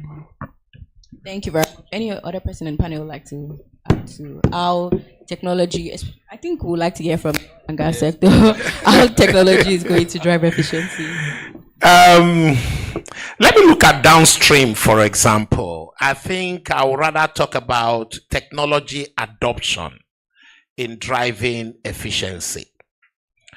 I look at the downstream sector in Nigeria. You drive into a fuel station, there's a pump attendant standing by the pump who has to attend to you.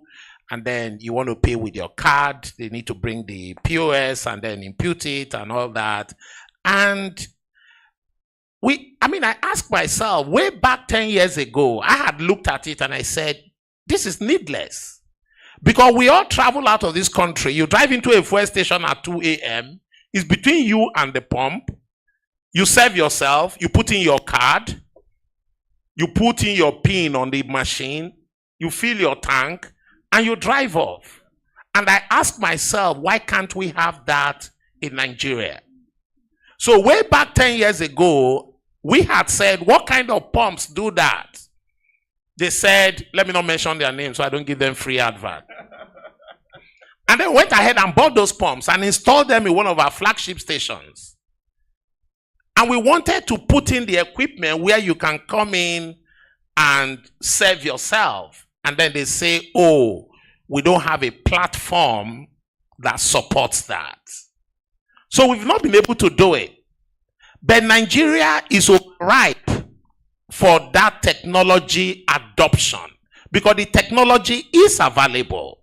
Now that the downstream sector has been deregulated, now that prices have gone up, now that everybody is looking for efficiency, that is one sure way where we can cut costs. Take away that interface on the forecourt and then see how people can serve themselves. I'm happy to say that's Joe Obaro, if I'm correct. He's very much on the tech space, the remitter and things like that, and help us provide a solution and the interconnectivity that can make something like that work. Well, there are other things. Let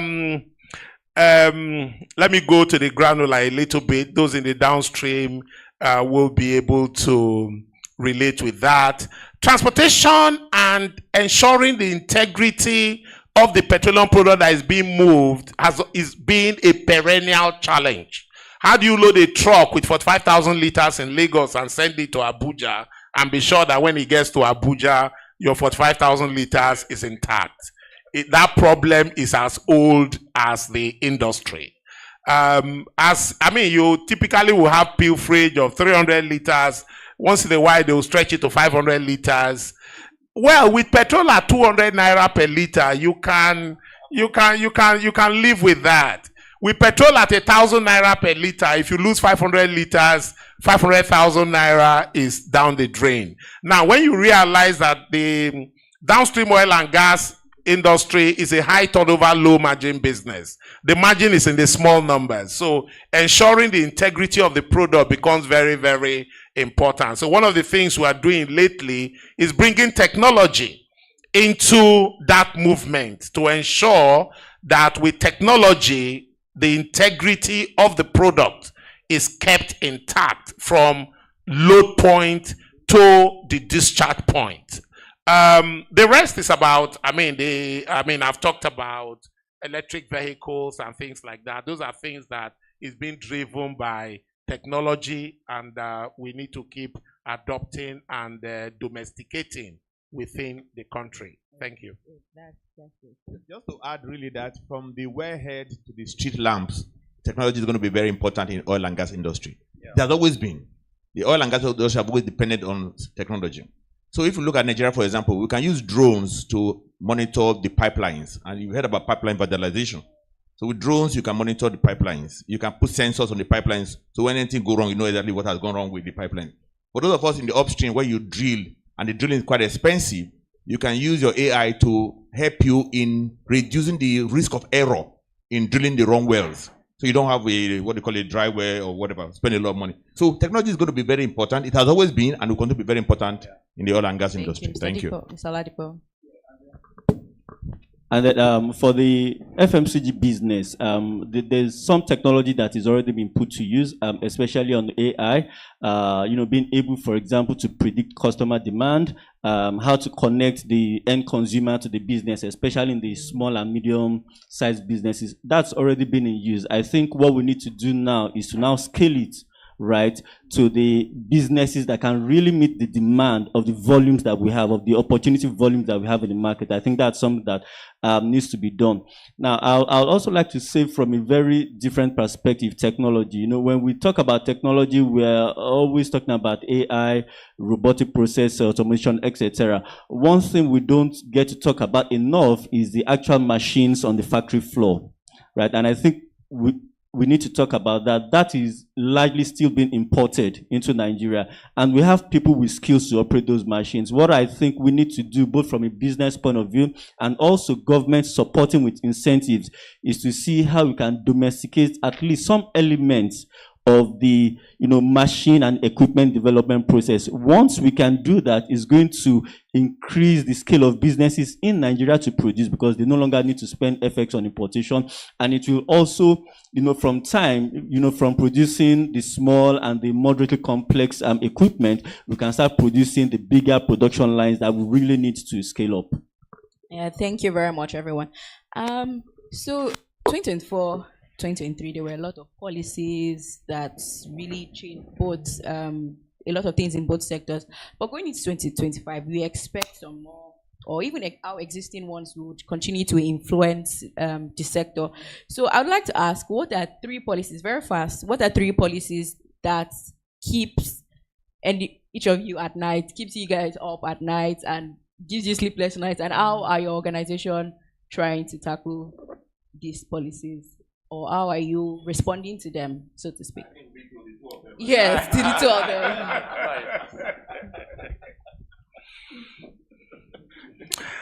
I think the first policy that impacted us the most was the fuel subsidy removal. It was long in coming. Nigeria have always clamored for a deregulated downstream. I've been in this industry now for more than 30 years. And I know that for 30 years we've been talking, remove subsidy, remove subsidy, remove subsidy. But at some point it became like a cliche. Remove subsidy, but nobody had the guts to take the decision. So we just kept kicking the can down the road until one day we have a president who had the guts to say, enough, subsidy is gone. But then again, it came as a shock to the system, because you wake up one day, the price of petroleum products have gone up by threefold. And then you are now in an economy where, before, government just comes and says petrol is 97 naira per liter, and it's 97 naira per liter. But today, nobody tells you what the price is. Go out there and fix your price. So you drive on the Lekki corridor, you can get into 5 different petrol stations and get 5 different prices. So now you see real competition, but make no mistake about it, the margins are under tremendous pressure, which again is what you expect in a free market, in a proper competitive market. The other one is the exchange rate, the Naira devaluation or the exchange rate measure, whichever way you look at it. It's been a big problem. A lot of, when we listen to the MD of First Bank speak, or was it Taiwo who spoke about it? Last year was a year of bloodbath. It was a year of bloodbath. One side of the economy lost so much money, one side of the economy made so much money. I'm not going to mention those who made so much money. But I know that the manufacturing sector, the oil and gas, anybody who has FX exposure lost so much money. The biggest, some of the biggest manufacturing companies that we all know got so wide that some of them, even their shareholders' funds went into negative territory. So that was a big problem. But the joy now is that, and then again, the challenge we had was not really what the exchange rate was, but the fact that you wake up every day, you didn't know what the exchange rate would be. So it was like the rates were changing per second, and nobody can plan in a situation like that. But thankfully, I think the worst days are behind us. Now we can see some stability. I've always argued that the problem is not what the exchange rate is, but let us know what it is and let us be able to plan. Today we can say in the last 1 month or more, we've seen calmness in the market. The market have calmed down. Exchange rate is about 1,550 naira. There is no panic that is going to be 1.6 tomorrow. There is no, we are not getting, nobody is getting agitated, so we can plan. So these are the two biggest problems we've seen in terms of policy. But I am very optimistic that 2025 will be a very good year. Let's put 2024 and 2023 behind us. Let's bring optimism back into the room. Nigeria, a country of 200 million people, 200 million people to move around, 200 million mouths to feed, 200 million people to clothe, 200 million people to, you can't get it wrong in this economy once we get our policies right. And I think we are on the right path as of today. Thank you. Mr. Ayodele. Yeah, thanks so much. I think very little to add because it's all around the same effect. But I'd like to speak a bit more into the impact on the consumer side. Strictly speaking, FX volatility, subsidy removal, and all of that affected every one of us across the socio-economic ladder. Reality. What did he also do was that actually made every one of us to recalibrate our economy, both personal economy and all of that. So bringing it that further is also to speak specifically to the fact that at that point in time, we were actually struggling to plan. The planning room or the boardroom, as it were, you don't even know as a CEO what to present to your board. What scenario? We've got scenario 1, 2, 3, up to 10 scenarios because you don't know what the FX will say. And of course, you also don't know, because we also import a lot, you don't know what the custom duty rate will be tomorrow because it's also all around fluctuating and thereabout. That primarily brings also all of that put together, the policy as it were, bring pressure into the consumer space. We spoke earlier about, or you spoke in one of your questions about disposable income consumers. That is one of the after effects. Our Umbrella Association reported also recently, I'm speaking to MAN now, unsold inventories from industrial manufacturing warehouses was in excess of 1.2 trillion at some point. Today we don't know what it is. Now, if there's any stay awake, that will be one of it, right? Because keeping inventories is dangerous. You tie down money, and then you also have you run the risk of obsolescence or damage or theft or whatever it is. So, looking ahead, we're optimistic. From what we heard earlier and from what we've been hearing everywhere, we're optimistic. I believe we have all recalibrated today. I saw a joke online the previous day when I don't know whether it was Oyedele or someone who says that because he's now in band A, and whenever he wants, he gets home, only his ACs in his room is turned on. Then everybody in the house comes towards him to stay together. So what already received a shock, and we are recalibrating. So what we are looking forward to is the softening of the space such that we can then begin to live. On the space of food, as it were, and I like to speak about food because that's my industry. Food, as you know, is an essential commodity. The competition for the pocket, right, is very high. I hope MTM is still not in the room. Oh, they're still in the room. Okay, good. If you have money today, of course, they tell you data is life, but I think food is life more, right? So if you have money today and you have not eaten, I'm sure the first thing you think about is food, because every one of us need food to eat. And what we are doing basically to be able to address that gap is to see how we can innovate into consumer-friendly products, give the consumer what they want. Previously, you would hardly see a sachet product in the market, right? So why has sachet market suddenly become order of the day? Simply because of affordability pressures. And because you still want to be able to serve the consumer a taste of what they want to enjoy. There are people who can afford to buy a bottle of Coke for 5,000 naira. I'm sure we have some in the room, hopefully, right? But there are those who cannot afford it, that you need to give them that small bit of it. And that's one of the things that we're innovating in that space to make sure we can at least address consumer preferences and consumptions and still be afloat as a business. Thank you. Thank you very much. Now to Mr. Pedro and Mr. Oladele. What are some, in each sector, what are some, at least 3 competitive shifts you think will happen in 2025? And how can each sector respond to these shifts? Okay, I think looking at all the background information we have, looking at government focus, I would say in the oil and gas industry, what is government focusing on? Where is government putting the money? That's where area where you want to play in. So if it's CNG or like say Nigeria is a decade of gas, then as an investor, I would like to put money in that area because there are incentives that are being provided in that space. Innovation obviously is important. Whether you're in downstream or upstream in the oil and gas industry, you need to innovate because either you innovate or you die. Number 3, I would say there will be need for further collaboration. We have seen acquisition in the upstream sector. I think we're going to see a bit more acquisition in the downstream and collaboration in the downstream also. There are some assets in the downstream that will no longer be relevant, in my view. So if Dangote come upstream and is already upstream and producing, there's about those assets in the Papa area that will the storage facility and co will now become redundant. So what do I do with those facilities that are no longer useful? So there's going to be a lot of change. And of course, if I'm a user opportunity to market PwC, we are here to support you as you navigate this volatile and turbulent environment. Thank you.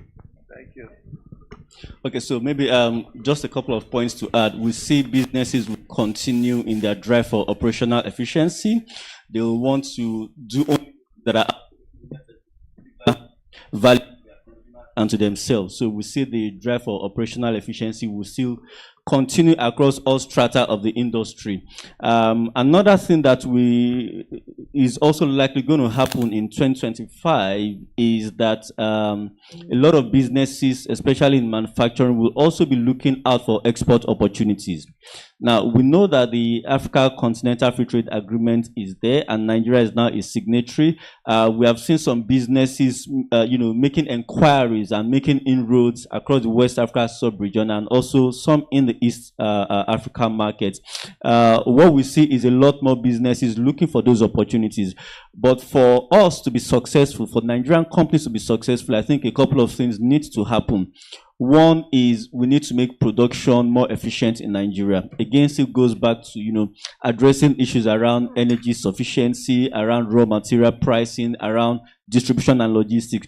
Nigerian businesses, Nigerian products still need to be a lot more competitive before they can succeed across Africa. That's one. Number 2 is we also need to address government policies, especially around things around the ports, right? How do we make export business easier for Nigerians? How do we make import business easier for Nigerians? The more that the ports and the customs can work more efficiently, then a lot more manufacturing businesses will be encouraged to look out for export opportunities. Those are some of the things we see happening in 2025. Thank you very much. Please, a round of applause for my amazing panelists. And that will be the end of this panel. My name is Eniola Olatunji, and it was a delight moderating this panel. Thank you very much. Thank you to our Gen Z. A round of applause for the panel. I don't want them to come down just yet because they're celebrities. So, Chijoke, if you could just wrap this up, closing remarks, and then we take a picture, and then we'll close for the day. So don't come down yet, because once you come down, this room is going to be chaotic. So I guess I'm the one keeping everyone from lunch. Not a great place to be, but I think I can stay here. Yeah, that's fine. So I'll say, first of all, thank you to the panelists once again, and thank you everyone for being here till the end of the program. I think the conversations today have been very robust. I've thoroughly enjoyed myself. And I like the positive spin that's come out of this conversation. It seems to me like 2025 is the year of positivity. You know, we talk about the FX rates being stable and potentially coming down, if you listen to Taiwo, or things around the fact that inflation may not necessarily be as high as we think it will be because of the base effects. I think for me, as businesses, we need to also start thinking about how to reinvent our models. I really like that point that Shegun Zak made. And it's something that we really have to do because 23 and 24 really caught us by surprise, and we should definitely start looking at how to be a bit more proactive going forward. And I'll leave you with a comment Taiwo made that was very instructive to me about, just use the data and don't act on those expectations because they become self-fulfilling. Thank you very much. And I understand we will be sharing our report subsequently and look forward to it. Thank you. Enjoy the rest of your day. You can just join the stage and then we'll have the pictures taken. We do have meal tickets in your packs. Please don't forget that lunch is served very quickly after this. Yeah. Let me join.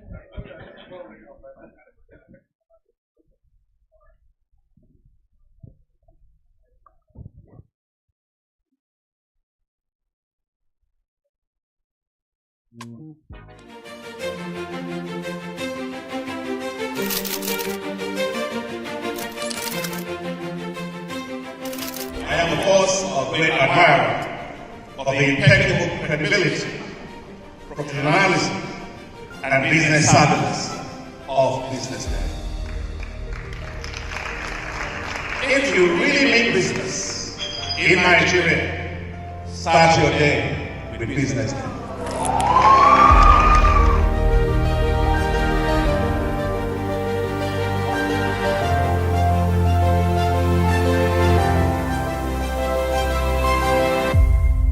BusinessDay is West Africa's leading provider of business intelligence and information, delivering premium content across diversified media platforms, including online, mobile, and print. Since its inception in 2001 with a weekly newspaper production, BusinessDay has expanded its reach to provide exclusive content accessible through print, mobile, and online channels. Our premium offerings are further enriched with syndicated content from esteemed sources like the Financial Times, The Economist, and the Harvard Business Review.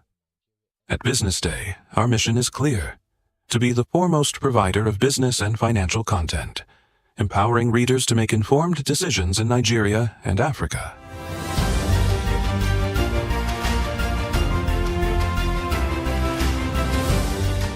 Since our establishment, we have been committed to delivering insightful, relevant, and accurate information about Nigeria's business and finance environment while contextualizing the impact of global events. We monitor the stock market, analyze the companies driving it, and report on government policies and their economic implications.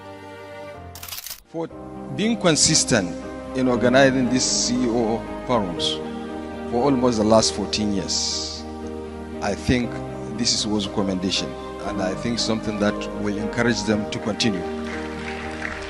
From decoding market trends to dissecting economic shifts, we offer actionable investment ideas and serve as a compass for decision makers navigating complexity.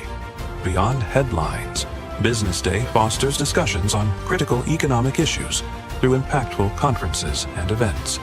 These platforms bring industry leaders together to share narratives that drive innovation and spark meaningful dialogues. Our events galvanize connections, bridging the gap between inspiration and achievement. For businesses seeking visibility, our strong digital presence offers unparalleled opportunities, with millions of followers across social media and a dynamic website attracting visitors from within and outside Nigeria. BusinessDay is the ideal platform to boost visibility for your products and services.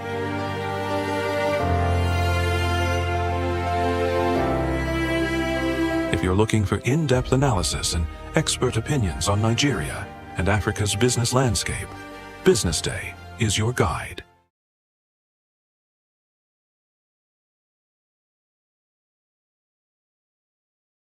Attention business leaders. Want to make informed decisions? Join the ranks of the best with Premium Business Day.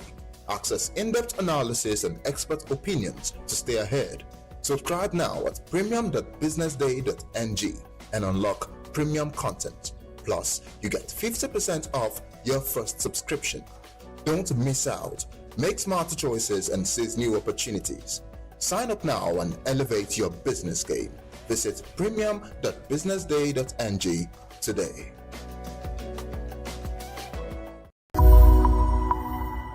There are certain times that I have disciplined my children and gone back into my room and wept. Discipline is something that a single mom should not compromise. I was always good cop, bad cop.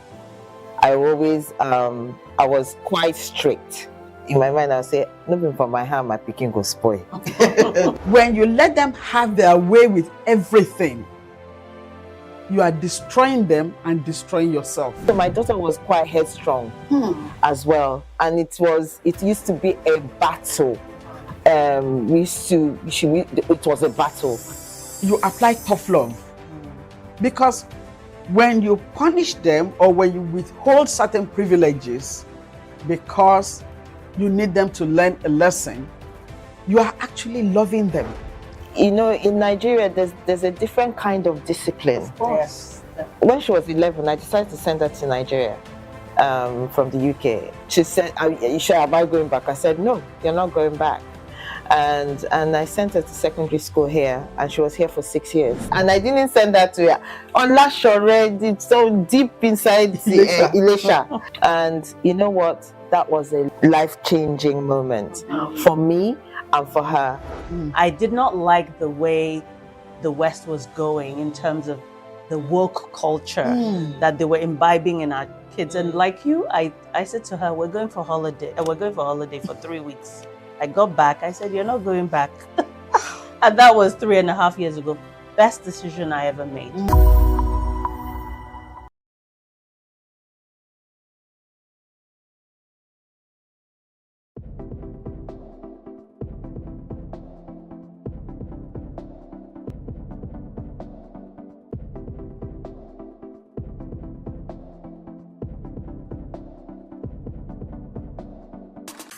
Good day, everyone. This is the social listening segment on the BDTV Breakfast Show, and we are here today on the streets of Lagos, Nigeria, to gather opinion about a pressing issue about the recent night raids that EFCC operatives have been embarking on in private homes. These raids aimed at curbing internet fraud and corruption have raised questions about legality, safety, and public trust in law enforcement. My name is Elizabeth Musa, and I'm going to be speaking to a few people here on the street to find out their opinions on this topic. So tell us your name, sir, what you do. My name is Ajibola Feneki. I'm a civil servant. I work with Nigerian Postal Service. Hello, my name is Adeze Abba. Tell us your name and what you do. My name is Emmanuel Ojewole. I'm an AC technician, so I work for a company. My name is Frank Chukwuebuka. I work with Access Bank, and I'm in application security, cyber security. Are you aware of some of the recent raidings of EFCC operations where they are raiding homes at night? Yes, I didn't go into the news, into the main details, but I heard an officer of the EFCC was killed, right? Yeah, but I really didn't go into the details. Actually, I've heard of the recent event, EFCC busting people's just anyhow. It's not a good thing to talk about. It's not a good thing. I've been seeing it in the news. I've heard so much about it. I've seen it in blogs. So have you had any experiences, or do you know anyone that has been in this position? Yes, I have a friend who was actually raided, but not at night, during the day actually. It was really a bit of an issue, but I think it was sorted one way or the other. I had to go with them. Well, what do you think about this approach of EFCC deciding to go do their raids of private homes at night where the people are sleeping? Well, I believe before you raid anybody's house, you need to have a warrant. And if they don't have a warrant, then it's illegal. And from my level of understanding, if you barged into somebody's home illegally, then whatever you see, you have to take it like that. But I really don't know the extent it went to for somebody to be killed. I really don't know what transpired, but at least you need to have a legal document before you can break into somebody's house. To me, I would say it's a night robbery, actually, because they are not supposed to raid into people's houses to, what are you searching? You're not a police officer, you're not a force. So I don't think it's proper for you to just barge into someone's house to raid or to search them. It's not proper. I feel that there are some legal procedures that need to be taken before you can issue an arrest, so that you must obtain a search warrant or you must obtain an arrest warrant to be able to arrest someone. And also, I know that by the rule of the court, there usually particular time, within time frame that you can make an arrest. But the issue in Nigeria is that there is a law in law book and there's law in reality. So I believe that EFCC action sometimes they take some extrajudicial effort to effect what, I don't know whether they even have the search warrant, because most of the time in the news they don't usually disclose that to us. But I believe that there are no courts that will issue you a search or arrest warrant that you can effect within in the middle of the night. So, and we all have a right to our fundamental human right to save yourself. So when you see someone barging into your house in the night, you would want to save your property, you want to save your children, you want to save your family. So there is high probability, or there is likelihood of you trying to, if you have any arm, trying to shoot, especially the recent occurrence that happened. So it is something that will have to be decided by the court. But in a nutshell, I don't think there's any court that can give you a warrant to arrest someone in the middle of the night. So in my opinion, I would say that that is an extrajudicial effort to carry out whatever they carried out there, and that is not right. I believe that we are in an orderly society, and we should ensure that there is what we call fundamental way of behavior. Because if such is eroded, you won't be able to even have a functioning society. So when security forces take law into their hands and decide to act the way they want to, and there is no repercussion about that, it will encourage them to keep doing more. So I think EFCC should curb the way they execute the search warrant they usually issue to them. They should ensure they follow due process of law, and they should ensure that even when they carry it out within the confines of the law, they do it in a civilized manner. Because I've seen some videos where they drag people, they beat you. That's not. I don't think that is part of what they should do. So that's my opinion about that. And for the guy that shot the EFCC guy, I believe that will be determined by the court. I wouldn't make a comment on that. I don't really feel good about it, because why would just be raiding people, innocent people that do nothing concerning what you are supposed to do to people who are, maybe they are guilty. Let's say they are guilty, that's good. But some of them, many of them are innocent. They just bust their area, gather them, and transport them to their office. It's not good. It's disheartening. Do you think that in any way the EFCC's actions are in any way helping to them going about it this way? Do you think it's in any way helping to curb corruption? With the recent event, it's not helping the situation. It's not helping the situation. But if they are doing their job as they ought to do it, yes, they are curbing corruption in that way. But with the recent event, busting people's place just like that anyhow, that is not helping the situation at all. Rather, it's just adding to the problem. So what do you think that the EFCC can do to make sure that their operations are more fair? Okay, I think what they should do is put a call through to the person first and let the person know what you're coming to do there. Then, if the person gives you an opportunity to come into the house or to come and search or raid, then fine, you can do that. If not, it's not proper.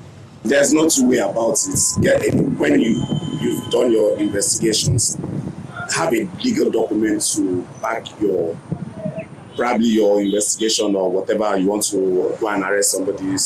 Have a legal documentation to back everything up, because you have to go by the law. If not, no. So anything can happen. That's the way I see it anyway. What will you say is a better approach for them to curb corruption, for EFCC to curb corruption? I think the better approach is this. They should do thorough investigation before they carry out their operation, so that they will be sure that, okay, these people, they are really the culprit that they are looking for, not that they will just bust any area and carry innocent people to their office and stuff like that.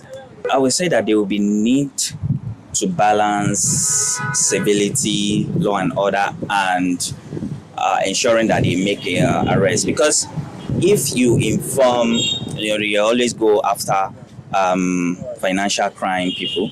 If you inform them that they are coming, there's high likelihood of them fleeing, of them trying to evade arrest and all. So I would suggest that when you first issue a warrant and tell someone that you need you to come out for questioning, or if you issue a warrant and let the person know that we have this warrant to come and search your premises. There are rules to this. You have to inform the person first. You have to show your warrant. You have to introduce yourself to the person, and the person also have to search you before you even come into the person's premises. These are civilized rules that have been made by in the rules of the court. That this is how you're supposed to take it. So if they want to effect search warrant or arrest warrant, they should go within these confines of the law. They have all the necessary equipment, especially if the person flees the premises. They have the necessary equipment. They have the necessary manpower, would I call that, to just search for the person and get the person. So there's this thing they usually say in the law, that it is better for a criminal to escape than for you to arrest or for you to detain one. It's good for 99 criminals to escape than for you to arrest one innocent person. So if the fear of the person fleeing is what causes them to take extrajudicial effort, I think it is high time that they started rethinking their strategy, because it's better for the guy to flee and you make effort to catch the person than for that particular one person that might not even be guilty of this particular crime, because the court determines who is guilty, to be harassed in the night. And we've seen what has happened in recent time, why the person, when he was attacked or when his house was barged, he was forced to release, he was forced to shoot people, shoot one of the EFCC guys. This thing could easily be avoided if taking the right measure. Now we have someone that have lost his life, we have family that have lost their son, we have someone that lost his brother, and so on. So we can actually avoid those things if they just follow the precinct of the arrest warrant or search warrant that have been granted to them. Because I'm sure that no court will give you search warrant. Whenever the search or arrest warrant is given, there is usually time within the day that you can effect that. And there is no court that will give you that to effect in the midnight or early morning, like 3 a.m. I don't think so. Thank you very much. All right. This has been the social listening segment of the BDTV Breakfast Show. This is where we gather opinion from social media and take it to the streets to find out what people on the streets are also saying. Until next time, see you.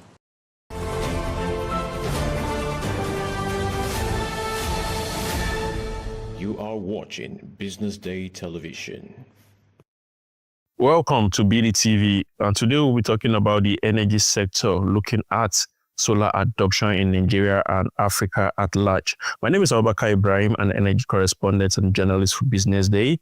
And we have a team from Sinashi SAS who are here to talk to us about solar energy adoption in Nigeria and Africa, the reason why we've been having gaps, slow adoption, and also the opportunities and offerings that they have for the Nigerian public. Without further ado, we have Dr. Joseph Agu, who is the president of Sinashi SAS, and Dr. Neshi Ezeako, who is a director in the organization, and Mr. Uzo Okeke, who is a partner with Sinashi SAS on concerns installation and manufacturing. You're welcome. Thank you very much. Thank you for having us. All right. So I'll start with you, Dr. Agu. I would like you to walk us through the journey of Synergy SAS, where you start, so why did you start, and what has been the experience so far? Thank you. I am an IT and energy expert interested in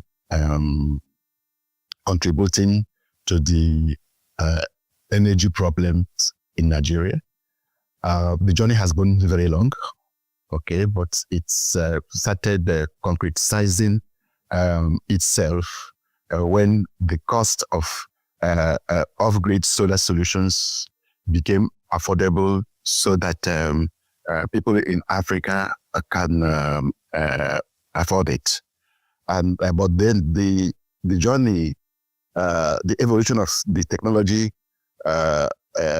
developed from small systems that were not of business use to what we have today, having solar solutions that are powering commercial and industrial applications.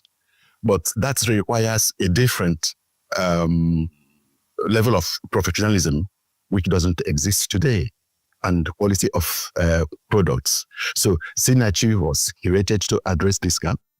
So we focus on end-to-end capability development of solar solutions, and we also try to address the quality of products in this area, which is basically the energy storage component of the solution.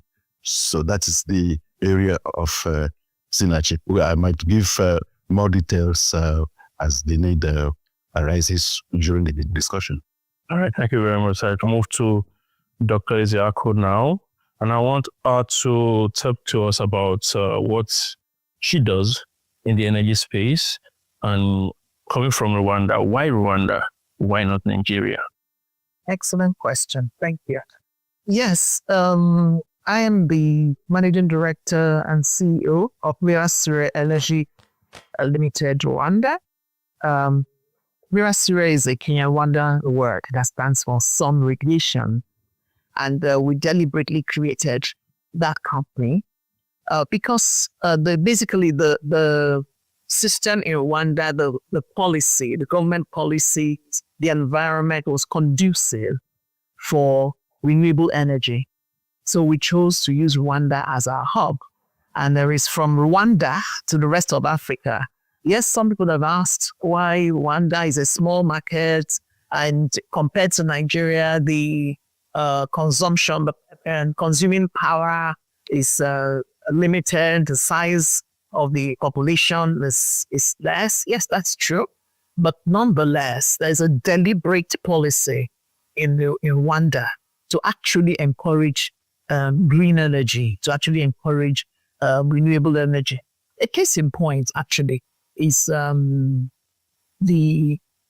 electric vehicle industry, whereby if you import electric vehicles into Rwanda, or even hybrid vehicles into Rwanda, it's at 0% tax. However, if you import diesel-powered vehicles or petrol-powered vehicles, it's at, wait for it, 75%. Wow. So you can see that there's a deliberate policy to encourage renewable energy. So that was a huge attraction. All right, thank you very much, ma'am, for that short insight. I'll still come back to that because, like you said, we have your numbers, and you talked about policies, and as a driver to making that decision to making Rwanda the hub from where you now spread or supply through the rest of Africa. So, Mr. Okeke, next will be you, and I'm looking at solar installation and also manufacturing in Nigeria, even in Africa, if you want to look at it at large. You are focused on this sector in that regards. What has been the challenges? What has been the opportunities, when it comes to the supply, the demand, and the adoption you probably you are the middleman between the organization and the end users to say what have you experienced? Thank you very much. That's a good question. The solar adoption rate in Nigeria or timing has come a long way. But as it stands up till this moment, there's a challenge in the Nigerian markets, which, we are partnering with Sinach to, deal with, is the issue of quality.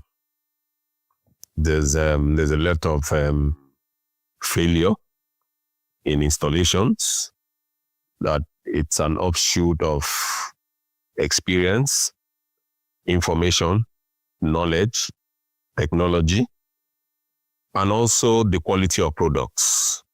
These are major issues in the Nigerian market.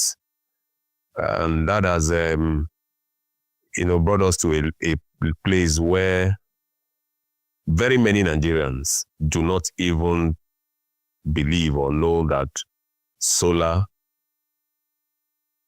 installations could deliver and really deliver, no matter the size, starting from normal basic home use to commercial and probably industrial, because of these issues. So we are partnering with Sinach to fill in this gap, make sure, people understand what is possible and deliver on what is possible. So that's our part in this market. And then we also represent some manufacturers. But, the truth, like I said, is there's a lot of deficiency in the area of quality of products. I'll stick with you. You represent manufacturers, so obviously there are some components that you need to bring in from other countries. So how has been your experience with custom and also quality assurance? Well, those are some of the major challenges of the environment that we operate in. Quality assurance, it's neither here nor there. Basically, there are a few products in the market that meets quality standards. And then maybe as this conversation continues, you'll be able to understand why we are now moving our focus in partnership with Sinach, because of that information gap, technology, and quality of products, so that we are able to come up with installations that you can go to bed and say, this is what it is. And, before now, it's difficult to give certain level of warranty with installations, but working with them, we're able to, for the first time in Nigerian markets, be able to give warranties of 10 years and above on installations. That is the first time in this market. That's a very big feat, if you should ask me. And we're talking about solar, we're talking about renewable energy, we're talking about energy transition. And we all know that Nigeria is a petrol-run country per se, because the average man out there has a small generator that is using petrol to power his barbing saloon. The other guy on the roadside prefers petrol, tricycle, motorcycle, and all of that. So, and now from what you just said, I think more of advocacy is needed. So what's is going on in that space, especially when it comes to advocacy, Dr. Jack? In fact, one of the major products that we sell, if you like, is capability development and knowledge empowerment. You see, when I saw Dr. Agbo again, after many years of not having seen him, he told me that he had retired from HP France, in Europe. And I said to him, retire? God has invested so much in you, and you have to give back to the African continent, because God wants return on his investment. And that's the truth, because when I look at his profile, there are not many Africans that have that experience, that hands-on experience, that intellectual exposure, that academic exposure in energy, in solar, in technology, all in one person. So I said, look, the young generation can actually benefit from this knowledge. Impart it to them, and knowing our young people, they're all very brilliant. They will run with it. They will take it far beyond even what you expect. So that's, has been part of our major offerings. In Rwanda, we train engineers, young engineers, to help them to know how to assemble our batteries. In Nigeria, we do the same, and so on. We also have other locations like South Africa, like Uganda, and so on, and we're growing. Okay, so when you talk about advocacy, nobody better to deliver on this advocacy. Also was talking so much about the issue of quality. Quality comes from the place of knowledge. And apart from the battery being the main pain point in terms of the equipment, really in the industry, another main pain point is knowledge gap, like he rightly pointed out.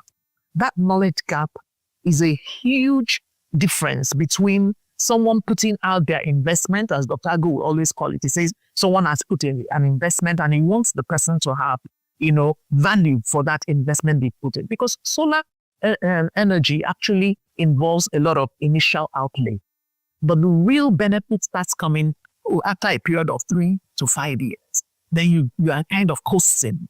You're home and dry. The cost is completely run out when you compare it to what you would have spent on the grid. And then, you are literally having power for free. So if it doesn't get to 3 to 5 years, then there's a big problem, because it means you have to make that investment all over again. And part of the reason that happens is that we have people who just, they're excited because solar works. They install the panels, and then when the panels are installed, there's light, up NEPA or something like that. But at the end of the day, after a year, there's a problem. After 2 years, there's a problem. It shouldn't be. So we want people to enjoy the long-term range. So I also was talking about our 10-year warranty. That is very correct. But in addition to that, the batteries come with a 10-year warranty an ab initio.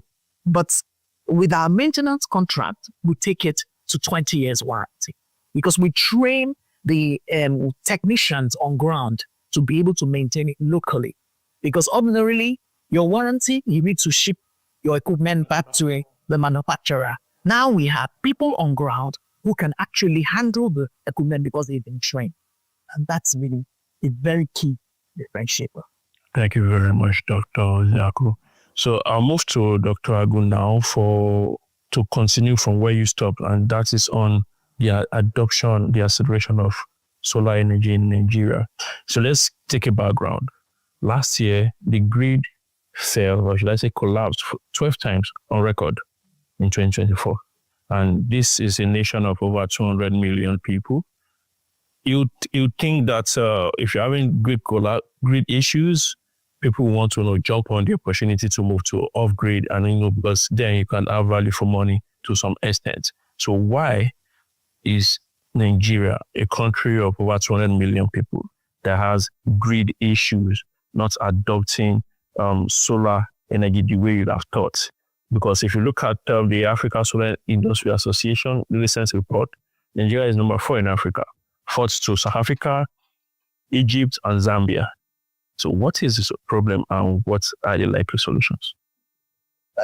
Personally, I think that the first major problem is government policy. In France, where I live, the government subsidizes the installation of solar electricity in residential buildings. In Germany, the government subsidizes not only the installation of the panels, things, but also it encourages individuals to equip themselves with energy storage facilities so as to kind of liberate the main grid from being overcharged. In Nigeria, I'm not aware of that policy where if you want to install a solar facility in your building, the government will give you some incentive to encourage you to do so. That is one. Then, two is the initial cost of such facilities. Thank God today the prices are coming down, but they are still at that level where it represents a substantial investment on individuals, even on business organizations, to bring out such a huge amount of money to invest in solar electricity. Then the third is this lack of quality. You are investing in a solution that is not reliable, that does not last. You don't. That's value for money. Is not there, and that is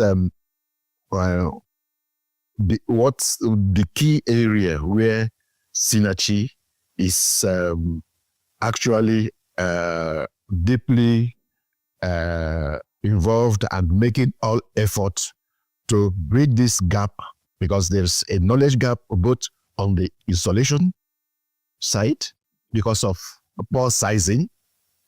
There's a shift in mindset that needs to be made.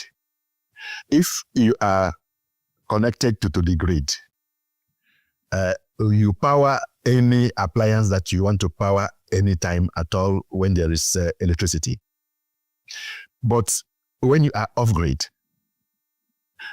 you can only use what you can produce. So if you run out, if you consume all that you have produced, you will run out of electricity.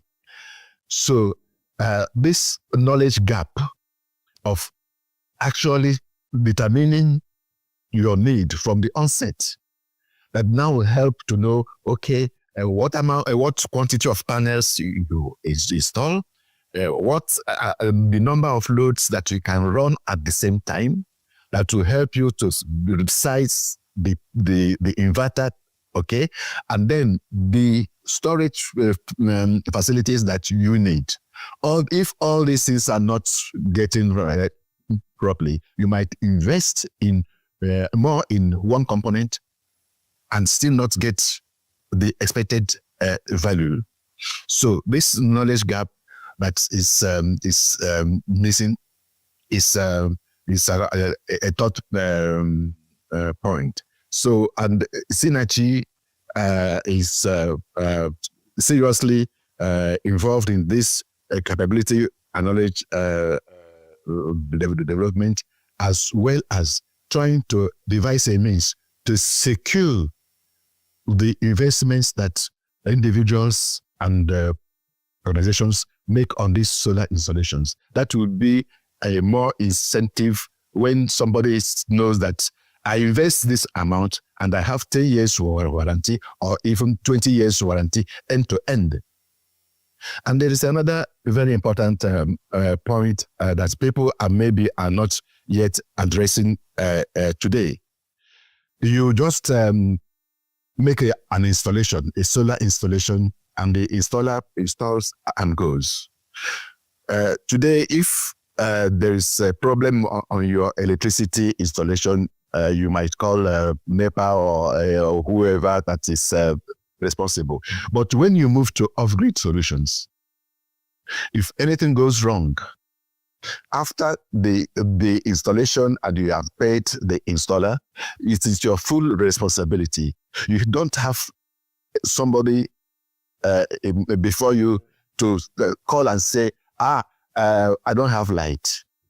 So Synergy is introducing this warranty that will cover end-to-end solution for 20 years so that you know what you are investing on and how long it will take you. We think that will encourage people to now adopt these solar solutions. All right, thank you very much, sir. You've touched practically the reasons for low adoption, what can be done, or what you are doing as a body, as an organization, to see that people see the benefits of your offerings so that they can also jump on solar adoption in the country and at large Africa. So my question then will be on the knowledge gap and also the job. According to ILO, that's the International Labour Organization, as at last year, the renewable energy job in the world is over 60.2 million to be precise. So what are you looking at? What is your organization doing in terms of local? You've talked about having people on ground. What are the numbers, and what are you projecting the numbers could be in the nearest future? So, Dr. Isaac. In terms of the numbers, we collaborate with partners. Okay, our approach is not to employ 2 million Africans, but rather to empower millions of Africans who can go on and even empower others, so that journey goes much further. Okay, so you heard Uzo talking about how he partners with us. He's one of our partners, and it's very important. Every country we go to, we identify a partner. We want our partners. Everybody doesn't have to go and get a doctorate in energy like Dr. Ago. Okay, but from the knowledge that he has, we can communicate that to others and let them add that to what they also have already and take it even further. So that's the approach that we take. And we believe that it's a matter of time. Africa is definitely going to be better for it. But, there's something that Doc always says, that Africa's time for development, the time for Africa to develop has come. But guess what? No European or American or Canadian is coming to develop Africa, not even the Chinese. Okay, it is Africans who must develop Africa. It's all the other countries. It was their people that developed themselves. And that's why Synergy is actually a development-focused organization. Okay, because our interest really is in ensuring that several of the SDGs, like the ones that have to deal with energy, that has to deal with rural life transformation, are actually, they come alive. And it starts with knowledge, because people cannot give what they don't have. It starts with knowledge. And our Synergy battery, we deliberately created this Synergy battery with quality cells that ensure that they go that much longer. Quality cells in terms of the fact that they are electric vehicle grade A cells, which are used in Europe and the Americas for electric vehicles. Okay, those are superior cells. Then they are quality cells in the sense that they are brand new. Because another problem in the industry is the issue of the black box, or we like to call the black box. So they deliver to us these black boxes. We don't know what is contained inside, and we dare not touch it because we don't know anything about it. Okay, but we are demystifying that black box, teaching the younger generation that, look, these are the cells. Take a look. And now put it together yourself. And through guidance, we train them on how to do that. And when they do that, they are comfortable, they are capable. Tomorrow, if there's a problem with a battery, because the batteries have a BMS system, that's the battery management system, okay? You can actually tell from the battery management system which particular cell had the issue, and that's the quality of our offering. Which particular cell had the issue, and we can go and address that problem specifically without shutting down the entire system. So that also speaks to one of the areas of Dr. Agu's competence, which is high availability. He's a high availability expert. Okay, maybe we'll talk a bit more on that. So the thing is, we really want our continent to have value for money. You know, the money is not easy for us. When we're talking about the price, the Nigerian, even when you mentioned that we're fourth, it looks as if we're doing well, but actually we're very distant fourth. Am I not right? You're right. Very distant fourth, you know? So the cost, like Doc said, is part of the problem. And is it because the price of these equipment is going up? On the global market, not at all. On the contrary, the price is on the downward trend. But when you look at our exchange rates, the average Nigerian still earns the naira the way he had ever earned it. He hasn't, his income has not tripled or quadrupled. But now he has to spend more times 5 in order to buy the same dollar. You know, so it's a huge issue. So if he's going to spend that times 5, he had better be getting something really, really good. Something that will last. Something he doesn't have to come back and re-spend again. But let me tell you, that problem is not peculiar to Nigeria. Everywhere we've got, from Rwanda to Uganda to South Africa, is the same problem. Africa has been the dumping ground for poor quality. And I think also added to that. Africa has been the dumping ground for poor quality. But we at Synergy, we said enough of that. We are going to actually give Africa the superior quality because our people pay a lot to get it. And once they get it, they should be able to rest, you know, say, I have finally made this investment and I'm good. I don't have to worry about it for 20 years at least. Thank you very much, Dr. Izabu, for that insight. You speak on Africa being a dumping ground. I think one time back then in secondary school where we have this economic textbook, Africa has always been called a dumping ground for years. I thought by now we should be doing better in terms of quality, and probably before I become a grandfather, we'll be doing better in that regards. It's like an expert that we normally talk to, and he say UpNepa has been over a 50-year problem, and we're still here and we're still talking about energy. So I'll move to you, Mr. Okeke. I asked a question about custom and also bringing in products, components of all this that is needed to install and manufacture the solar appliance, and you didn't give me an answer to that. I'll need you to speak to it. How easy is it for you, your organization, your partnership, to bring in components into the country, manufacture and install? Well, become issues of importation, the truth is that it could be better, but truly we are not there. Just like Dr. alluded a few minutes ago, the effect of the exchange, it's I don't know the adjective to use. It's terrible, and what that has the results of that is further decline in quality, because what happens now is manufacturers will talk to, because let's be honest, the real manufacturers are not in Nigeria. These products come from China. The Nigerian environment is not manufacturing friendly.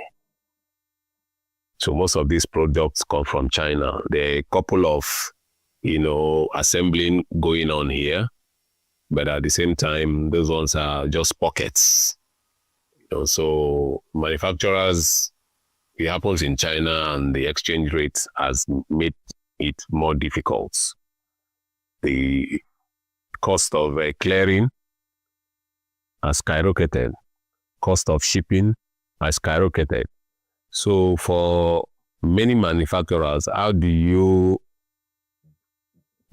find a way to deal with these issues and still be a little bit competitive in the market? The truth is bitter, but the truth is reduction in quality.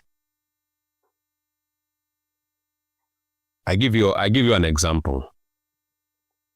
A few days ago, a customer of mine had a burglary breaking in his compound, and he called me and said, okay, can you send your boys to come and install and improve the lighting in my compound? Because he has a CCTV installation which captured the burglar, but it was not clear enough to be able to identify the person. So I said, okay, no problem, we'll do that. So I sent my boys to go and do it. Now we have those floodlights that came from China, which we have been marketing for a while. But I'll be honest with you, it was when they brought it out from the store to go to install it that I suddenly realized that the length of the cable had reduced by up to 80%. In my conversation with my clients, I told him that those cables are about 15-20 meters long, so we can place the lights here and take the charge to a far distance, whatever. But when they now brought out the new ones we just received, I noticed that the size of the cables have reduced by up to 80%. So I quickly placed a call. I said, why is this going on? The response of the manufacturer is very simple. Costs. We're trying to cut costs because of the burden of the exchange. So now that is the physical one you could see. What has happened inside the component itself.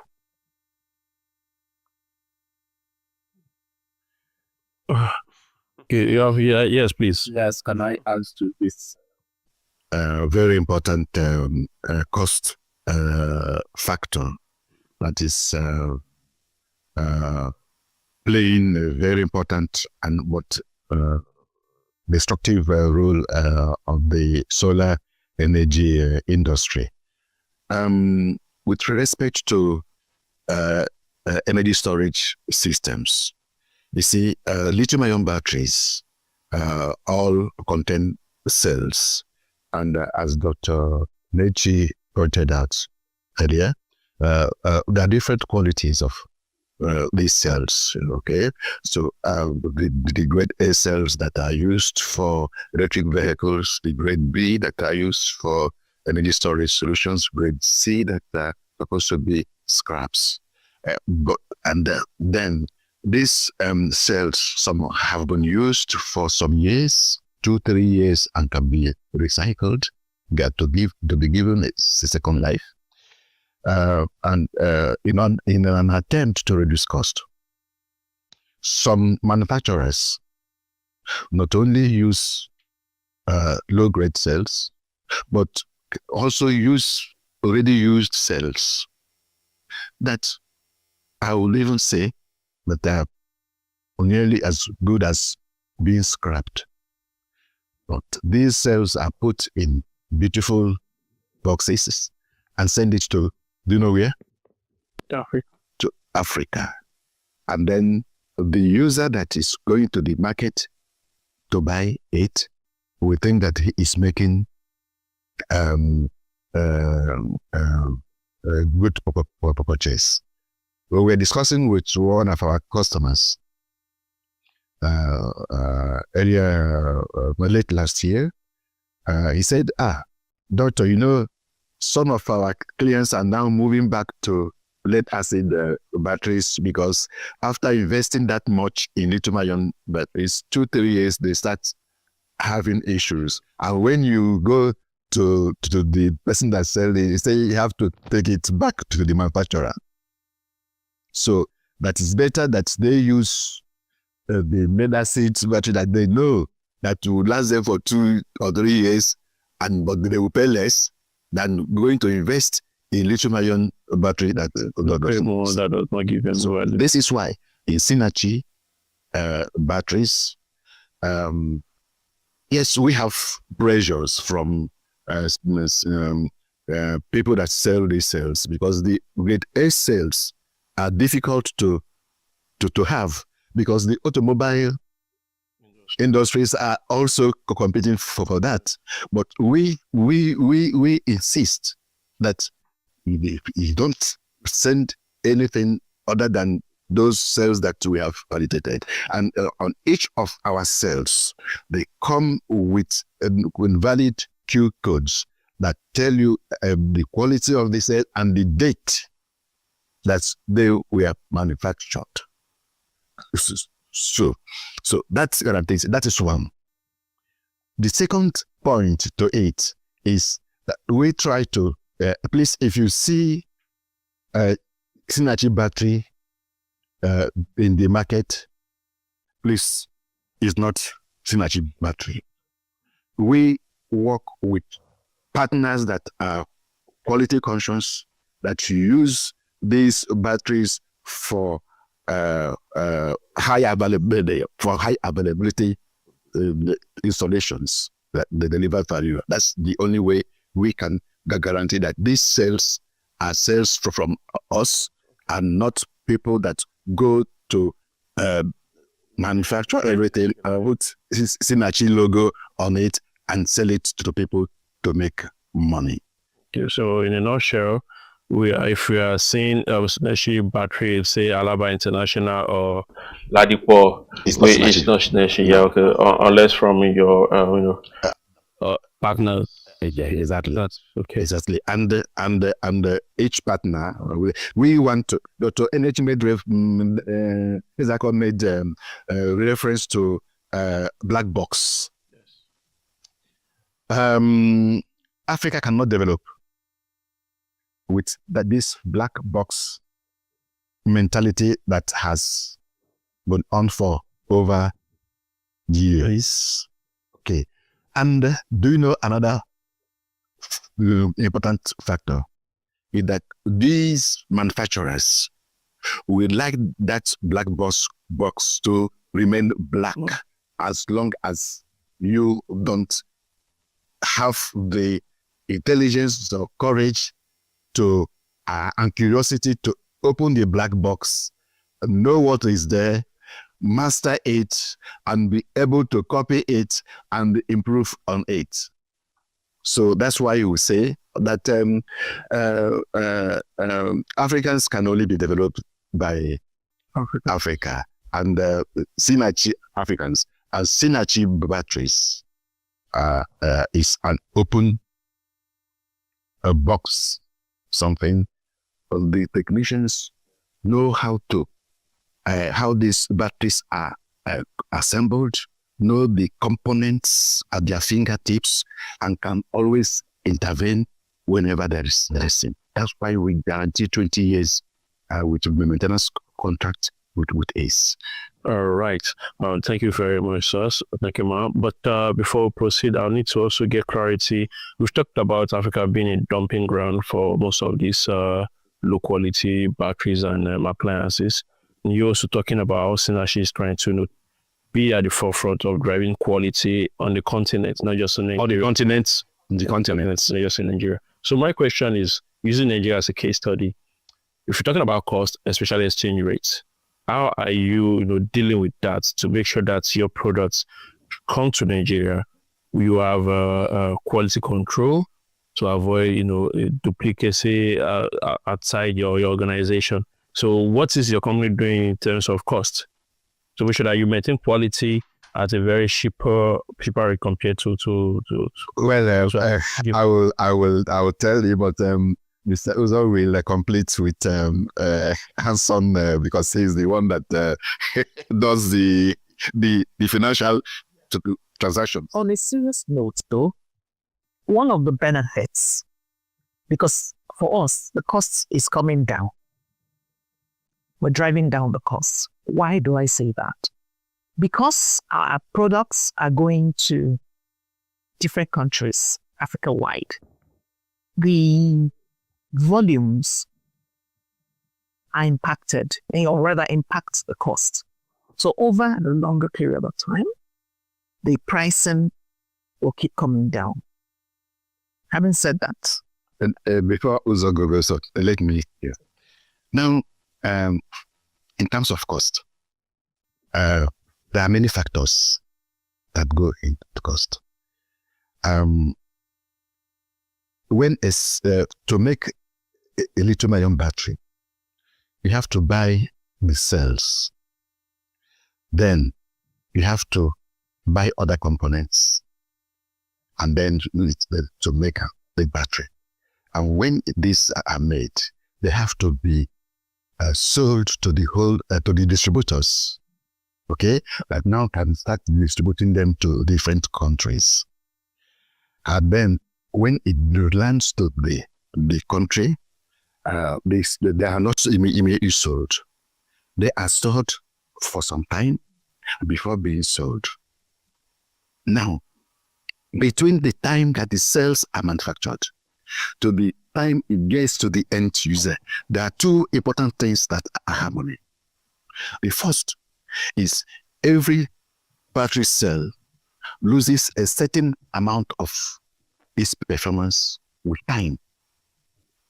So if you buy a battery that is assembled with cells that are manufactured 5 years ago,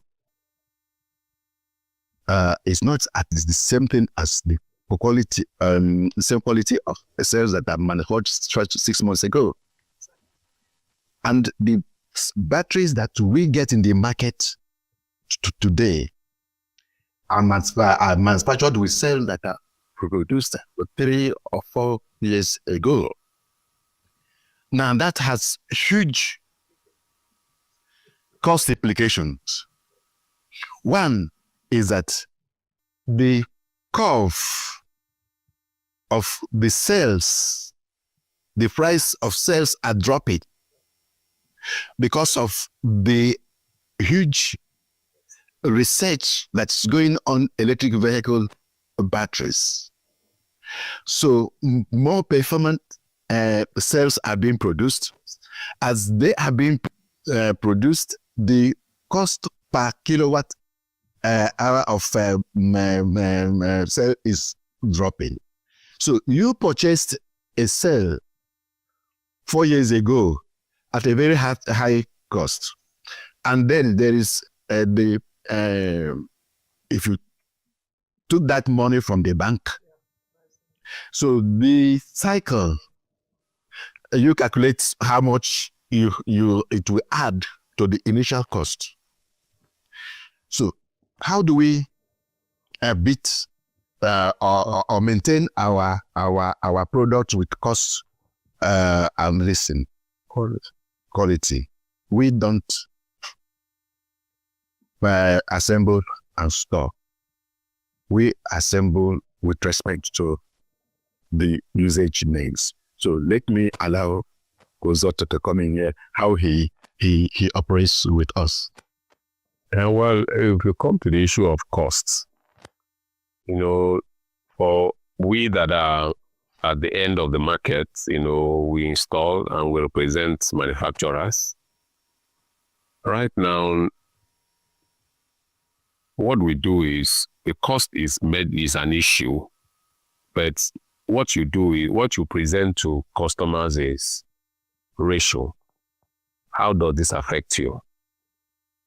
There are batteries in the market, are you X amount, say 100 naira.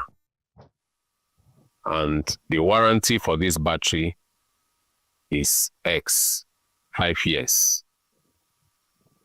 Now, okay, let me use a figure. It's 100 naira and it's 5 years. Okay, but you have this other battery. It's called Sinach. It has a 10 years warranty. But at the end of the day, your cost is 110 naira. So you make a choice.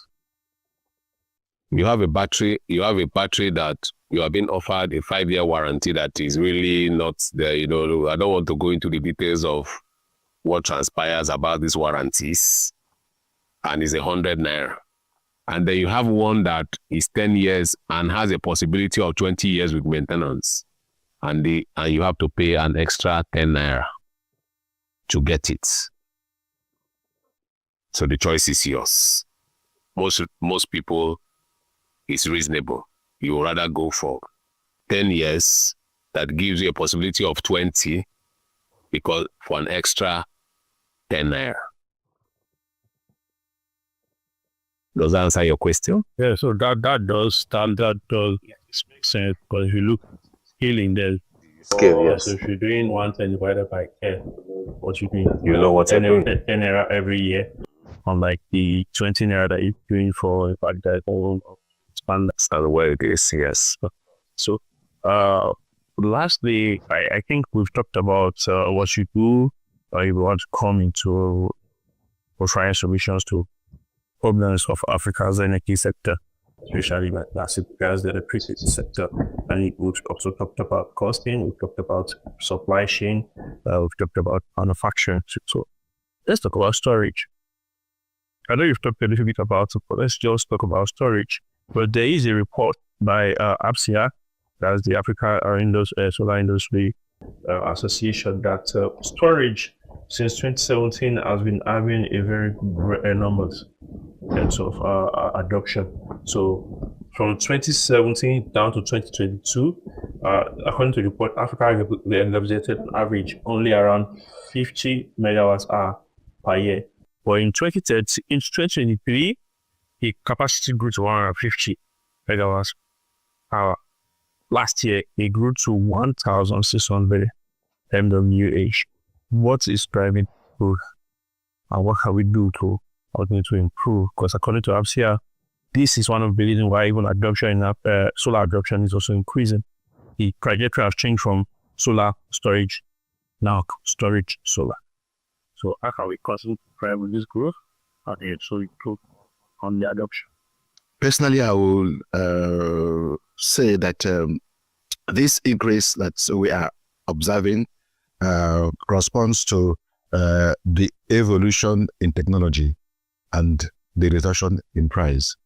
I just mentioned that the cost of lithium-ion batteries are dropping drastically because of the cells that are being used to assemble them, thanks to the electric vehicle industry that is driving this research and development on lithium-ion batteries. The second explanation to this is that people are now, more and more people are now seeing that solar works.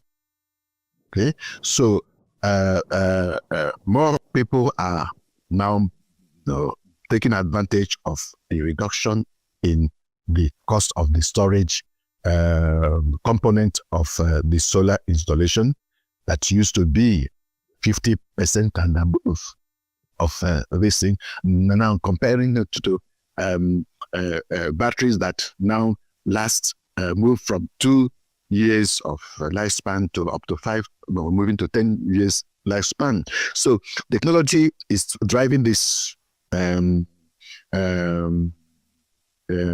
reduction in price and adoption of this solution.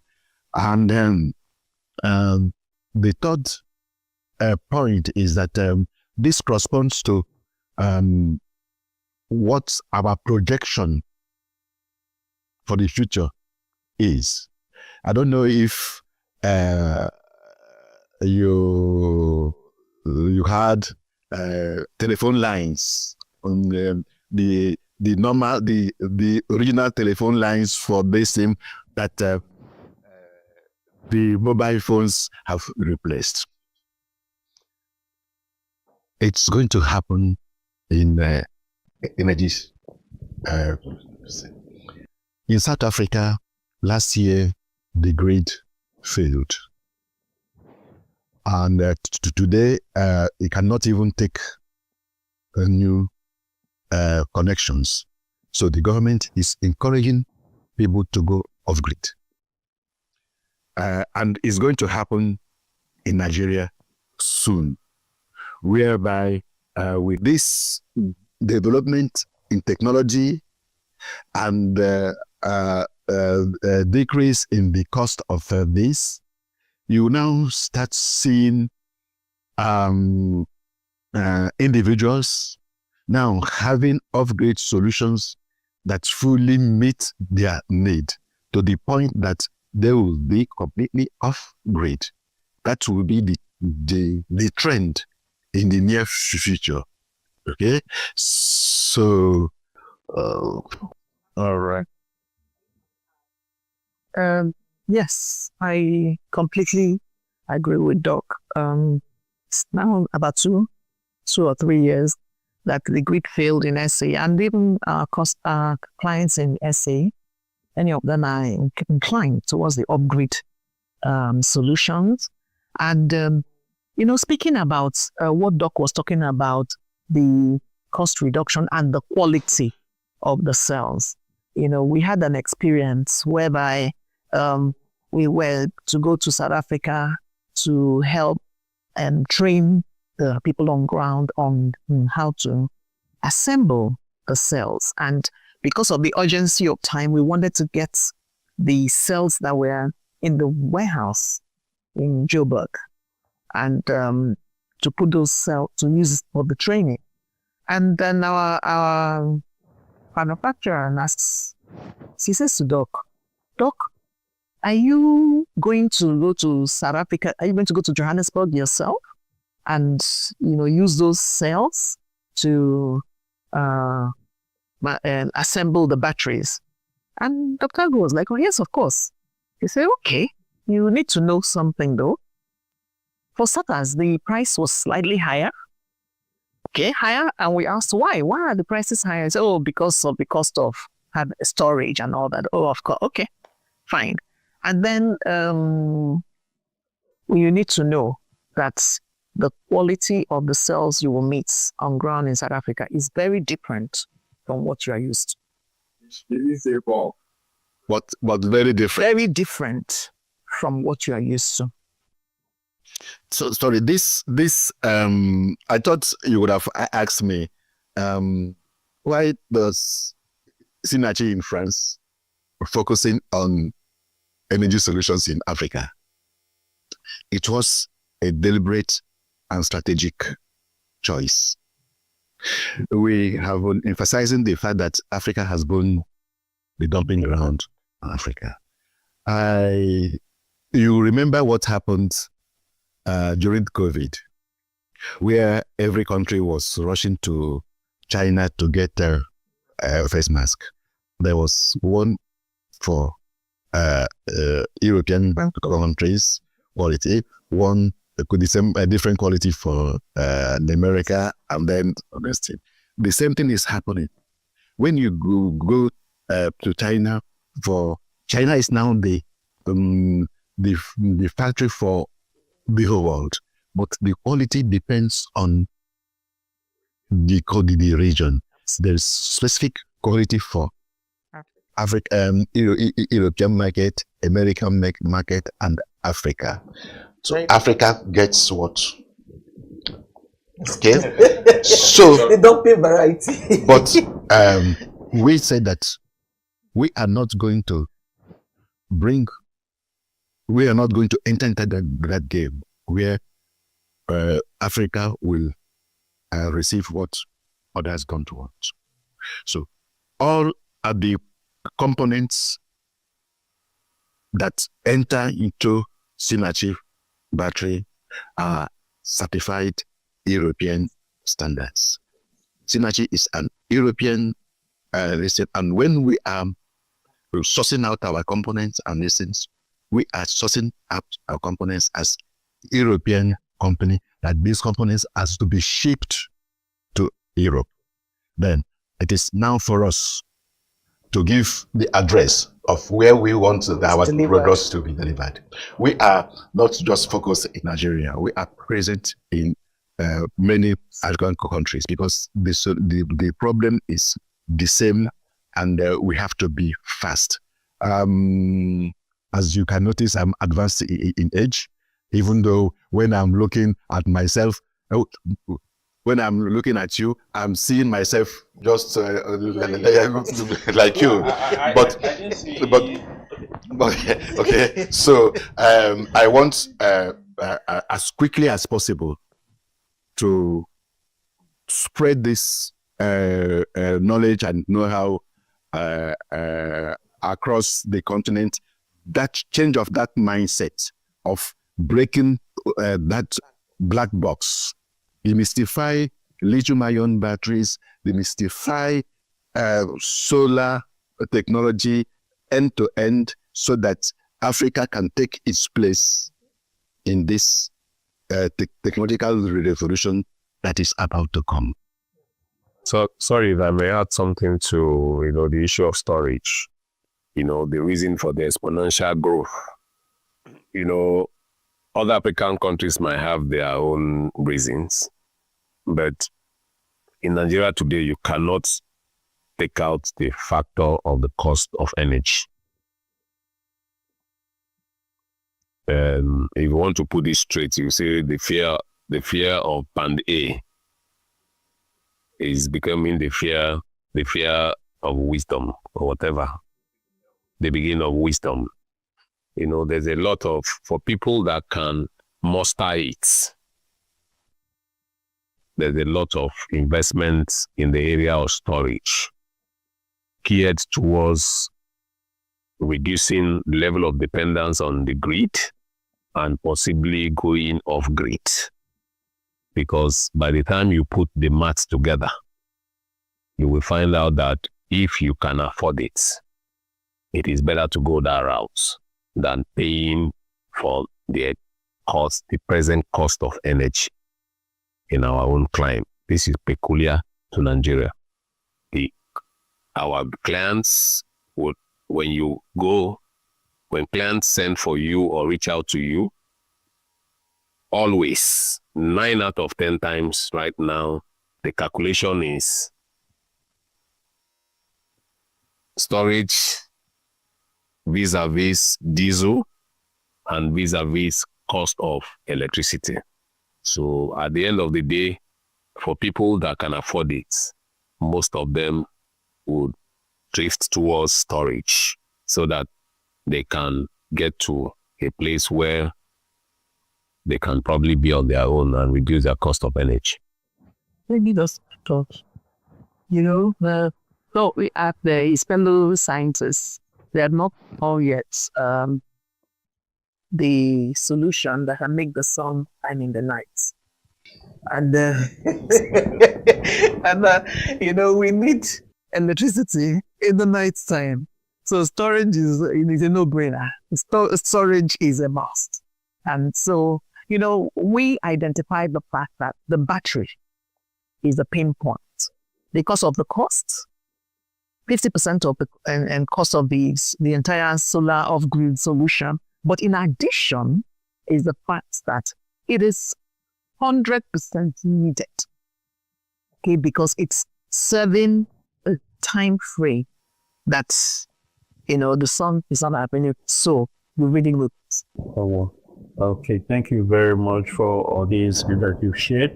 But before I let you go today, I need to take in this question. I was in South Africa last year, where you're talking about partnership with government and work private agencies and bodies. And this year, I was also in South Africa to talk about mining, because obviously some components are needing making battery are involved in all of this. My question in regards to partnership would be that you're here in Nigeria now. Have you had any partnership with any government agency, say, Rural Acquisition Agency, or on private side, the renewable energy at social media? Are you looking to bringing them on board so that it's easier to make this oral? To be honest,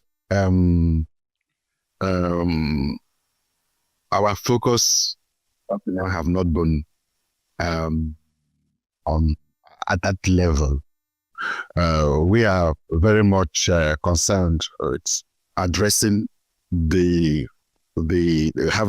addressing directly these energy cost of energy problems. We have been invited to serve on some of the government agencies like standard boards, regulatory boards, and things like that, but no formal engagement or partnership has been that we belong to different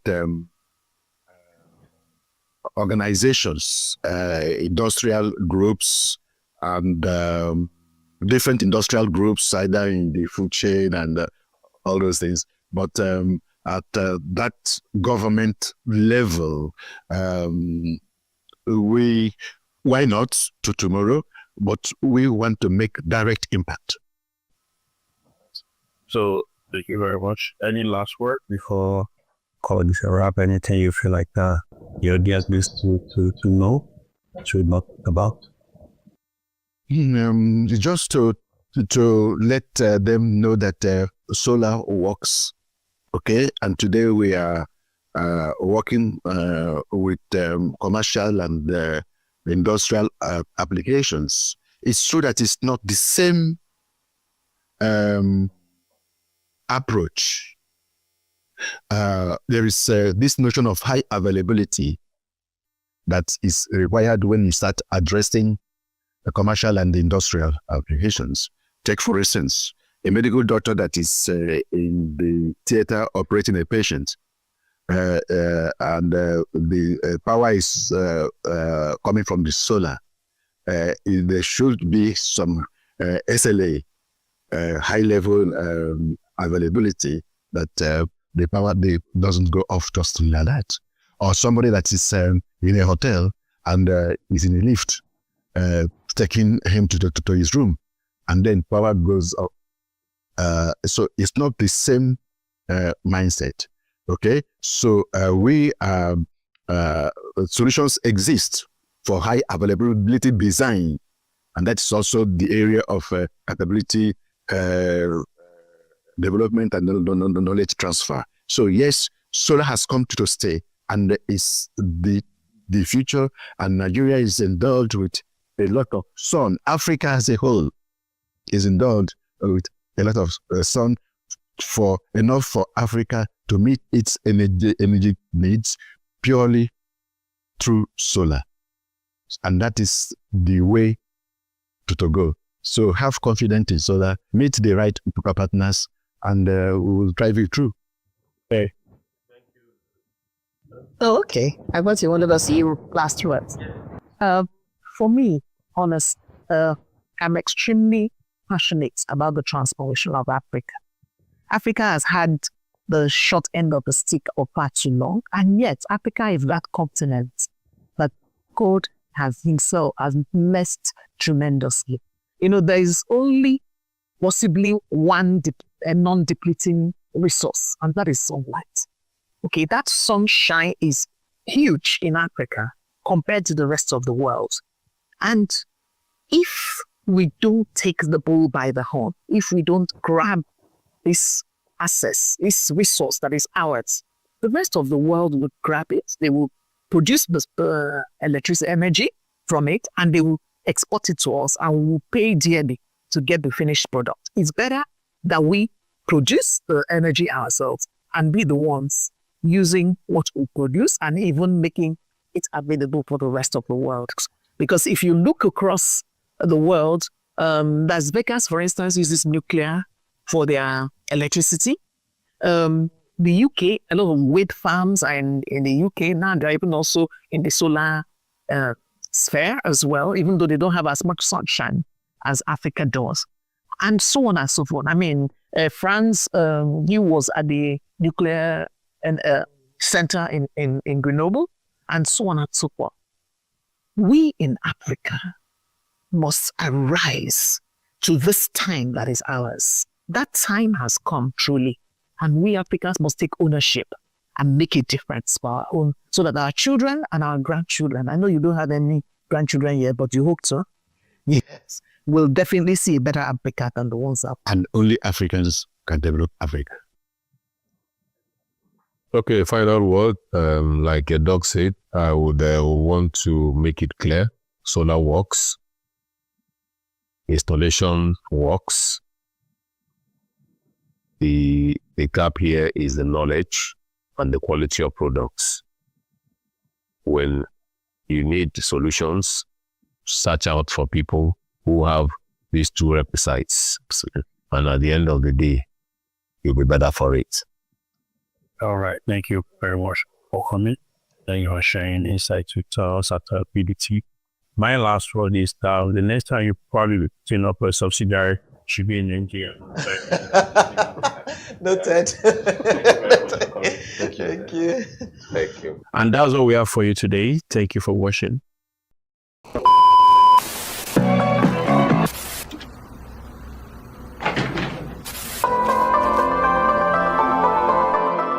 This is the Business Day television broadcast.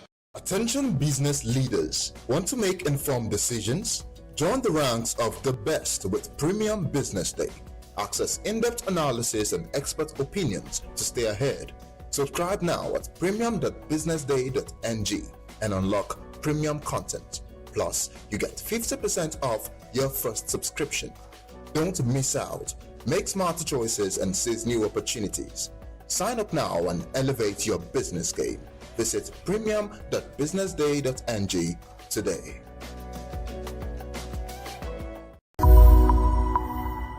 There are certain times that I have disciplined my children and gone back into my room and wept.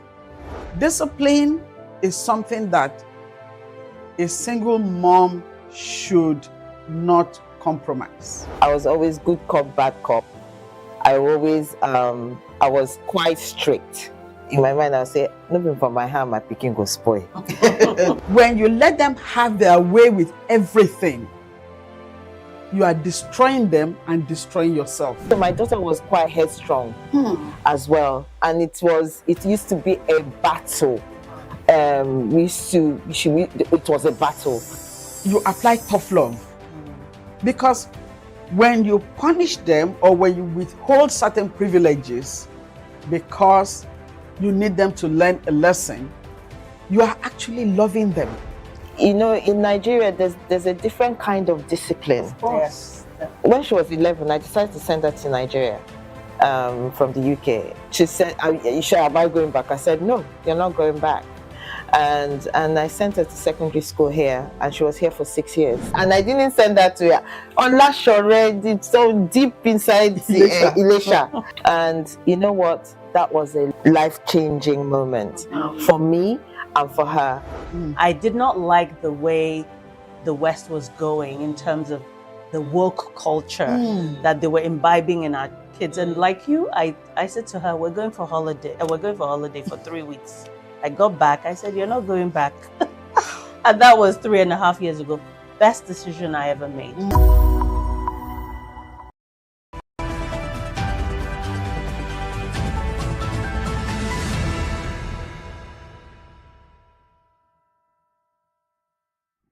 Welcome back. This is the BDTV Breakfast Show, and this is The Big Story, your trusted platform for breaking down the key issues shaping our economy, industry, and nation. My name is Elizabeth, and it's always a pleasure to have you start your day with us.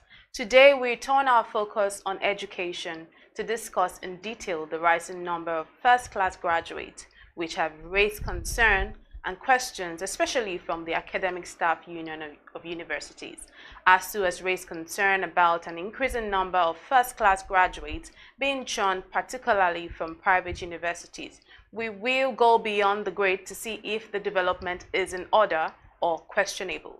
The union also lamented that the 7% 2025 national budget allocation to education, which is a total of 3.5 trillion naira, is not enough. So we will go and have some more details on this key development this morning. To help us understand this very important conversation, we're joined by Dr. Jessica Osuere. She's the founder and chief executive officer at Ruby's Hub Educational Services. It's good to have you here, ma'am. It's a pleasure. Thank you. How are you today? I'm fine. And you? I'm very well, thank you. So let me start by asking, firstly, it's very important for our viewers to know who you are. Dr. Jessica is a passionate advocate for quality, collaborative, holistic, inclusive, and equitable education for all. And she has a doctorate degree in educational management planning and a strong educational background in adult education and political science and public administration. She's dedicated to making a positive impact in the educational sector, and it's very lovely to have you here with us this morning. So ASU has raised concern about an increasing number of first-class graduates being shunned, particularly from private universities. Firstly, I want to ask your opinion on this. Are you concerned about this too, or do you think that we are in line, sort of? I would say we are in line. Like I used to tell people, Nigerians are very intelligent people. We are intelligent. If ASU is crying wolf over first class being churned out of institutions, then they should call their members to question. As a teacher, you are expected to give your all to your students. If your students are failing, then you as the teacher, you have failed. So if you as a teacher, you are suspecting your students for coming out with first class, then we should ask you, what are you teaching them in the classroom? You know, if you put public schools side by side private schools, you will see a clear difference. In educational planning, we talk about input and output.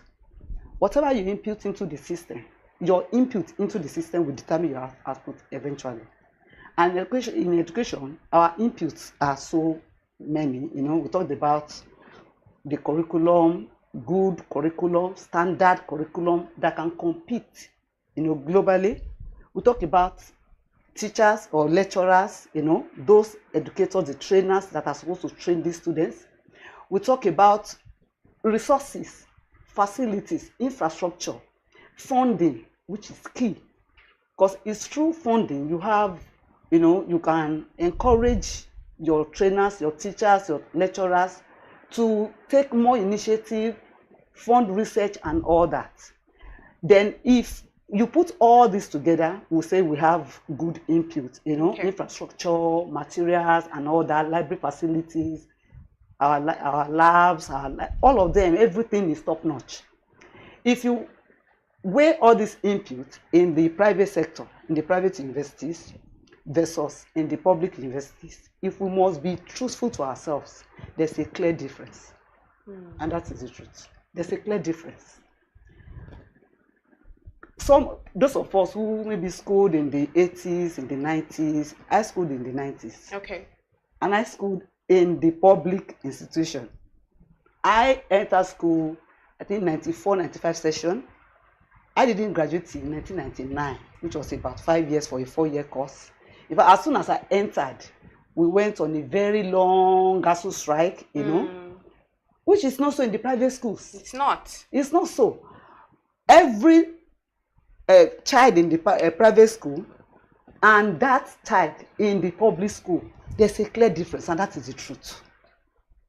When we were in the university, so many things speak for the private schools, so many things in their favor. Why they are churning out first class graduates. Like I tell people, Nigerians are very intelligent.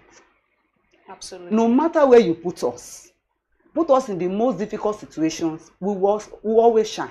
I agree. And this generation of children, every information we will get, maybe from the library, lecturer will send you, go to library, search out so book. When you get to the library, it's either if you find that book at all, it's either the right pages you were looking for will have been turned out by somebody else. We have obsolete, materials in our library, which is not so in the private schools. True. Today, the children of today, they can go to the internet. Like I tell people that in this generation, if you fail in school, it means you're not serious. Because every information you can ask for is right there out there on the internet. You can have your entire course content from year 1 to final year on the internet.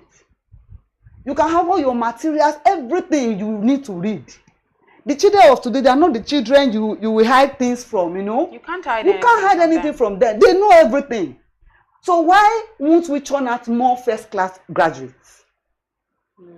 And let me tell you, we have intelligent children across board, either in the private schools or in the public schools. But if we will not deceive ourselves too, in the public school we know some of these lecturers in the public schools, they are like, you know, they carry this like sadistic behavior. They will tell you, I've heard lecturers telling their students, A is for God. B is for me. If you manage to get a C, just go and thank your God. And what does that mean? It just means that whatever the student writes, no matter what to do, go to the library, you know, do anything, you cannot have more than a C in the course. Which you will not see in the private schools. I remember a scenario when I was in, I think 300 level. I went to my lecturer. It was beginning of a new term, a new session, and you know, like student, you want to see your results so that you know if you failed anyone, you can register for this new session. So we went to her to see our results, and she showed me my raw score. Over 60, I think I got 40 or so over 60, minus my CA and other things. And I wasn't expecting that result anyway. I expect something better. So I was like, I just said, ah. I didn't say, just ah.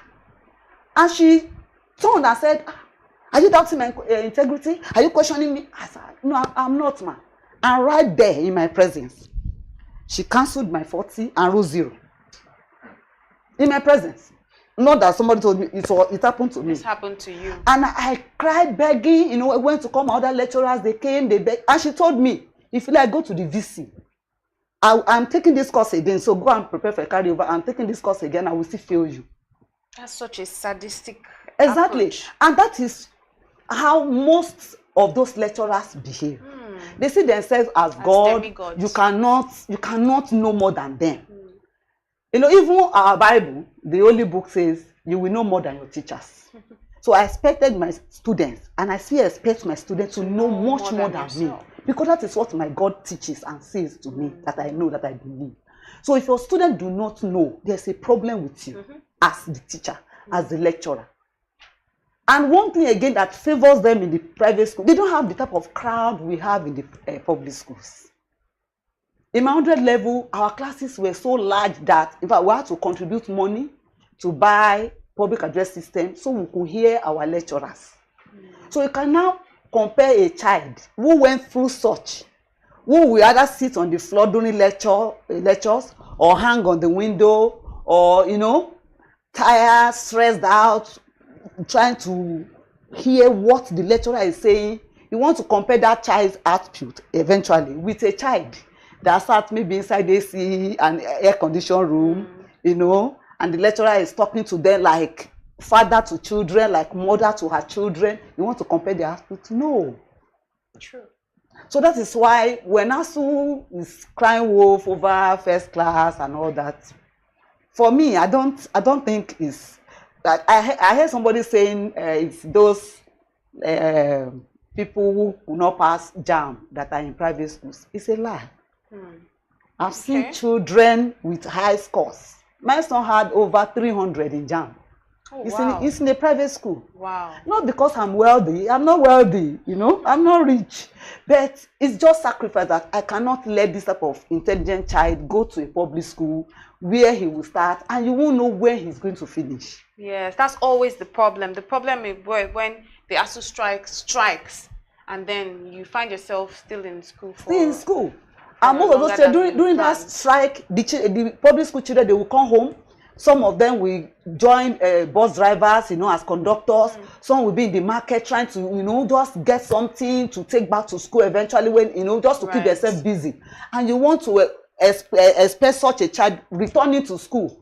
Somebody, 2020 ASU strike was 10 months. So a child who was out of school for 10 months, how do you think that child will get everything he was taught earlier? Before he went on that strike, he could get them exactly, you know, and do better than somebody in the private school that did not even go on any strike that was there, you know. Absolutely. So there are so many factors that are responsible for this Like I've told you, intelligence one. Yeah. Our children are very intelligent, and that's the truth. Very intelligent. I can agree with speak that. for myself, and I can speak for so many other children I've interacted with. They are very, very intelligent. We know there are some exceptions, there are some little cutting corner with some people, but majority of our children, they are intelligent. So we must not take that from them. Then in the public school also, you know, like I've said, you have the crowd and all that, you know, and everywhere is just crowded, and you know, so students are distracted. Unlike in the private schools, where everything is, you know, you come to school, you are in school. That's why the faith-based private schools, once you are in school, you are in school. If you are not in the chapel for fellowship, you are either in your classroom or you are somewhere maybe eating, and from there you go back to your room. Unlike in the public schools. The public schools, they are very free. Some are so distracted. They come to school, they go to parties and all that. And let's also talk about how many people, how many students get to be in a classroom. Exactly. That's the crowd. That is the crowd, which is not so in the private schools. So you cannot blame the private schools churning out, you know, first class graduates. I have a lot of them that attended private schools, came out with first class. Even if you concluded that, okay, the school dashed them, you know, in our local parlance, that they dashed them the first class. Yes. They left the private school here in Nigeria, went abroad, studied for their masters in other institutions there, and also came out again with distinctions. So what are we saying? Even in the public schools, we have students that are very, very intelligent. Just as some lecturers are just demigods, you know. So it calls to question your own teaching method, your personality as a teacher. You know, different researches have shown that even your personality as a teacher will go a great extent to determine the achievements of your students. I did statistics in my first degree. You know, all of us we did statistics, and it was very difficult. I never understood it. In fact, majority of us failed it, and it was a final year course. You know, faculty course, and everybody failed. Almost everybody failed. And the senate of the school had to sit over the results to just allow everybody go. That was why we were able to graduate, and that was even what pushed some of us into 2-2. You know, we narrowly missed our 2-1 because of that failure in statistics, which was a major course. Then I went back for masters, and statistics came again, and I was scared, you know. And a lecturer took me. Eventually, he became my thesis supervisor at PhD level, Professor Mon Wandiani. He took us the statistics. My dear, I was surprised. I was like, was it the same statistics I failed in undergraduate? He so much simplified it, made it so simple. At the end of the day, I got a B. And the B, I was gotten an A. The time allocated for the exam was, you know, just some few hours, you know, compared to the number of questions we were made to answer. So I couldn't answer all the questions. Not that I didn't know them, I knew them. That I couldn't finish. Have ample time. There was no time to finish. And I still came out with a B. So if I had finished, I would have made an A. In a course, I failed at undergraduate level. So which speaks to also the person teaching. What's the relation? I could go to prof. I could go to prof, even from my master's to my PhD. I could go to him anytime. I could go to his house. I will sit in his sitting room. Some lecturers cannot, you cannot ask them a question in class. How much more seeing them on the way? I say, oh, my lecturer. You can't. Which is not what is, you know, applicable in the private schools. When I took my daughter to her school to resume, we were looking for some places, you know, and a lecturer who just finished her class, she was in another department. She left what she was doing. Just, oh, welcome, ma'am. Anything? Can I help? And I told her, we just brought this child to resume. And she said, okay. She followed us around the school. Took us, in fact, she ended up taking us to the hostel. And sure she settled in before she left. She never knew us from Adam. Wow. And that's a private school. Can you have that in the public? No. So in the public, we also need to, you know, look at some of these issues. listen to the students, hear their complaints. They're intelligent. I think if they should do that, and also check their own teaching method, their relationship with students, their personalities and all that, they also will get enough first-class graduates that they will not be suspecting private schools for first-class graduates. So speaking of, you saying that they need to look at their own method, their own teaching method, that takes us to the curriculum. So there have been complaints by industry operators that the university curriculum is outdated and can't meet modern needs. I don't know if this is specifically perhaps for just the public schools, because I know that the private schools have a better curriculum. But do you agree with what industry operators have said, that the university curriculum is outdated, and what do you think could be done about that? Okay, we have in every institution you have the academic planning unit. They are the quality assurance arm of the school. They represent the National University Commission in their respect, individual schools, and they are to ensure the quality of education that the students are getting. So their work majorly is quality assurance, quality control in the schools. Okay. So they look at the curriculum, how relevant is the curriculum, what are the courses we are offering, are they still relevant? If they are not, just like, that's why you see some schools, some courses will not be accredited, some will be accredited because the academic planning units who have done their work know, okay, which one is okay, which curriculum is relevant to what globally, to in global standard and all that. So when academic planning unit is not doing what they're supposed to do, in fact, my thesis was on academic planning unit, trying to see what they do in the different schools in the entire South public universities. And I found out that most of them, after accreditation, they just sit and relax till the next accreditation. So what they're supposed to be doing as the quality control arm of the schools, they are not actually doing them. So you must check, are the curriculum okay? Is everything right? How many teachers do we need to teach this course? Student-teacher ratio and all that. They must ensure that what is the qualification of the teacher teaching this course or that course. They must know what is our carrying capacity as an institution. How many people are we admitting? Today, most universities take much more than their carrying capacity because we have a youthful population. So many children want to go into school. Half of them we cannot admit. So at times, university will bend over, trying to just make sure that at least they get in as many as they could. So, but when you go to the curriculum, actually, I won't say our curriculum are updated. They update them. They actually update them. Okay.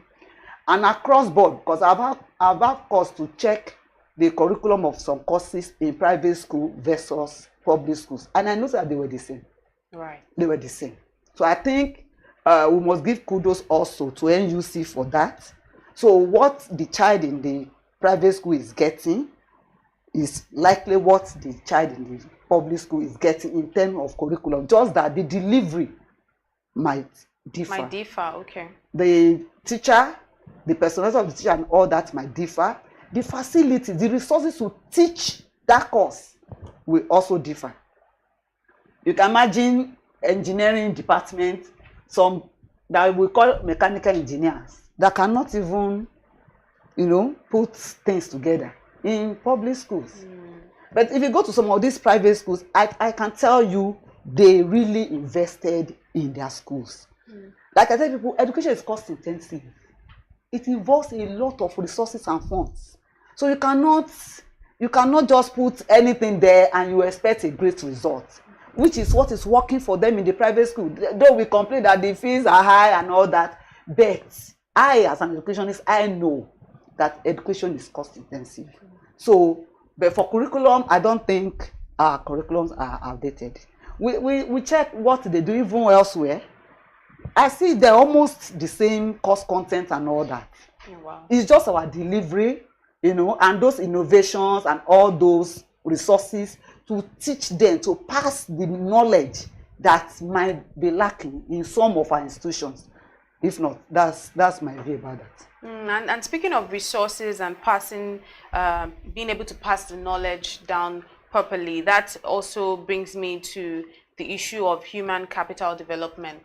How do you think that this can be improved upon? Because you've mentioned in the conversation about how you'd get the same, aside from the resources available in terms of making it more practical, you find that the way teachers in the private school might pass on knowledge is different from how those in the public school pass on knowledge. So that says that there is an issue of human capital. How do you think this can be improved upon, especially in the public universities? Thank you. It was Abinci that said that human capital, not natural resources, not income, not material resources, constitute the wealth of nations. So the human capital, we must focus on human capital, developing the human capital in our nations across. And that is the essence of sending our children to school. Absolutely. That's the essence of we having teachers. You cannot develop human capital without looking into teachers. Who are our teachers? Are they motivated? So if you, in a situation, in a society where a politician with maybe secondary school certificate earns more than a professor, then we are not serious. We are not ready yet. That's the truth. We are not ready. To develop human capital, you must invest in them. You must invest. You cannot commit 7% of your budget to education and you expect to get results. No, it doesn't work that way. It doesn't work that way. Everything you have, you must invest in them, because everything you are looking for, if we are complaining about insecurity today, we are complaining of this today, complaining of that, it is because we have not developed our human capital the way we should develop them. That brings me to the issue of universities. In the university, at JAM, during JAM, you see people, maybe somebody that scored high scores, you see them maybe in a medicine, pharmacy, all those courses. Then, for faculty of education, they will bring all those, some maybe with 195, some with 200, and put them in faculty of education. And when I see such things, I shake my head that you are destroying the future. This is not how to build human capital. The teachers are the most important in this issue of building human capital that we're talking about. So you cannot have the dregs of the society as teachers and you expect that you are going to grow or develop your human capital. You cannot. No, today nobody wants to be a teacher because there's nothing fascinating, about teaching, about the profession. Those days when we came in, to do education and all that, we were proud. I'm telling you, I wanted to study law. Wow. But somehow, I just found myself in faculty of education. Wow. In my 200 level, I got the opportunity to change, to change my course. I just said, no, I think I love teaching. So I continued. And I'm very passionate about it, about teaching, I'm very, very passionate. When it comes to education, I'm very, very passionate about it. But not so with a lot of people today. Most people that find themselves in faculty of education today, they just maybe they could not get admitted to other departments, and so they push them to education. And from there, and these are the people that will develop your human capital tomorrow. They are the ones that will teach your accountants. They are the ones that will teach your engineers. So we have turned education and teaching into a dumping ground.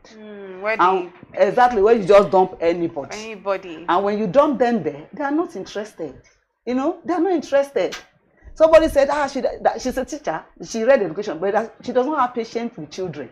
And I looked at her and said, so what are you doing as a teacher? You can't be. You have to be patient. So obviously somebody like her came into the teaching profession just because maybe there's no other thing to do. So to build human capital, back to that question, to build human capital, we must work on our teachers. We must get the best as our teachers. We must invest in them. We must motivate them. You cannot pay a teacher salary today, cannot buy a bag of rice. And that's terrible. So what do you expect from the teacher? The teacher will go to class and unleash his or her frustration on the innocent child or the student.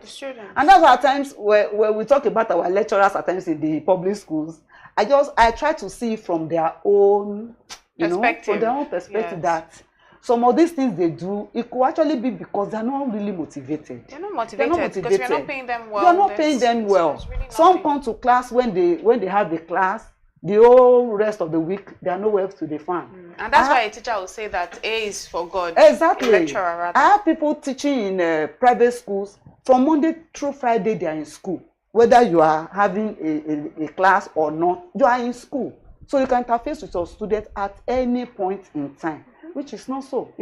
So we want to build human capital. Let's work on our teachers. Let's encourage our teachers. Teachers should not be the lowest paid people in a nation. We won't grow. Go to countries that are grown. Their teachers are like, they honor their teachers. They respect their teachers.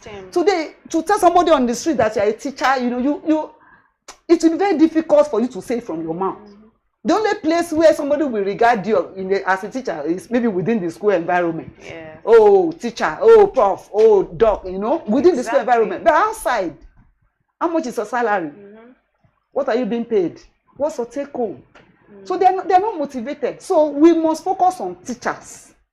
Because no society can grow above the level of its human capital. So if your human capital are all, average, your society will continually be average. I love that. That is the truth. So you can't grow above them. So that's why we must invest in human capital, spend money, train teachers. Some teachers, they go from Monday to Friday, they are in school. They apart from maybe the degree they came into that institution with, there's no other degree, no other professional development to learn modern things, to learn. And it's not because some of them don't even want to learn. It's because exactly. they don't have the support. And the school will not support. If you go to most of these private schools that's in the secondary and in the primary, they just use you, pay you anything they like, and whatever you want to add to your knowledge, you have to go and get it by yourself, which is not so. In other industries, in banking industry, in other industries, they spend money to develop their staff. It's not so in the teaching profession, and it is wrong. Very wrong. That is where we should focus. If we must grow our human capital, please let's focus on our teachers. Absolutely. And if there's something that you've said that really stuck out to me, is you saying that there's no society that can grow beyond the level of its human capital, and that's really profound. So the 2025 national budget allocates 7%, which is about 3.5 trillion naira to education. Now, ASU says this is not enough. Do you agree or disagree with ASU? Totally, I agree with them. It's grossly inadequate. In Nigeria, we have one of the highest number of out-of-school children in Africa. And we are dedicating 7% to education. We are not ready yet. We are not ready. We are not. 7%. Some days ago, I think I was listening to the Chief of Defense Staff talking about some repentant terrorists that they just, try to rehabilitate and all that. And he said 60,000, about 60,000 of them were children. I was alarmed. So we are sitting on a keg of dynamite. Not even a gun powder. If we have 60,000 children as terrorists, and we are committing 7% to education, we are not ready. Right, even in Lagos, in traffic, you see all these children. A lot of they are not in school. They are either trying to help you clean your windscreen so you can give them something, begging on the street. They are everywhere. They are not in school. They should all be in school. And that was why I said initially that education is cost intensive. It's cost intensive. You must spend money. You must put things in to get the desired result that you are looking for. So if this number of children are out of school, then we have a very big problem in our hands. Very, very big problem. Very big problems. And these schools are not just ordinary schools. They are schools, you must pay their teachers, you must put facilities, you must do everything. So it's not just then just going to a school and just learning ABC. No. There are a lot of things you need to put there. Facilities and all that. So that money to me, that budget is grossly inadequate. Even countries that are developed are committing more to education. We that are not, and we are having all these numbers of out of school children, we are committing less. We are not ready yet. I completely agree with you when you said we're not ready yet. So there's a lot of work to be done, but thank you so much, Dr. Jessica, for your time. Those insights were very valuable, and I know that we would like to have you some other time again. Thank you very much. My pleasure. Thank you. This has been the big story on BDTV Breakfast Show. It's been a delight speaking to you here on the show. My name is Elizabeth Musa. Do stay with us.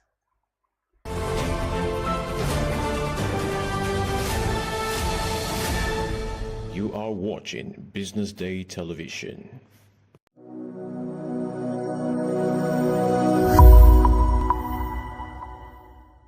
Welcome to Real Talk with Pam, the show where authenticity meets conversations and where focused on values and academic excellence, which was a huge success for 25 years.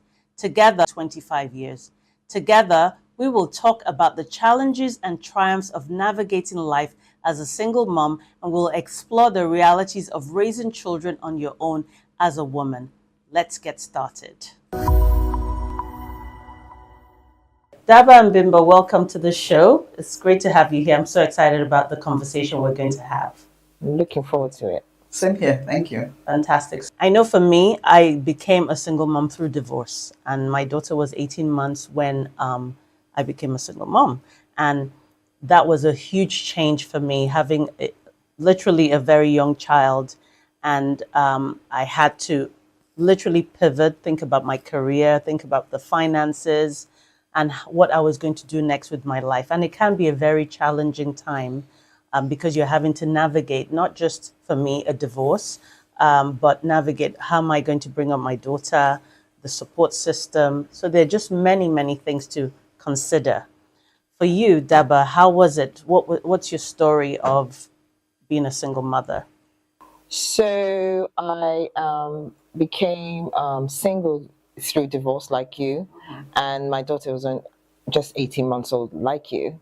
And it was something I needed to do at the time. And it wasn't easy having that decision because of course, my daughter, she was a baby. And for me, I was already a working mom before my daughter, so I was already working seriously. So one of the things, like the huge change for me was I used to like to go out a lot. Right. And the huge change is that, okay, now I'm be able to be going out now because I have this little one that had to, who's looking at me. So it wasn't something that I was like, it was really sad that I had to, start looking after this on my own. Right. So, because I had to think of so many things. I had to think of my finances, I had to think about childcare. I was in the UK at the time, and childcare wasn't easy. It was an expensive thing to carry on. And then you now have just one salary, one income coming in. So you had to even think about cheaper ways to have your childcare. So I used to go around looking for my friends' mothers or who were not, and finally I actually found one of my friends from church who agreed to take care of my daughter whilst I was at work. Right. So, it was like, for me, it was just life-changing that, okay, now Daba, you're now on your own, so let's navigate the world together. Right. But there's a point in my time where it was so difficult for me. But my friend came to stay with me, and she saw me with my daughter, and she now said, you need to take this child to your mother because it was as if you're about to have a breakdown. So she actually took my daughter away, and my daughter was in Nigeria for a few years. Oh, wow. And came back when she was maybe about 4. Bimbo, how about you? What's your story? Yes, mine happened through divorce as well. At that point, I had 4 children under the age of 10. Wow. Yes, so it was a huge blow. But I made up my mind that I was going to face it. And it was very difficult to handle rent, school fees, school runs, food, security at home, everything. But my mom got a young lady for me from her hometown at that time. And the young girl proved to be very, very helpful. After I taught her all the things that I wanted her to know, I could pretty much leave the kids with her and go to work and feel safe. Right. She knew which hospital to go to if anything happened. You know, in those days, there were no phones. Right. Yeah, so I'm talking about 90s, very early 90s. There were no phones. So it was difficult to keep track. We lived in Ikeja. I worked in Victoria Island. So it was nerve-wracking, but you know, somehow we got through. Still had to come back from work around 9:30 and do homework and look through homework. I had to look at their homework every night. And if I had to have a teacher parent conference, then I wouldn't go to work early. I would wait back in Ikeja because their school was in Ikeja, obviously. So I would wait back, see the school authorities or the teachers before crossing the bridge to Victoria Island. So it was very challenging, but I would say that God brought us through. Yes. Yeah. And you just have to get on with it, I suppose. You have to get on with it. You don't even think about it, you know. Particularly you having children four. I can't even begin to imagine that. So hats off to you. And for actually, I actually had 5 because I had a nephew. Yeah, I raised him. Right. So I raised all of them together. So there were really 5 of them, 4 biological and 1 adopted. Wow, wow. And so I just want to talk a little bit more about financially how difficult it can be. I know for me, you know, I was speaking to Daba earlier, and I used to work in the city because I lived in the UK at the time, and I on a good job, good salary, but because of the challenges of, you know, not wanting to leave my daughter alone and childcare was expensive, because I had to do the math one day and say, yes, I'm earning a good salary, but by the time I pay rent, I pay petrol for the car, pay for the tube to get to work, pay the child carer. Literally, I had nothing left at the end of the month. And I was like, this is ridiculous. This is not even sustainable.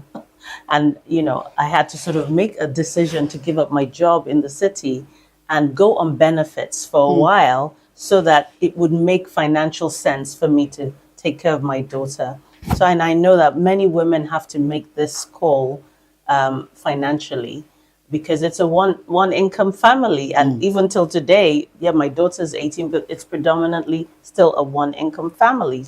So I wondered how it was for you. I know you touched upon it briefly. For me, that's when, you know, my Niger brain kicked in. Because I was living in the UK, I now decided that, look, I cannot be doing all this secretarial work. I used to do a lot of admin, and I decided to go into information technology. That time, there was a lot of money in information technology. So I just got all the training and I started working in the city. But at that same time, there was my mom who was in Nigeria. And at the time, my mom had retired. She wasn't doing much in Nigeria. So, and then the UK was saying that if you had a parent who was over 65, you can apply for them to stay. And so I brought my mom over to the UK to help me with my daughter. I felt comfortable to be able to do that. That gave me, because I wanted so much. I wanted to put Annabelle, you know, give her all the things like, you know, lessons, going to good schools, you know, be able to pay for childcare if necessary. dance classes, all those things. So with my mom being here, I'll be able to do those things. And my mom had the same values as me and will instill more. So I was comfortable living here with my mom, and then I'll be able to work. But what I did, I made the decision to work evenings instead of, from 9 to 5. So I will go to work from 5 and then come back about 12. So that will give me, I'll be able to take my daughter to school, and then do all the parent teachers, all those things. I'll be able to do it, and then I can go to work. So it was just easier for me, and I did make loads of money doing that. So it was easy for me to budget and do all the things I needed to do. I would say that my mom actually helped me to achieve all of that, so I could go out. If I had to do overtime, I was able to do all of that. So I was then, when my mom left, just the time my mom would go, I could get like au pairs to come live in and all of that stuff. So yeah, so it's good. Yes, for me, it was very, very difficult because it happened somewhat suddenly. I wasn't financially ready. So actually had to sit the kids down to a meeting. Yeah, I sat them down to a meeting and told them that things are going to change around here. Wow. But I assured them that it won't be for long, because I was going to work things out. But that diet would change. Right. Going out would change. But I said your school fees will always be paid. That's the assurance I can give you. Everything else will change. And the job I had when it happened was not paying much. So what I did was just to sell off some of the stuff we brought from the US. Wow. Yeah. TVs, freezers. I would sit them down and say, I'm going to have to sell this TV. I'm sorry, because I have to pay your school fees. And they would say, okay. And so we did that for a while, sold off a lot of stuff while I was looking for a better job. So when I got a better job, so they were growing as well. And some of them were now getting to secondary school. School fees was becoming more expensive. And I actually insisted on them going to private schools. Right. Because my thinking at that time and now, and I'm glad it paid off, was that the only thing you can actually give your children is the best education. Exactly. Forget about building houses, whatever else. Once you give them a good education and you build their character, you build them up character-wise, morally, etc., you can let them fly. Yes. They'll fly well without crashing. So a lot of people advised me to go and dump them with their grandfather. That's my ex-husband's dad. They said, oh, why are you going to carry all this load? Go and leave them with their grandfather and move on. Marry somebody else. Do something else with your life. You're pretty. You're this, you're that. I said, no, I'm going to stick with them. And some people advised me, gave me the advice, send them to a public school. If you're not getting help from anywhere, why are you going to? So I said no. So I did that for a while, the selling off of assets, and then got a better job. As they got into secondary school and the bills became higher, I had a better job and then decided to go into trading on the weekends. So I traded in different things. People brought things in, imported things. I helped them to market and made my commission. It really helped, And it helped that we cut a lot of things out.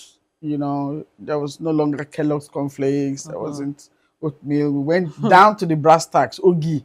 We went down to pap. And just a funny anecdotal story.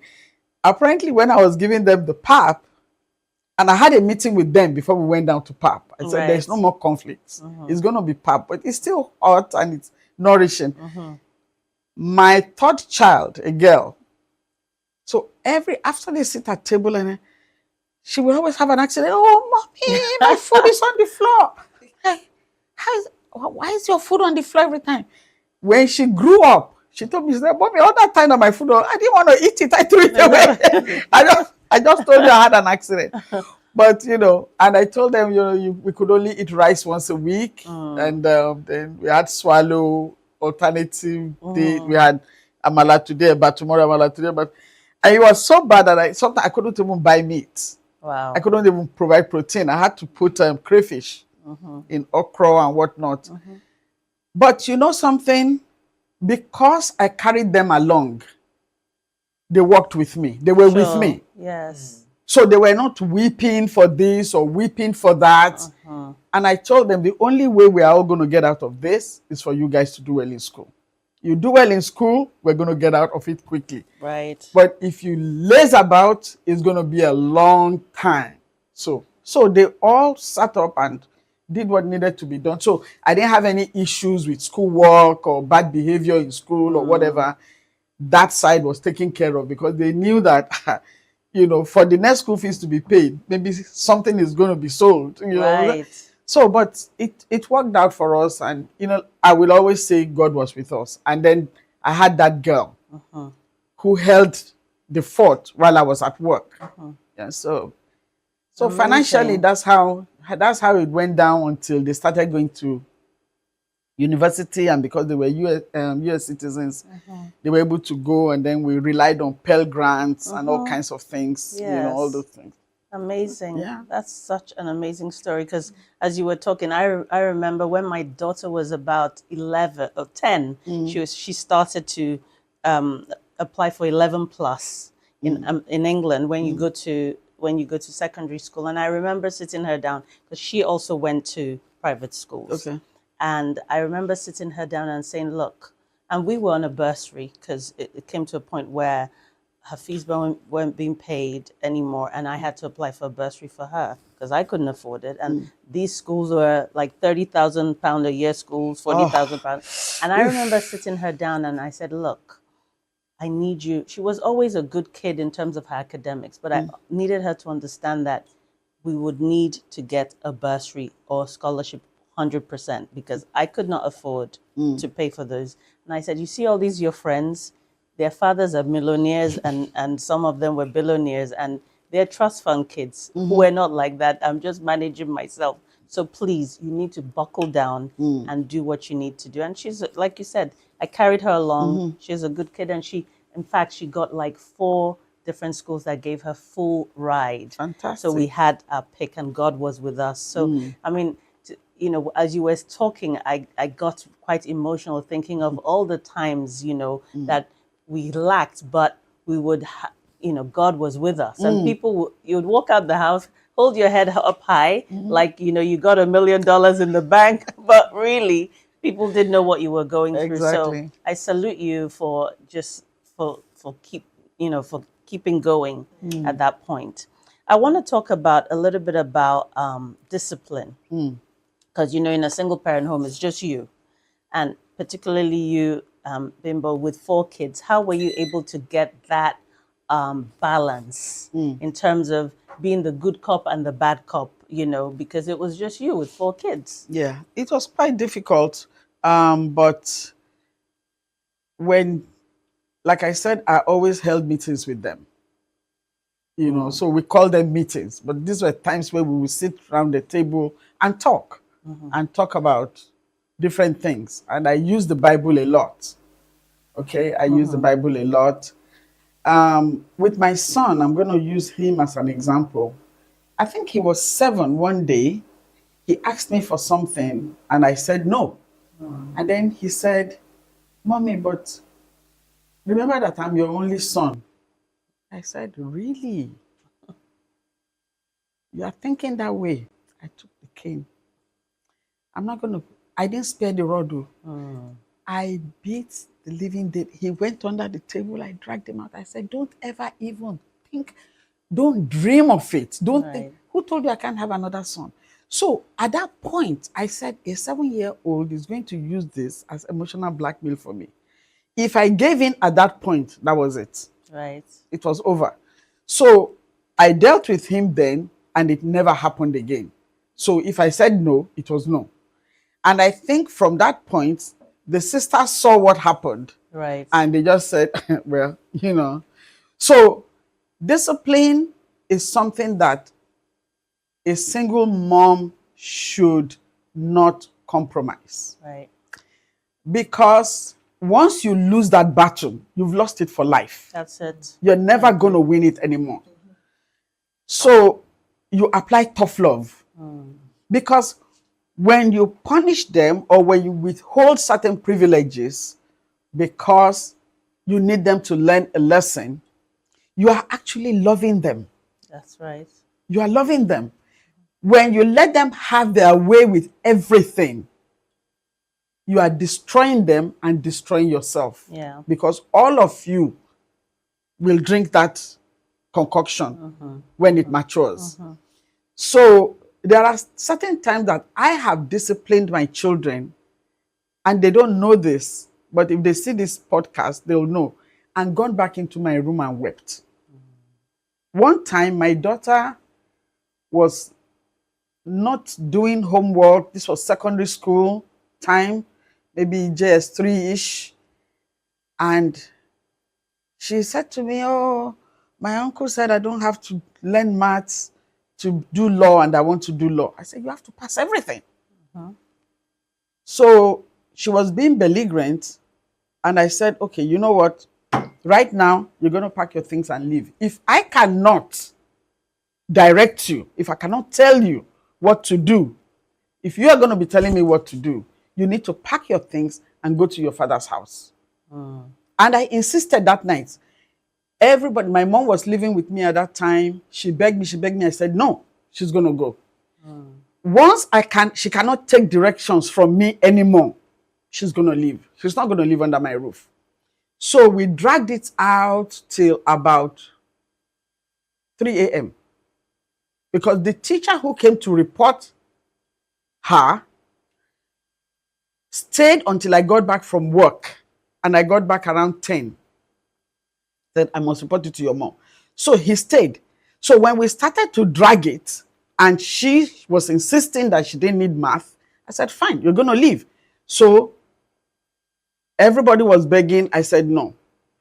Eventually, around 3 a.m., when she agreed that she would pass math and she would do her work, I said, fine, I'm not going to take your word for it. We're going to sign an agreement. So I wrote the agreement in 3 copies. That she's going to continue to stay with me because she has agreed to pass all subjects with at least a credit, including mathematics. And that if she did that at GCE and she did not pass mathematics, even if she passed everything else, then I am authorized to hands off her education and her life. Right. So we wrote the agreement in 3. I wrote the agreement in 3 copies because it was midnight. There was no way to do a photocopy. So we wrote it 3 times. I signed one. The teacher who waited to report her signed one, and she signed one. So my driver witnessed my signature. So yeah, it was serious. It was serious because I said, go back to your father's house. So your father is remarried. I said, you are living here, you have your own room, you're sleeping, you're doing, and it's difficult for you. Go back to your father's house, and when his wife taunts you, I said, well, you're going to be, her, go and do this, go and do that for me. That's going to, maybe that would be easier for you than just sitting down and studying and getting your maths paper passed. Right. So at 3 a.m. when she agreed that she would pass, we signed the agreement. So the teacher slept on my couch. I went into my bedroom and wept till 6:30 when I had to get up and go to work. She went to bed. So we've had such moments. Right. So discipline is key. You cannot play with it. That's it. Then when she was at uni, I don't know if she's going to like if I say this, but I'll say it. She was dating someone who was not good for her. So this was in the US, and I was living in Nigeria. And I heard about this, and I went back there, brought her back for the summer. And I said, if you ever talk to that boy again, call him on the phone now and tell him you don't ever want him to call you again. And I spoke to the guy. I said, listen, this is so and so's mom, and you are so and so. I have heard of you. If you ever come around a 50-yard radius of my daughter, I will accuse you, whether falsely or not, of statutory rape. And I will have you jailed. This is America. I know what to do. Don't ever come near her 50 yards. She doesn't need to date you. And I brought my daughter back home. And as soon as we got to Nigeria, I took her US passport and her Nigerian passport. I said, listen, if you want to go back to that school, we're going to sign another agreement. Yes.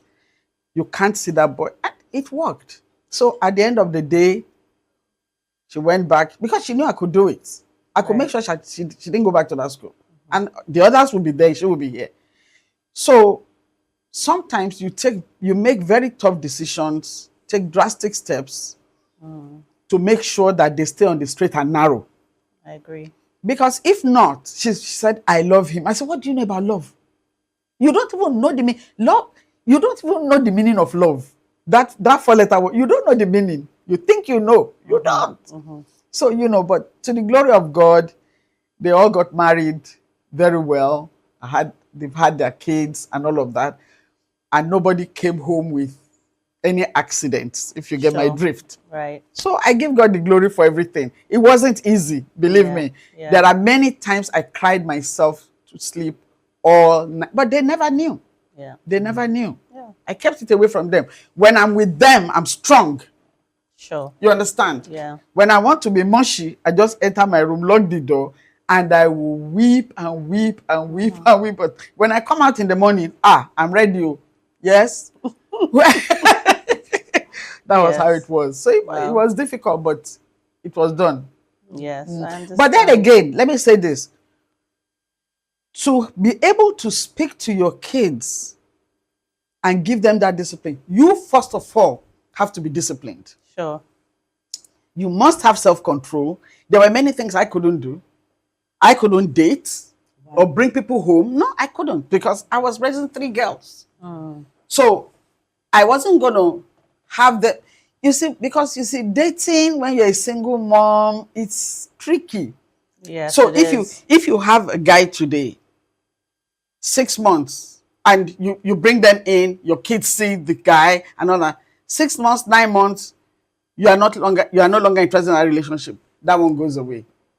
It's in their memory. Then you are dating somebody else. Then they see this person again.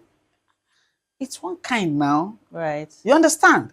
So while they were home, I just said to myself, as long as they are home, that's not going to happen. When they all leave to go to university, fine. Because at that time, again, they are older. Understand? And they are not home with me knowing every little bit about my dating life. So I just stayed. So it was a lonely life, to be honest with you. It was a very, very lonely life, but it was what I needed to do. And some people gave me advice, oh, get married again. And a lot of guys came my way. Hey, for my son, I also did not want a situation where I would marry and he would have confrontations with the man because that's not my father. I'm not going to. So I decided that I wasn't going to marry while they were growing up. So that also made for a lonely life. Right. But it was part of the sacrifice I thought I had to make to stabilize their own lives and give them the best that I could. So I was saying that for you to discipline your children, you also have to be self-disciplined. There are certain things you cannot do. Right. Because they learn from watching you, not just from what you say. That's right. They learn from what you do. So I also had to be on the straight and narrow. Let's put it that way. Yeah. Okay. Go. Thank you for sharing that. Thank you. What about you, Deba, in terms of discipline? How did you find that? In my mind, I always used to say, single parent, in my mind, I'll say, nothing from my hand, my picking go spoil. That's a good one. So I always, I was always good cop, bad cop. I always, I was quite strict. I used to give us, some slaps here, spanks here and there. And then I also had my mom. So she helped me with the discipline as well. So, we also ensure that, she's always like, TV times were TV times. If she did something that we didn't like and she shouldn't have done, we'll always say, we have this in the UK now, there's so much the way you discipline the child, because when you go to school now, if you see one mark in the hand, they will come back and ask, who did this, so you have to be very careful. So we have times where, suspension, you will not, no TV for a whole month. You just stay in your room, read your book or whatever. And it was just, and then I also had friends who were disciplinarians as well. So if I found it like really challenging trying to discipline her, because also my daughter was quite headstrong as well, and it used to be a battle. It was a battle, and so my friend I had this friend who was a social worker we lived close by. She would come and do her own discipline, and it was really challenging with my daughter. She also had issues in school, Right. and that was another battle. When she was 11, I decided to send her to Nigeria from the UK. I did. We just came to Nigeria. She didn't even know. And she said, "Are you sure, am I going back?" I said, "No, you're not going back." And I sent her to secondary school here, and she was here for 6 years. And you know what? That was a life-changing moment for me and for her. In Nigeria, there's a different kind of discipline. Of course, definitely. When even in the schools. So one day she called me. I remember this incident. She was in boarding school somewhere, and I didn't send that to her. On Lashore, it's so deep inside Ilesha. That's where I put her. She called me. I remember her calling me, "Oh, mommy, they locked me in the boy hostel." I said, "Why?" She said, "Because I didn't come out on time." I said, "Stay there. They will when they finish what they're doing. Why did you leave on time?" Yeah. I said, "This is, so I was," and I could see after, she started changing, she was calmer, and it was just easy. After, when she used to come to the UK for and stay for 3 months before she got back, it now sort of eased off. But I can say, for me, discipline was I hope she's hearing this, was such challenging with my daughter that but I did my best, and with family and friends around, that really helped. So Yes, no, I can totally relate to both of you, because for me, obviously, I have one child like Daba, and discipline, she was very headstrong, still is very headstrong. She's 18. But I think, like you said, being in the UK, it's a bit different, because if they see that there's a mark on the child, they'll call the social services, and the kids themselves know that. They will tell you. I remember my daughter used to say, "I'll call the social service." I said, "Please go ahead, call. You think you're going to be my daughter actually called the police. Are you serious?" I'm like, "You think you're going to be in this cushy life that you're living now? They will put you in a foster home and you will know yourself." Exactly. I used to tell her that, and I used to always say, I said, here they spank. I said, Nigeria we beat. There's a difference. But obviously, as on a more serious note, growing, getting to know my daughter, I've also understood that not all the ways that we discipline children in Nigeria is the best way. Yes, it does say spare the rod and spoil the child, but I think that one thing I've realized, having a child that grew up in England, is to listen more, listen more. Yeah. And I always used to say to my daughter, I said, growing up, our parents just didn't. What was listening? When I was going to secondary school, my mom said, if a boy touches you, you will get pregnant. Just touch you like this. Yes, so you better mind yourself, And every time I was tempted to be deviant, I would see my mother's face. I would just see her face, and that would put me back on the straight and narrow.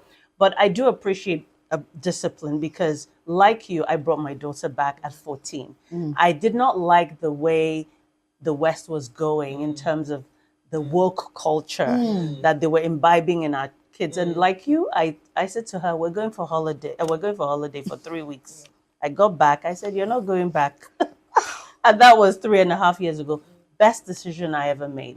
Best decision, because it helped her to really understand her culture, and it has helped her to really understand respect, and that you come from somewhere. You can't imbibe somebody else's culture, and this is our culture. And now she's proudly Nigerian to the extent that she's like, Mom, yeah, I'm gonna go abroad for my university, but I'm coming straight back. Wow, this is where I want to live, and I don't regret that at all.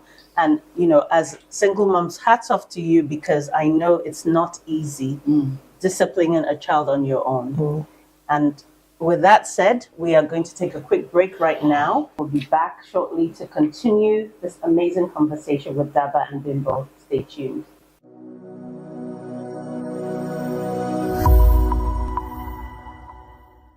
Welcome back to Real Talk with Pam. I've been talking to Daba and Bimbo about navigating life as a single mom. We've been having an interesting conversation of the triumphs and challenges of being a single mother. So let's continue our conversation, this amazing conversation. Tell me, Bimbo, especially you, that you lived here most of your life. Is there a stigma, you think, when it comes to being a single mom? And did you ever experience it, particularly in Nigeria? Most definitely.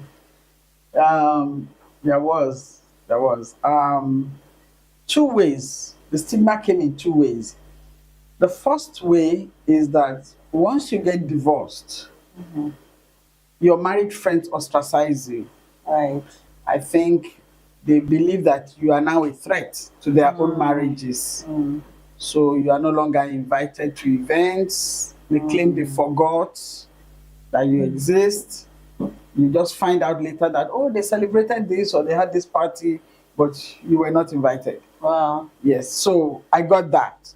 I got a lot of that. So you are isolated, as it were, which increases your loneliness. The second way that this stigmatization came was that even family members did not want you to visit.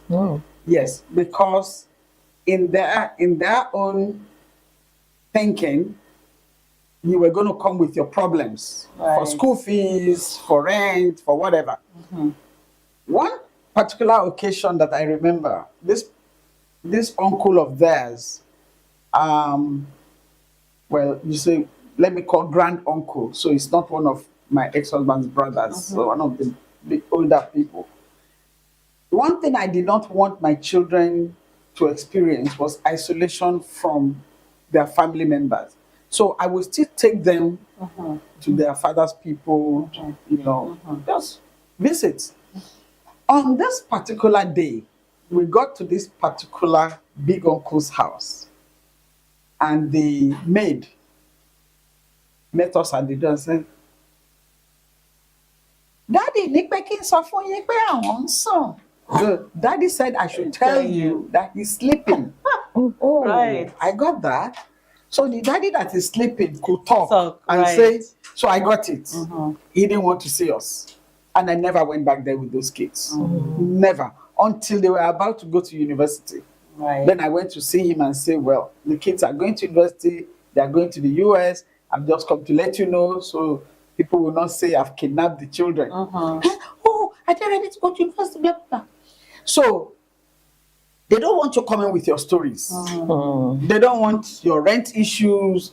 They don't want any kind of, a child is sick in the hospital, you need money to pay. They don't want to hear it. So they make sure that they pull back from you. And when I got the message, I also pulled back because that is self-respect as far as I'm concerned. If you don't want to see me, I don't want to see you. We not fight. Everybody did their day. So that's the way that I experienced the stigmatization. And then when they saw that the kids were up and doing and going to university, everybody wanted to be my friend again. But that's life, though. That is life. That's a story for another day. Sure. But that must have been quite challenging and hard. It was very hard. So, we were pretty much alone. Just me and the kids. It was very, very difficult. Wow. But, you roll with the punches. Absolutely. Absolutely. Life throws you lemons, you make lemonade, as they say. What about you, Deborah? I didn't really get feel isolated or stigma. I mean, all my adult years were in the UK, it's single parent was a single parent, and it doesn't change who you are. If I had to go out on dates, I would actually talk about my child.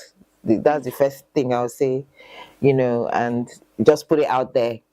So I didn't really experience any form of stigma. Of course, in a society where they welcome single parenthood, you have single mothers all over the place. So it wasn't really a big deal, and I didn't experience any kind of what do you call it now? Stigmatized for being a single mom. I think similar. I grew up most of my adult years. In fact, all my adult years were in the UK. So I didn't experience it. But what I did experience was loneliness. You talked about, being a threat to your married friends. I didn't experience that as such, but I experienced being lonely even amongst having married friends, when I would go to the parties, I just felt like I was the only person, the one that stuck out on her own. It didn't, at some point I got used to it, but, I didn't want to always go out because of that. You know what I mean? In that sense, that was what I experienced. But as time went on and I got used to being on my own and, just life continued, I became more confident about being on my own to the extent now that I'm thinking, well, I don't know if, getting married is something I'd have to think about really deeply again if I want to go that route. But yeah, so thank you for sharing about the stigmatization, because even doing this show, I was amazed about so many women I reached out to that did not want to come on the show because they didn't want to talk about being a single mother. And I was like, really? I didn't realize that there was still that stigmatization within the Nigerian community, but I can understand. What about support system? That's a big one. You talked about the girl who was able to help you. What kind of support system has helped you as a single mother, even beyond your mom coming? And were you intentional about creating those support systems? So, I brought up my child in the UK. So you have, apart from my mom, I had of course, I didn't have immediate family around, but I did have good friends.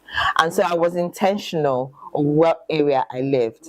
I remember I decided that I wanted to buy another house. This is just and I was going to go I was thinking of going somewhere in Essex, which is, miles and miles away from London.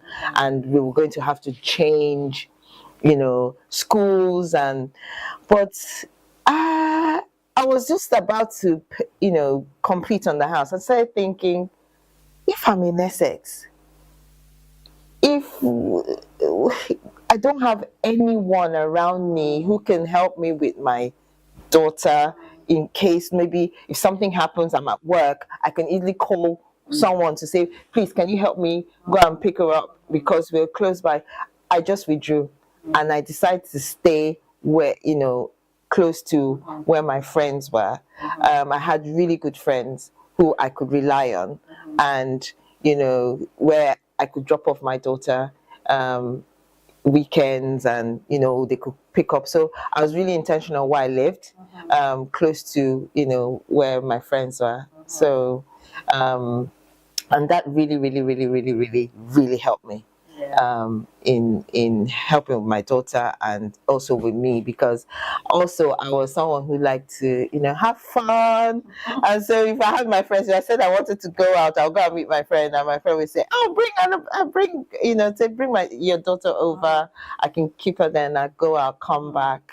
So I was just intentional where I lived, in ensuring that I'm just close to where I have good friends who would always accommodate me and my exes, and then my daughter as well. So, yeah. How about you, Ms. Villa? There wasn't really that much support. As I said, I had the girl who helped me at home. That was really it. Financial support, zero. It was my load to carry. And so that I really can't say that I had any fantastic support system like that. Well, you're a strong woman. You're You strong. got through it. God Very was strong there. woman. And your kids are what? How old are they They're in now? their 40s now. Wow. All of them. And yeah. are they here or they're No, abroad? they're abroad. They're in the wow. US. They're all Amazing. married. Amazing. Children. Yeah. Amazing. You must have had them quite young. Not really. I didn't get married until I finished my master's. So I was 20. So now you're going to make me tell you my age. I'm almost 70.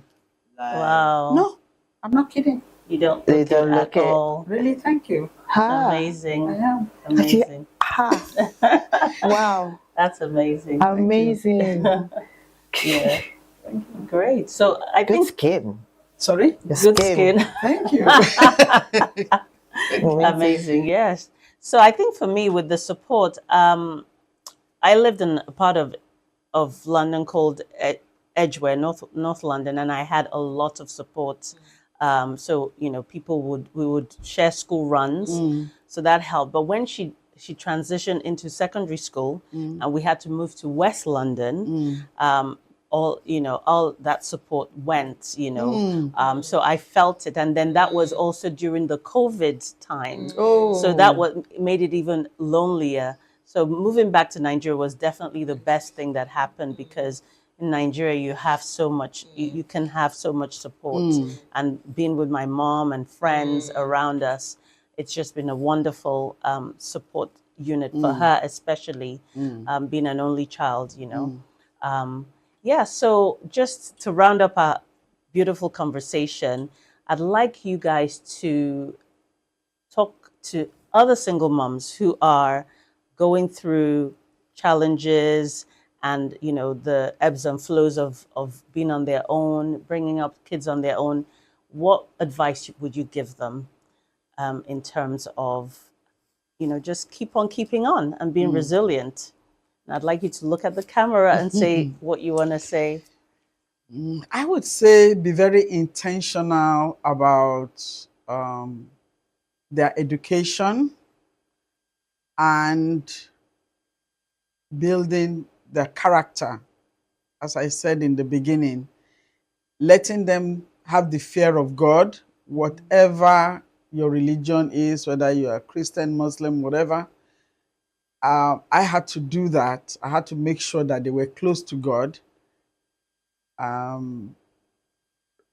Just raise them the right way and give them the best education that you can afford.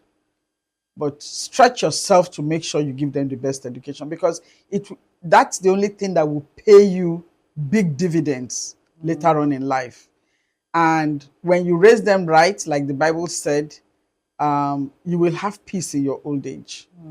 I think I'm a testimony to that. I thank God for the way my kids turned out. Like I said, I'm about 70 now. I don't have any issues. They just call, hello, mommy, grandma, what's going on, blah, blah, blah. They call me Susie Grandma. Susie grandmother. So, we just have fun. So thank God there aren't issues, because of the way, the kind of background that they had. So that's really important. When you raise them right, you're really doing yourself a favor. You're doing yourself a favor. So think about it that way. And don't worry about the pain. Because there will be pain. No pain, no gain. There will be pain. There's the pain of loneliness, the pain of not having beautiful clothes, the pain of not going to parties, different kinds of pain. But know that it will pay big dividends. It will pay you big time. That would be, and stay close to God. Thank you for that. How about yourself, Daba? So for me, the advice I want to give any single parent is to love yourself. Think about yourself first, because if you don't take care of yourself, you don't have any space to give it to your child. Someone once asked me, you must love your child more than I said, no. I love me more than my child. You know why? It's because if I don't take care of me, there's nothing for me to give my child. And also think, always put God first. I always say that God is a rewarder of single parents. He would always bless you. He will always guide you. He will always give you wisdom. So everything that you want life to give you with your children, always go to him first. He will always give you the answer. And also think about your finances. Make sure you're able to, strategize your budgeting. Don't think, okay, yes, you have money. Try and save to help, with the upkeep of your kids or your kid. And also remember to have fun. It's not really about, everything about your child. You also remember to have fun for yourself, have good friends, and, just be you. Be you. I love that. I love that. Thank you, ladies. It's been an absolute great time with Bimbo and Daba. And I want to just leave you with being authentic. The whole idea of starting this show was to have conversations like this. So as a single mom, I would say be open, be vulnerable. If you are going through a hard time, look for people that share the same values with you that you can talk to, and know that you are not alone. I'd like to thank Daba and Bimbo for sharing their insightful experiences as single mothers on Real Talk with Pam. Their candor and resilience will give hope and courage to women navigating similar challenges. To all the single mothers tuning in, we salute your unwavering dedication and perseverance. Real Talk with Pam remains committed to fostering authentic conversations that inspire and empower. Till next time, stay authentic. Bye for now.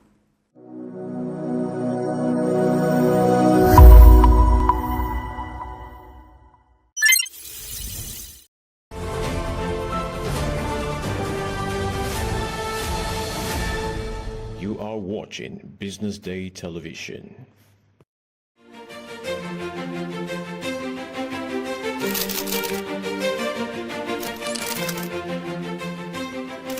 I am, of course, a great admirer of the impeccable credibility, professionalism, and business savviness of BusinessDay. If you really mean business in Nigeria, start your day with BusinessDay.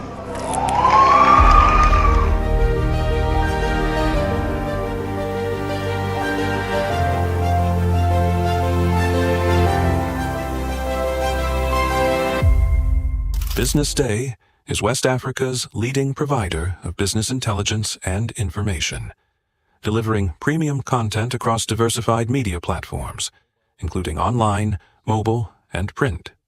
Since its inception in 2001 with a weekly newspaper production, BusinessDay has expanded its reach to provide exclusive content accessible through print, mobile, and online channels.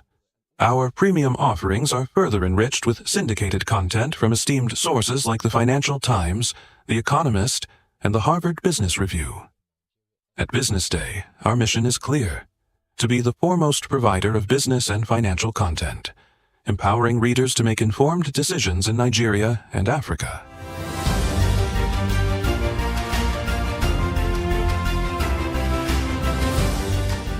Since our establishment, we have been committed to delivering insightful, relevant, and accurate information about Nigeria's business and finance environment, while contextualizing the impact of global events. We monitor the stock market, analyze the companies driving it, and report on government policies and their economic implications. For being consistent in organizing these CEO forums for almost the last 14 years, I think this is a recommendation, and I think something that will encourage them to continue. From decoding market trends to dissecting economic shifts, we offer actionable investment ideas and serve as a compass for decision makers navigating complexity. Beyond headlines, Business Day fosters discussions on critical economic issues through impactful conferences and events. These platforms bring industry leaders together to share narratives that drive innovation and spark meaningful dialogues. Our events galvanize connections, bridging the gap between inspiration and achievement. For businesses seeking visibility, our strong digital presence offers unparalleled opportunities, with millions of followers across social media and a dynamic website attracting visitors from within and outside Nigeria. Business Day is the ideal platform to boost visibility for your products and services.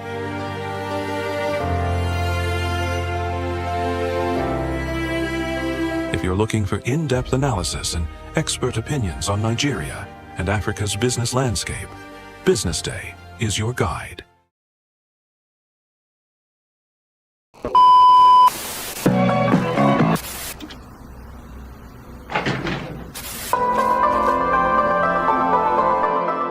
This is the Business Day television broadcast. Attention business leaders. Want to make informed decisions? Join the ranks of the best with Premium Business Day. Access in-depth analysis and expert opinions to stay ahead. Subscribe now at premium.businessday.ng and unlock premium content. Plus, you get 50% off your first subscription. Don't miss out. Make smarter choices and seize new opportunities. Sign up now and elevate your business game. Visit premium.businessday.ng today.